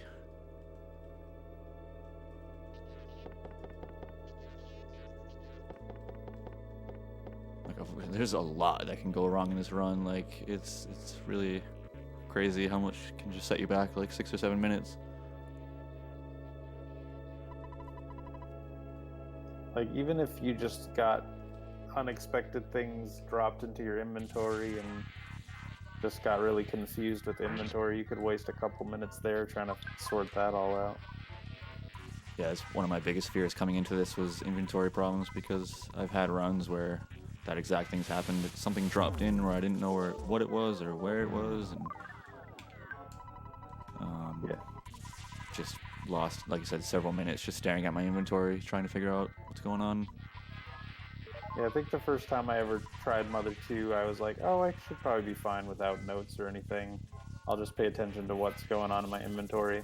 And then when I went and fought Carpenter, I had a full inventory, so he didn't give me the key to the cabin. And then I walked all the way over there and couldn't figure out what had happened. I thought that was like a glitch in the game or something. Yeah, I've had that happen. Like, had a full inventory early game and went to pick something up, and was reading chat and didn't notice that I didn't get it, and had this big setback or even died to something because of it. Another one we like to talk about, I forgot to mention it at the time, but the bubble gum looks a lot like a super bomb. So I know both me and lltemple have had times where we've chucked the bubble gum at an enemy, particularly Kraken. It can be really bad.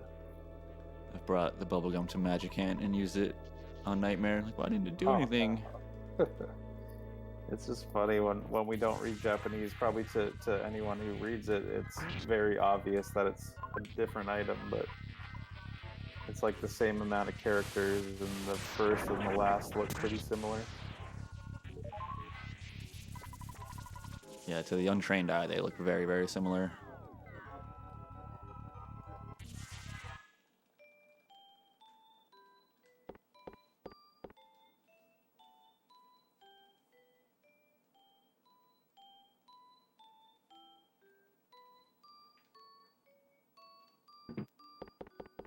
It was a Genki Dama situation. Take our energy, save the world.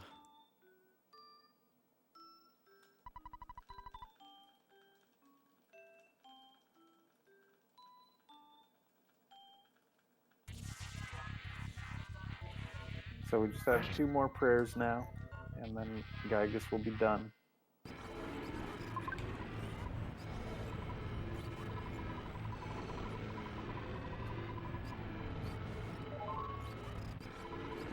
Rip stream quality. All this static. Encoding can't handle it ever.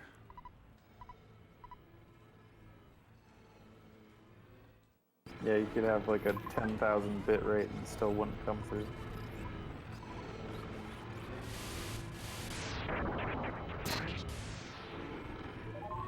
And Gygus is done. GG Essentially Temple, GG. very nice run. Thank you. GG. Thank you.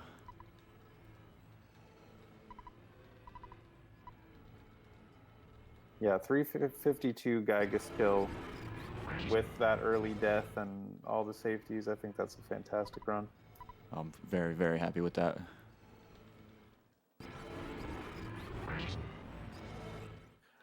Just for information, if you'd like to go ahead and finish the entire thing, like JRTA-wise, feel free to go ahead. Awesome.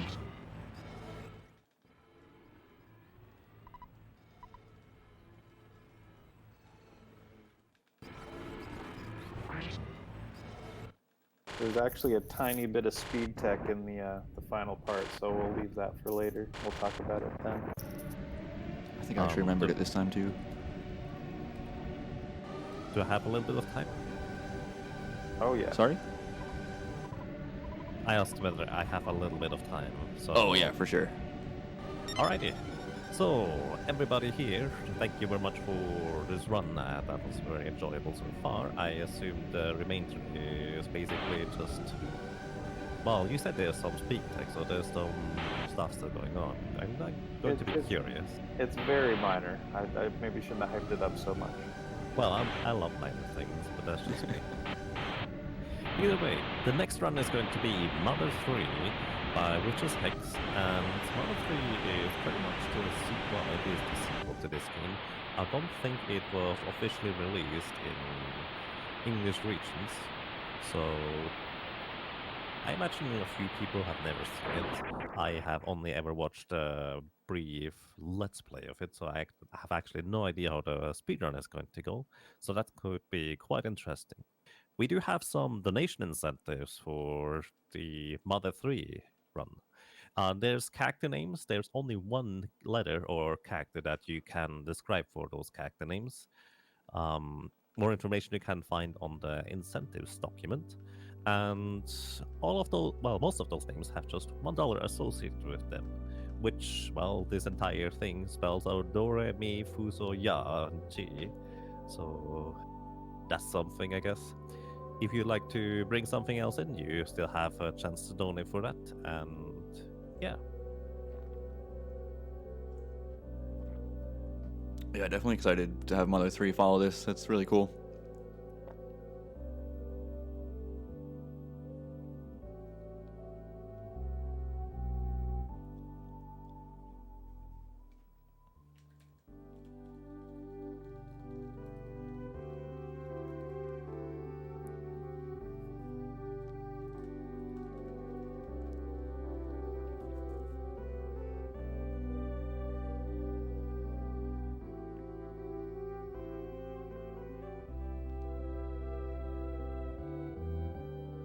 I love the music at this part.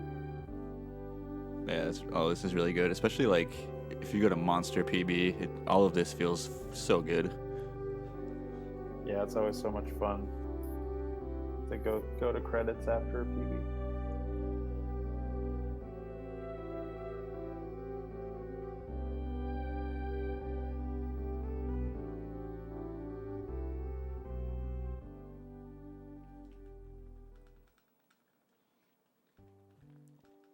Yeah, the Mother 3 fan translation was actually done by Tomato, who is huge in the Earthbound community, not just with speedrunners, but just in general. Tomato is awesome. And, yeah, he did the fan translation for Mother 3. Fantastic job.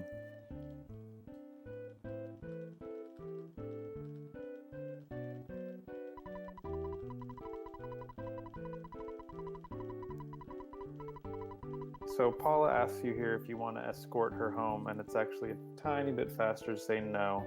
It's a little bit less text.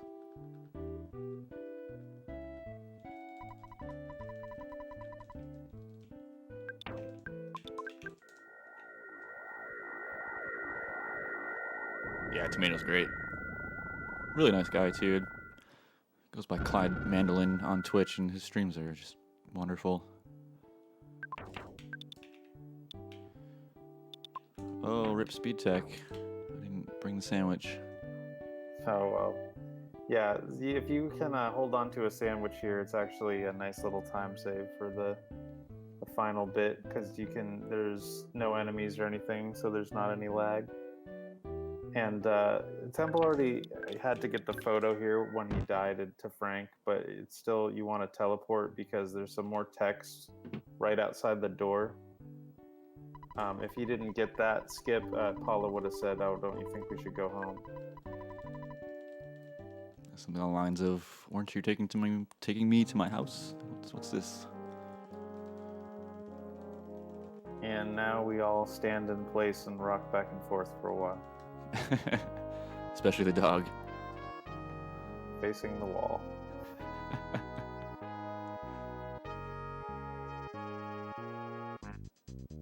Once again, I really appreciate helping out with commentary jams. I know this has started very early in the morning for you, so much Oh, appreciated. no big deal, man. I get plenty of sleep most of the time, so happy to do it. And of course, the Valkyries for having us, and this is a great time.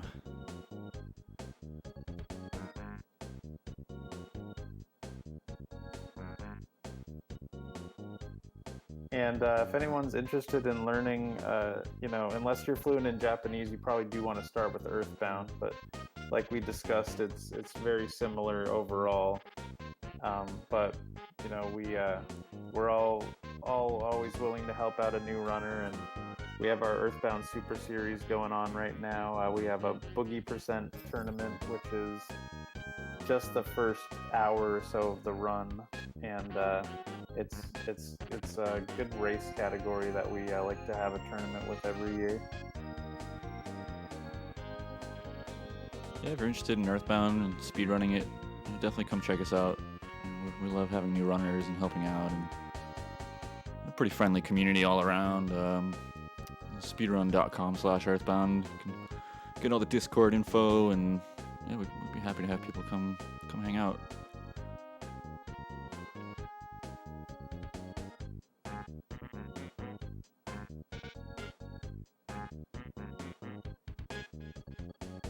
It's actually Frank Fly in English. That's funny. It's Frank Fry in Japanese. I did not know that. I love having fluent Japanese speakers here to explain everything to us. It's great. Yeah. Sometimes there's Hikiko Murray speedruns this, and sometimes she's in chat and she'll give me little tidbits of information, but a lot of new things today.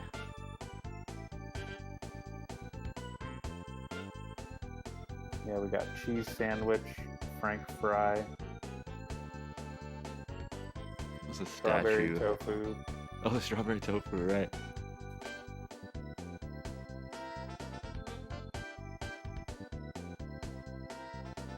Yeah, it's super helpful.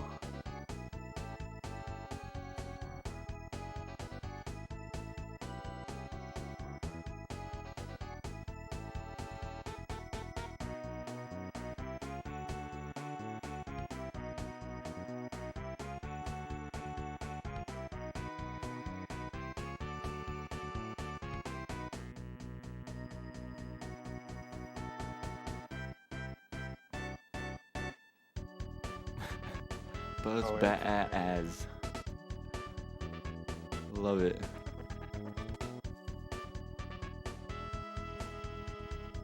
know the worthless protoplasm's name is Why Do I Matter Anyway, which is probably the greatest enemy name in any game ever. Yeah, that's awesome. There's Phone Dad in the credits. Some people have speculated that Ness's dad is legitimately just a phone. There's a lot of fan theories floating around. It's Ninten, he's an actual phone. Buzz is Ninten. I don't know.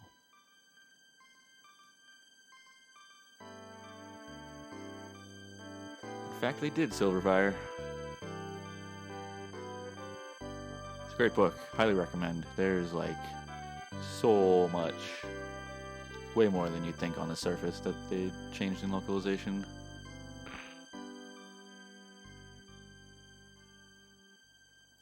That is the joke.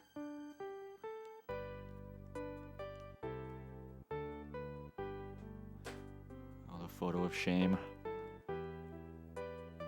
Yep. Pops up first thing to know if you got that Onet death. Remember me? And it's kind of cool how these photos work in the credits. They'll keep track of things like if people were dead, if you had a teddy bear. I want to say it might even, if you glitch out the game and have a flying man, I want to say it might even show flying man in there. Yeah, I think it does. But it won't show if there's like random enemy spawns, or it won't show your actual position. But I think that's a cool little tidbit. And also it's nice that they, depending on how many photos you got, it determines how long the photos will stay up on the screen for. So like for photo percent with all 32, they go by pretty quick.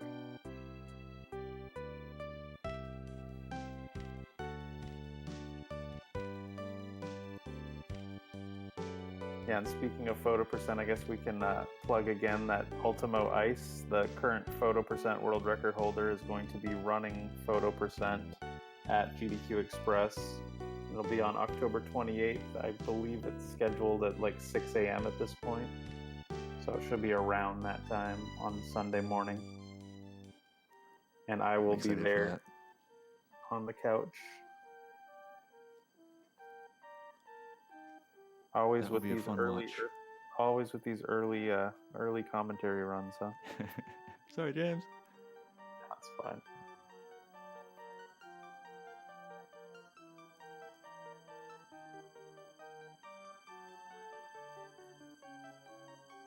Yeah, they have a website too for the Legends of Localization. If you can't afford the book, the information is up on their. Most of the information is on their website as far as like the changes. Again, written by Tomato. All those Legends of Localization where Tomato's work, and just absolutely extensive work he put into those. I remember watching his streams where he was going through stuff, and he did everything. Like, it's crazy. Very thorough.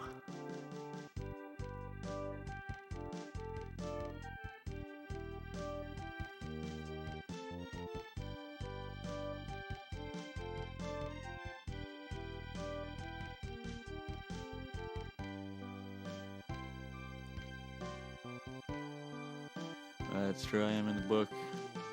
Being an annoying speedrunner in chat.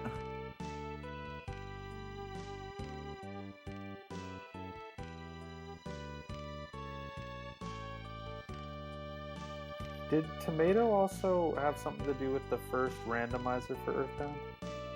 Yeah, the reshuffler. Yep. He Nice. coded pretty much all of it. He's truly a legend within the Earthbound community. He surpasses even the speedrun communities. All around Earthbound legend.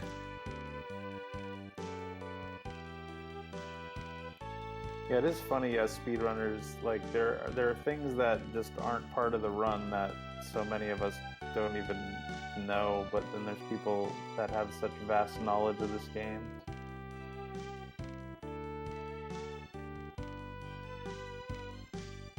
Yeah, Tomato's streams are amazing.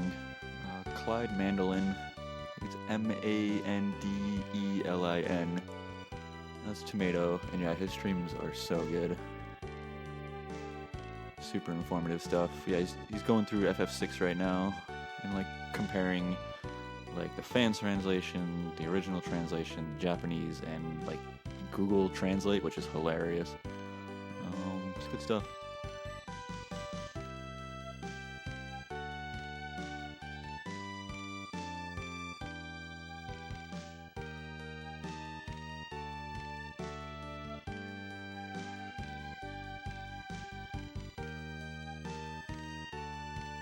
So this final photo here is actually just automatically put into your inventory.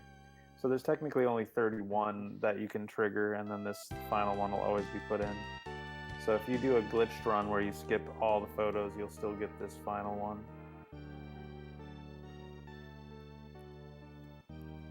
And of course, butts. Gotta honor the butts.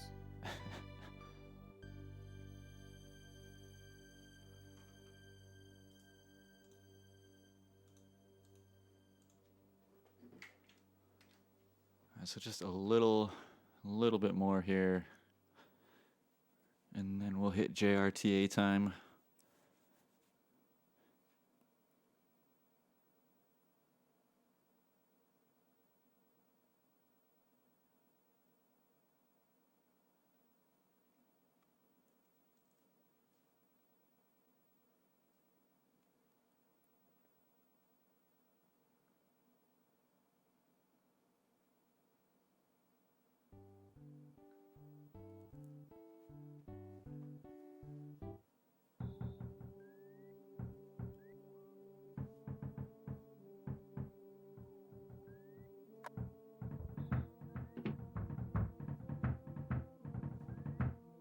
Throwback.